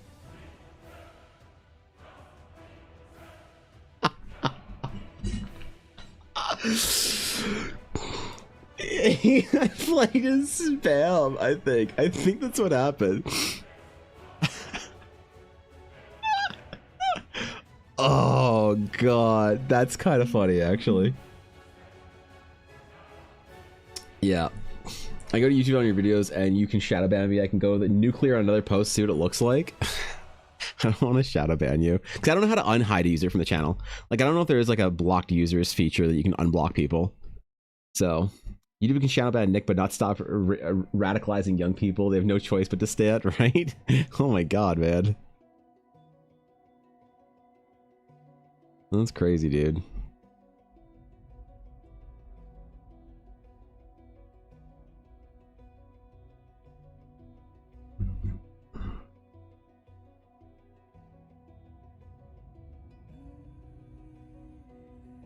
Little Ugandan Knuckles guy over here. I don't know. YouTube's so unhinged, man. They're so weird over there. I don't understand what they're all on, man. I don't understand why YouTube specifically, too, right? Because, like, YouTube you'd think would... I'll admit, I would have thought that YouTube would be the highest, like, kind of quality of comments. Like, everyone has such a low opinion of like TikTok brain rot and, you know, Instagram just swipe that YouTube's the place for like long form intelligent sort of like videos talking about interesting topics and shit. And yeah, it's got its like memes and shit, but realistically I feel like YouTube is the place where people sort of have the highest like quality of content. So I would have expected that YouTube would also have the highest like, I don't know, level of, what's the right word? Like viewer, commenter, whatever, you know? And yet it's just so bizarrely unhinged.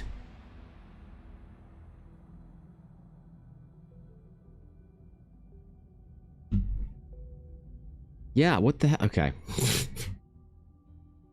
It's gotta be an age thing. You can get used to the social media that hits when you're in your youth, then you stick with it because that's what you know. So you think that it's a lot of people that just sort of, like, maybe don't understand this kind of the way to socialize because they're like on the, like, do you think it's because I definitely know what you mean. Yeah, YouTube never left 2003, right? I definitely know what you mean.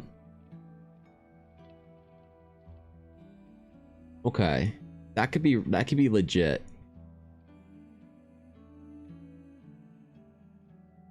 You'll just kind of interact with it at that level forever then.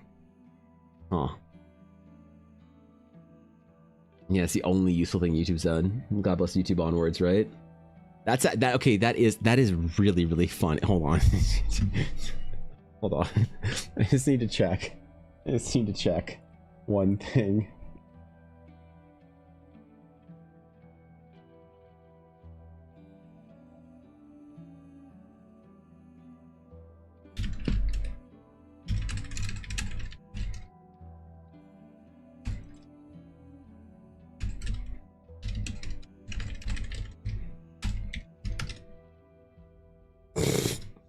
Okay.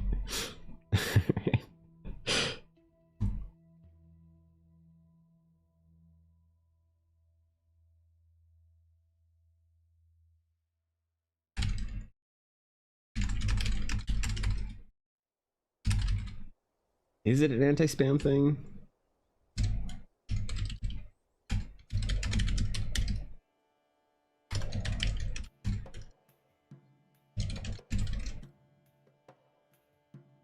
Huh.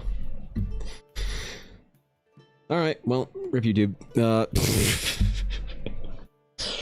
Okay. Where were we?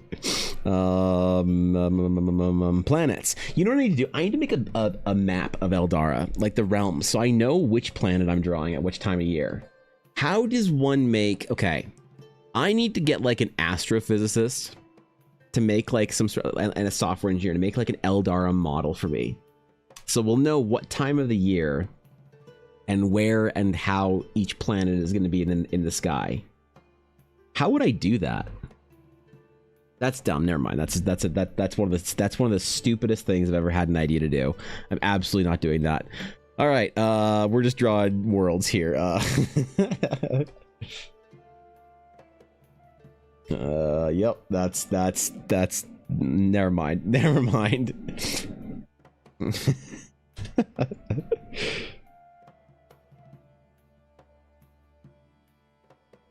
That is not going to happen, okay? I'm sure it could happen, but that is an absolutely useless way to spend resources. Mm-hmm.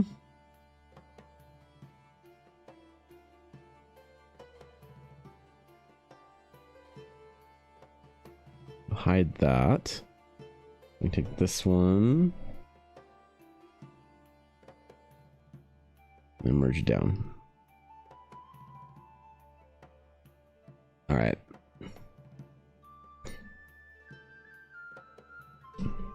Okay. So I wonder how I can like communicate scale here. Do we do a little city? I think we do a little city, like little runes and shit. We do little buildings, maybe, like a little temple type thing. There's like ruined structures or like tents, maybe. Like there's some nomads living there, or goblins to slay. Wait, do people hate goblins again? Are we allowed to make goblins villains, or are goblins did Critical Role ruin goblins for us as villains?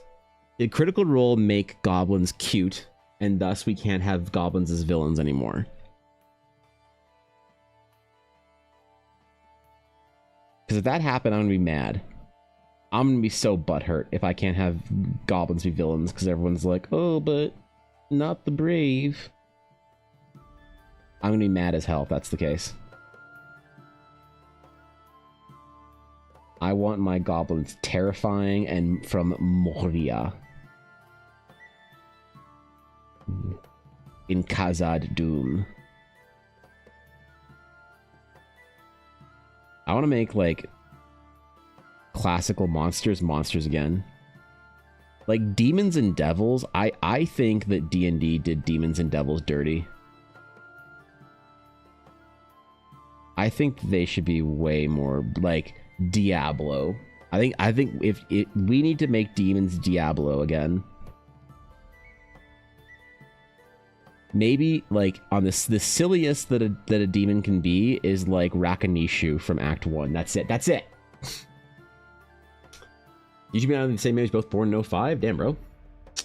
Art Fexion on YouTube has a lot of tutorials on that. On making models like that, really? It's mainly spreadsheet work, though. Well, I can't make spreadsheets, so make monsters again. All right. If they're cute, they will look even better when you mount their head on your wall. Oh my god. Oh my god, Blaze knows. How did Blaze know?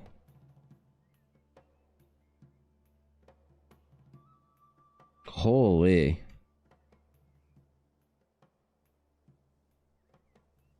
I wonder if these runes will work. Maybe if we do like rune keeps and things like that. Or like some towers.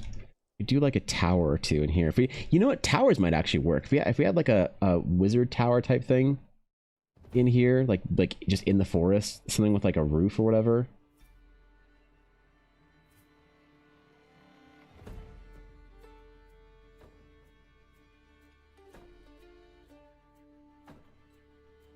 And you had like windows and shit. It's a fucking chimney. How do we communicate scale here?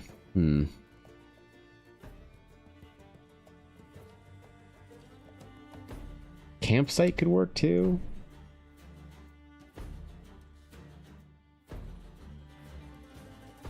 In the runes? I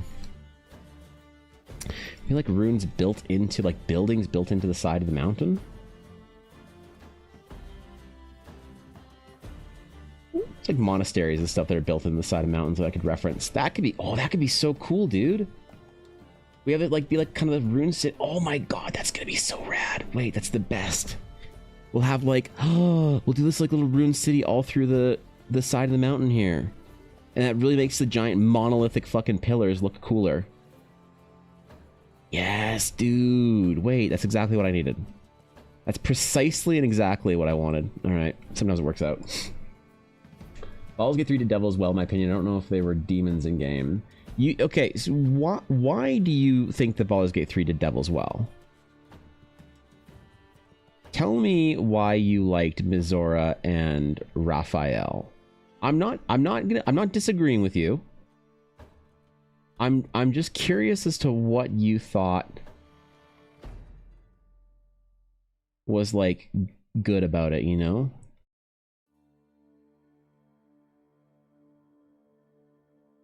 Because I have a bit of a counterpoint that I'd like to offer. I'm just very curious if it matters, and I think maybe I can learn something here.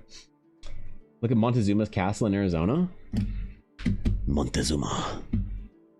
Montezuma's castle, Arizona. Oh, that's rad. Yeah, that's so fucking cool. I love that. This okay, do you know anything about this, Dark? I'm just curious, what does this have to do with Montezuma? Because if I'm not, wasn't Montezuma like a Mesoamerican? I thought that Montezuma was way way further down south. I thought that I thought the seat in the Aztec Empire was like South America, not Central or even North. Nothing? Okay, cool. All right. I thought maybe my Age of Empires 2 lore was just... they're just naming it after the Emperor of... Okay, cool. So white people showed up and had no clue who these people were. Okay, fair enough. That's good. Okay. Yep. Yep. Windows, all you need for buildings for scale. Yeah, exactly, right? And I can really show that off here by doing these little, like, kind of... Yeah, dude. Okay. Yeah, this is cool. This kind of works. You just have little windows and shit in there. And there's something fantastic about the idea of this, like, city kind of built up into the... Mizora's mid-villain, but Raphael, the most evil character in the game, in my opinion. Go to his base and see how truly fucked up he is. Devils twist humans in their worst selves. I will say this, I hate WotC's Devils and Demons lore. Larian did the best with what they had. So I have an opinion that I don't know. That's interesting. I don't know how to articulate this, but maybe you can help me figure out if I'm dumb or what I'm missing here about that. Did you ever watch Constantine? Guapo, of course you watch. Why did I ask Guapo if he's watched Constantine? Of course. So, in Constantine. Might ask Guapo you didn't watch.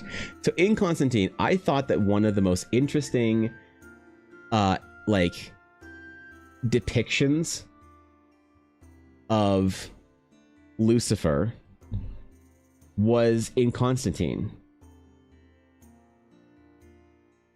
And to me, I always felt like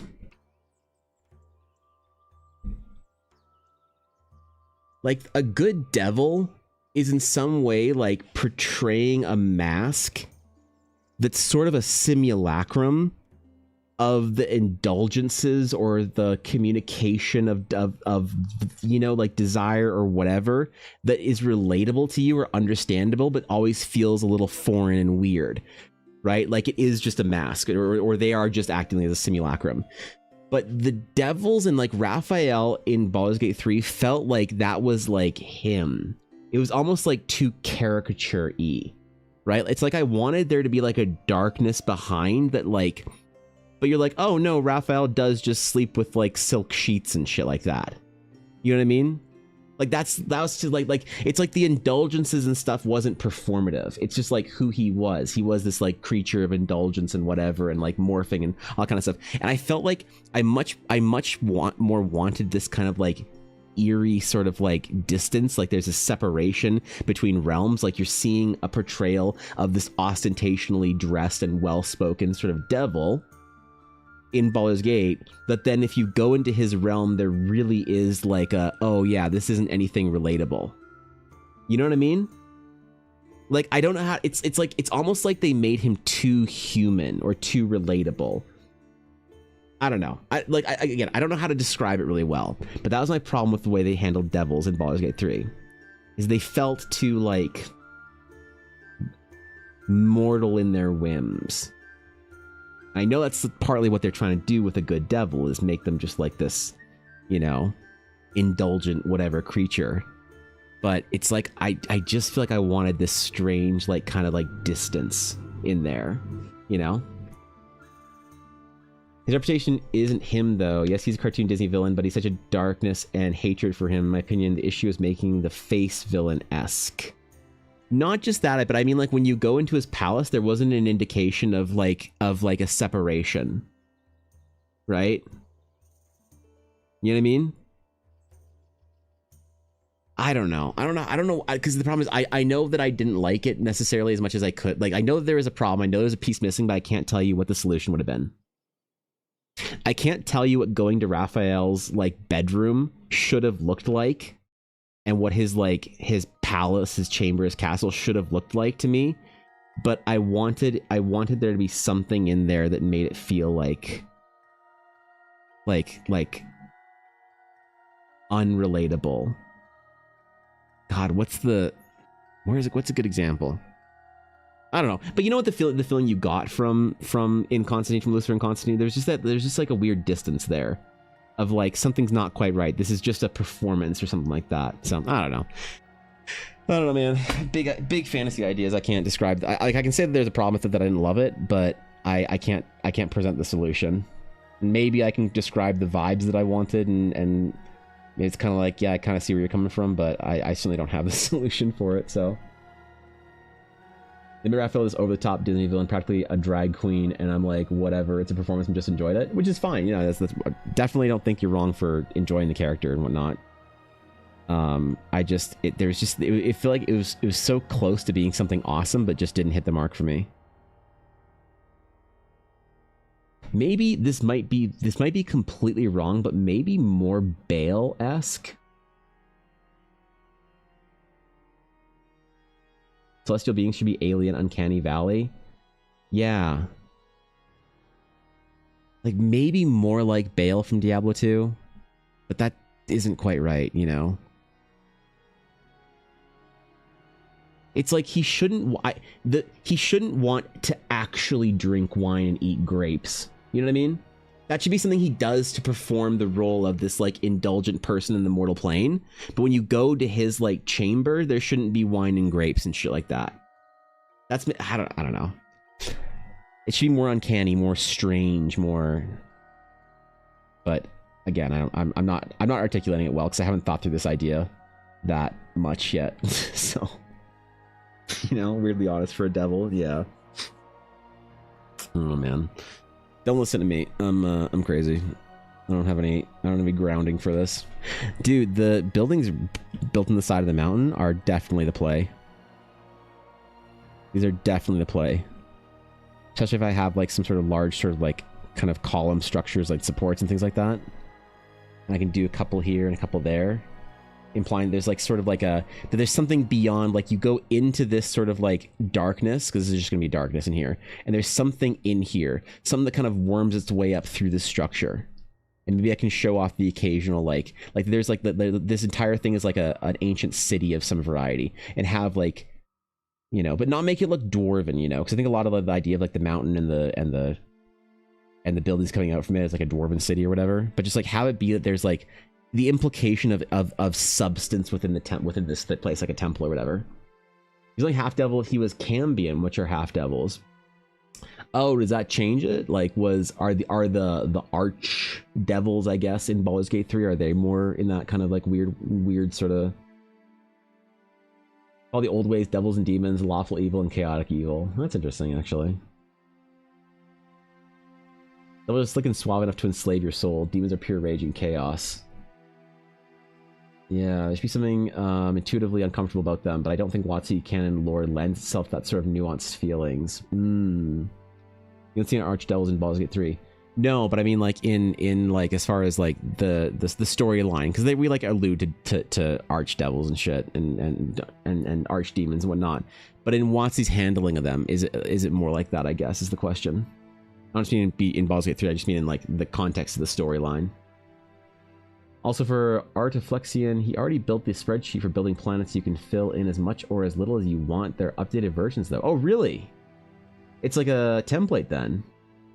Shit, I might check that out then. Maybe the persona he presented to the player had less lush than the decadent House of Hope. Would have felt less like a shift. Yeah, maybe. That could have, yeah. I think I see where you're going. I don't know, man. It's one of those things that I know that it could have been done better. And I would have liked something else with it. But I just can't necessarily point my finger at it and say, this is what I wanted to see out of it. In that character. Because in some ways, I actually, like, the hot take that I haven't got into yet is in some ways I actually kind of preferred Mizora to Raphael. Even though Guapo clearly identified that one was superior in his eyes. Which is totally fine, by the way. I'm not saying he's wrong. But it's weird. I would have thought that Mizora would have been a better devil than Raphael in this idea here. At least the way that I would want to handle, like, devils or whatever. Mizora is more... The reason why I say that is because she's more aloof and whimsical and doesn't care. Because Mizora was a campion of a different archdevil. They serve different lords. Well, that's kind of irrelevant to the narrative argument I'm making. I'm making an argument about the treatment of beings of power versus their, like, actual in-game fucking motivations. That doesn't matter to me. My first writing exercise in making a devil, maybe I just didn't play, like, I didn't interact with Will at all, so I hardly interacted with Mizora. Maybe I just didn't see all the dog shit. So that could also be it, is that I just didn't interact with Mizora enough. But the few times that I did, she seemed like aloof and, like, very distant and, like, kind of like uncaring of the mortal plane or whatever. So maybe if I'd played more and interacted more with her, I'd be like, this character fucking sucks. So it's totally fair too, is that there's a complete validity in that, and maybe there's like lacking of context for my playthrough. That's also very possible. That could have happened, I'll admit it.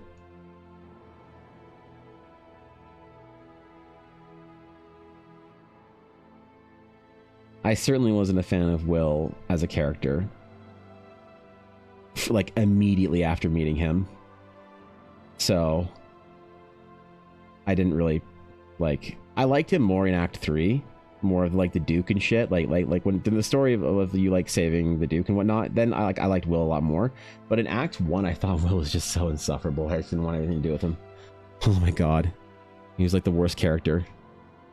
I preferred Asterion to Will in Act 1. Holy fuck. So, to be fair, I guess I never really gave him a chance to have dialogue or whatever in there. Poor Will sucks even after they rewrote him. Oh, they rewrote him, really?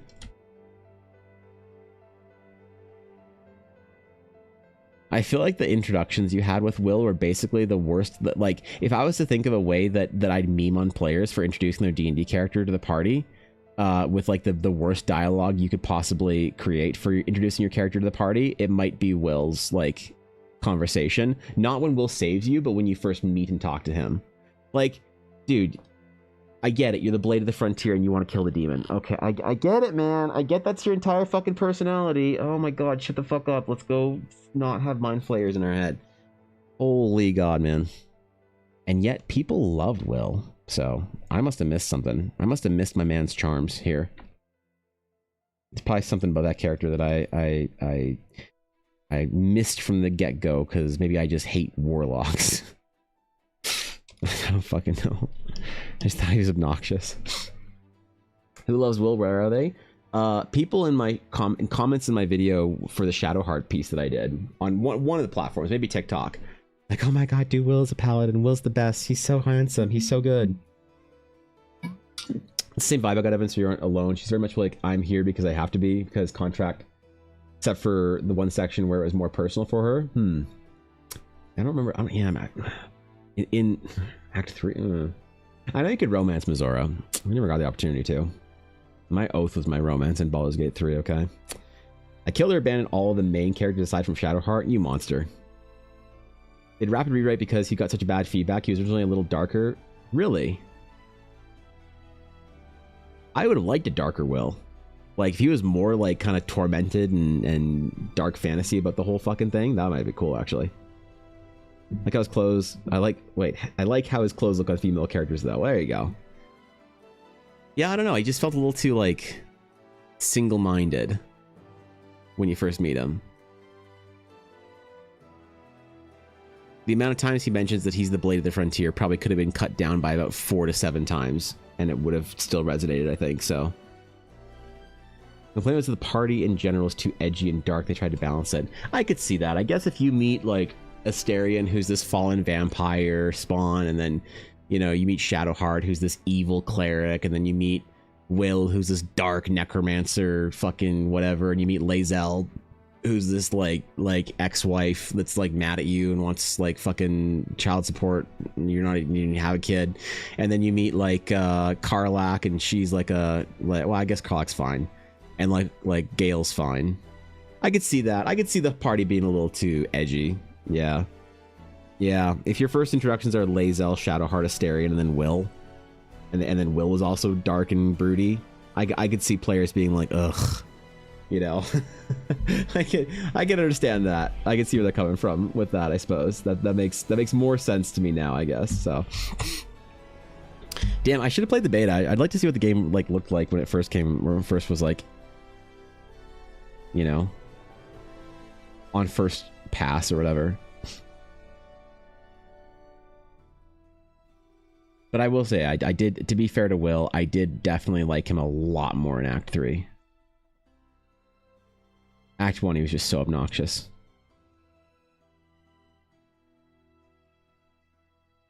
So, I think if I was to play through the game again, I'd probably want to see a party of all different characters. I probably want to try a party of like, maybe like Karlach,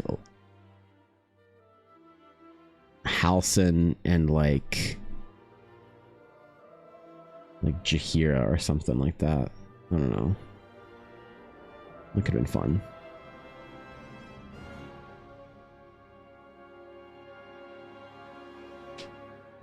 Because, like, respecting the characters, I should just respect everybody and just play with the people I wanted. Because I'll be honest, I was not... I played with Astarion because he was the rogue, and I really wanted a rogue for the playthrough. I did not like Astarion, like, as a character in my game. I was not about it. He was not my favorite. Actually, wait, did I like any of them? Hold on, wait. Did I actually like anybody, or am I like totally in Blaze's camp here? Because Shadowhoney I thought was actually fun. I thought she was cool. Gale was at least not like... Yeah. Lae'zel was just annoyingly mad at you for no reason. Halsin was fine. He comes around later. Huh. Can I say this won't get me cancelled? The VODs stay up on YouTube, Guapo.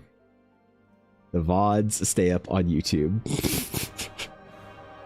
Maybe the persona he presented to the players was less lush. Did I miss anything? Good point. Okay, good. I was terrified I just missed something fucking in chat. You liked Karlach? Karlach was, yeah, she was cool. She was fun. I don't know. I wasn't like mad about Karlach, but I just didn't want to play a barbarian, you know? It was okay. Gale and Will both annoyed me. We canceled in a bad way, more of a fan way? Alright, say it. Say it. Invoke the ire of the Baldur's Gate 3 fandom. Do it. Lae'zel is just too Lae'zel. I never stopped calling her ex-wife. Yeah. This opportunity to meet the VA at the con, I should have sucked it up and sat in line for an hour. You should have, Blaze. You filth. You should have. I actually like Astarion and his VA, but I hate his voice. I think he's way too much... Wait. I think it's way too much put on. No one speaks like that.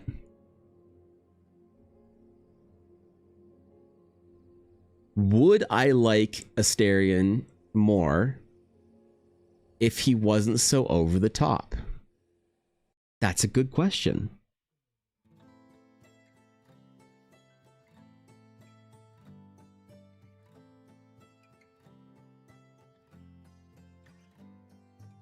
I haven't thought about that before. when Asterion is whining about something, would it have been more palatable if it wasn't so whiny? Hold on. Wait. We might have something here. Guapo might be right about this. Someone's writing is good and you can troll him. It's great. Yeah. Perma angry ex-girlfriend even when she likes you and you're like, woo her. Yeah, right? Honestly, yeah, he wasn't. If he wasn't so over the top, I would probably have liked him more because the moments of Asterion I did like were all less dramatic and over the top scenes. Though, to be fair, the moments I liked Asterion were his like more honest scenes where he was like more, you know, real for a minute. Would I like Asterion more if he wasn't so over the top?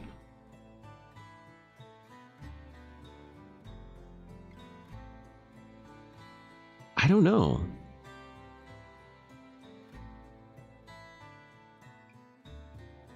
I don't think about that.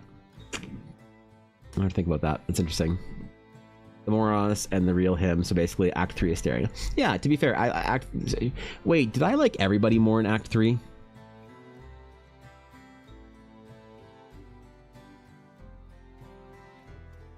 Except for maybe Gale. I think I liked Gale less in Act 3. yeah, hold up. Wait, I think I liked Gale less as the game progressed, to be honest. The more shit I had to deal with his fucking ex-girlfriend. Holy shit, dude. There's one VA moment where you kind of push him's buttons and on his trauma and he becomes extremely angry. It's very good. The persona dropped, but in a very scary way. Interesting. Hard agree, everyone it gets better at Act 3, but Gale gets worse. Yeah, I mean, yeah. You know who I actually think I would have liked more in the game than I should have played with is Halcyon. I just didn't want to play a fucking druid. I couldn't imagine having a druid in my party. But I think that Halcyon was maybe one of the most normal people, right? As far as the adventure, where he's like, yeah, man, we got to go do the good thing, I guess. You know, like, yeah, right? Like, it wasn't all weird. It wasn't all fucking traumatic and shit. You know? Shit, I should have just played with Halcyon the entire time. His like big story arc, he's like, yeah, man, we gotta save this kid from the fucking shadows, dude. And you're like, oh, is this like a personal failing of yours? He's like, I guess, but we can make it right. You're like, are you gonna like, do you want to cry about it? He's like, no, let's just fix the problem. You're like, are you sure? Do you want to have like some giant reveal of your trauma? And Halcyon's like, I'm good. Let's just get her done, man. You know. Gazelle's my favorite. I think she has the best character arc. Maybe. I don't know. Can't do Hal's personality.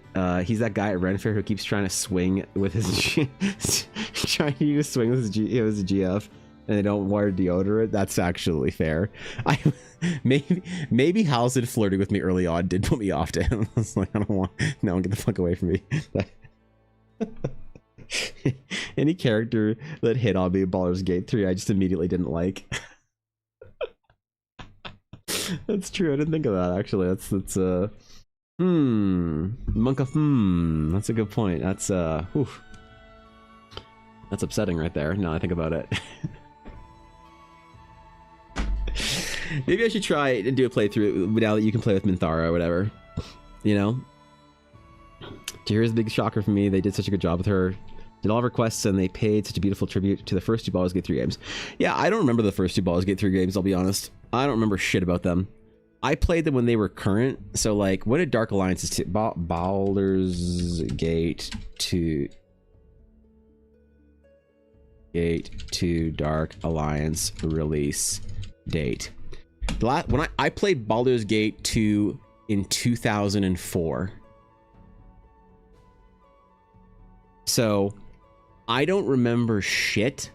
The only thing I remember from Baldur's Gate 2 was that I played the cleric and holy fired everything. I think that's the cleric, right? I played the cleric and holy fired everything. But besides that, I don't remember the story. I don't remember the characters. I don't remember shit about this game I played when I was literally 14 years old. Like, right? Oops, I just closed everything. Fuck. I'm so dumb. I'm the worst person I know, and I know me. Shit.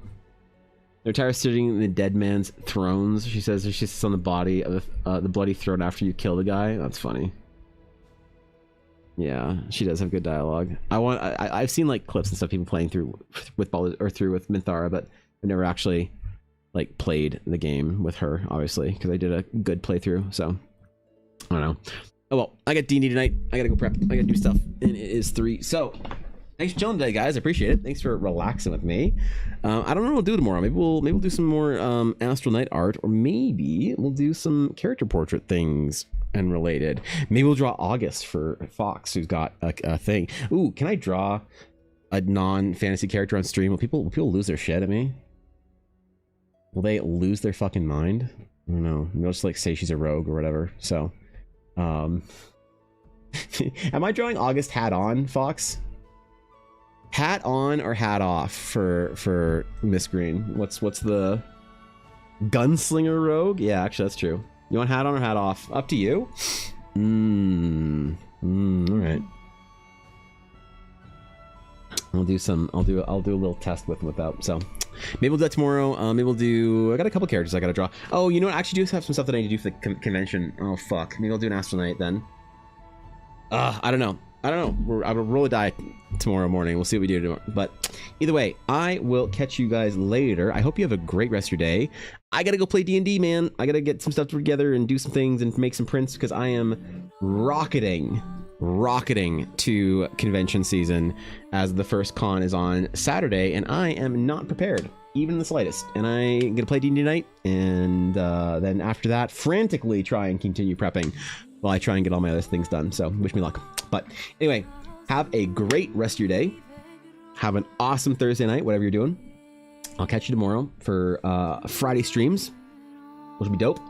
And I guess I'll report back to you after the con weekend how that all went. But hey, thank you guys for the support. I appreciate it. Seriously, I mean it.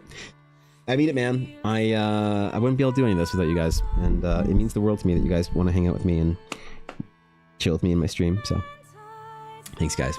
Anyway, until next time, my friends, farewell.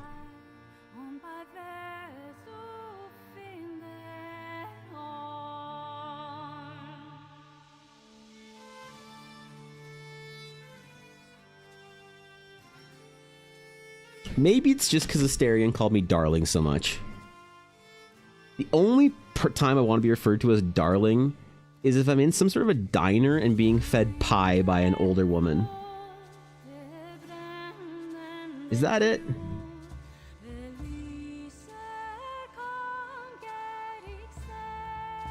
I don't know.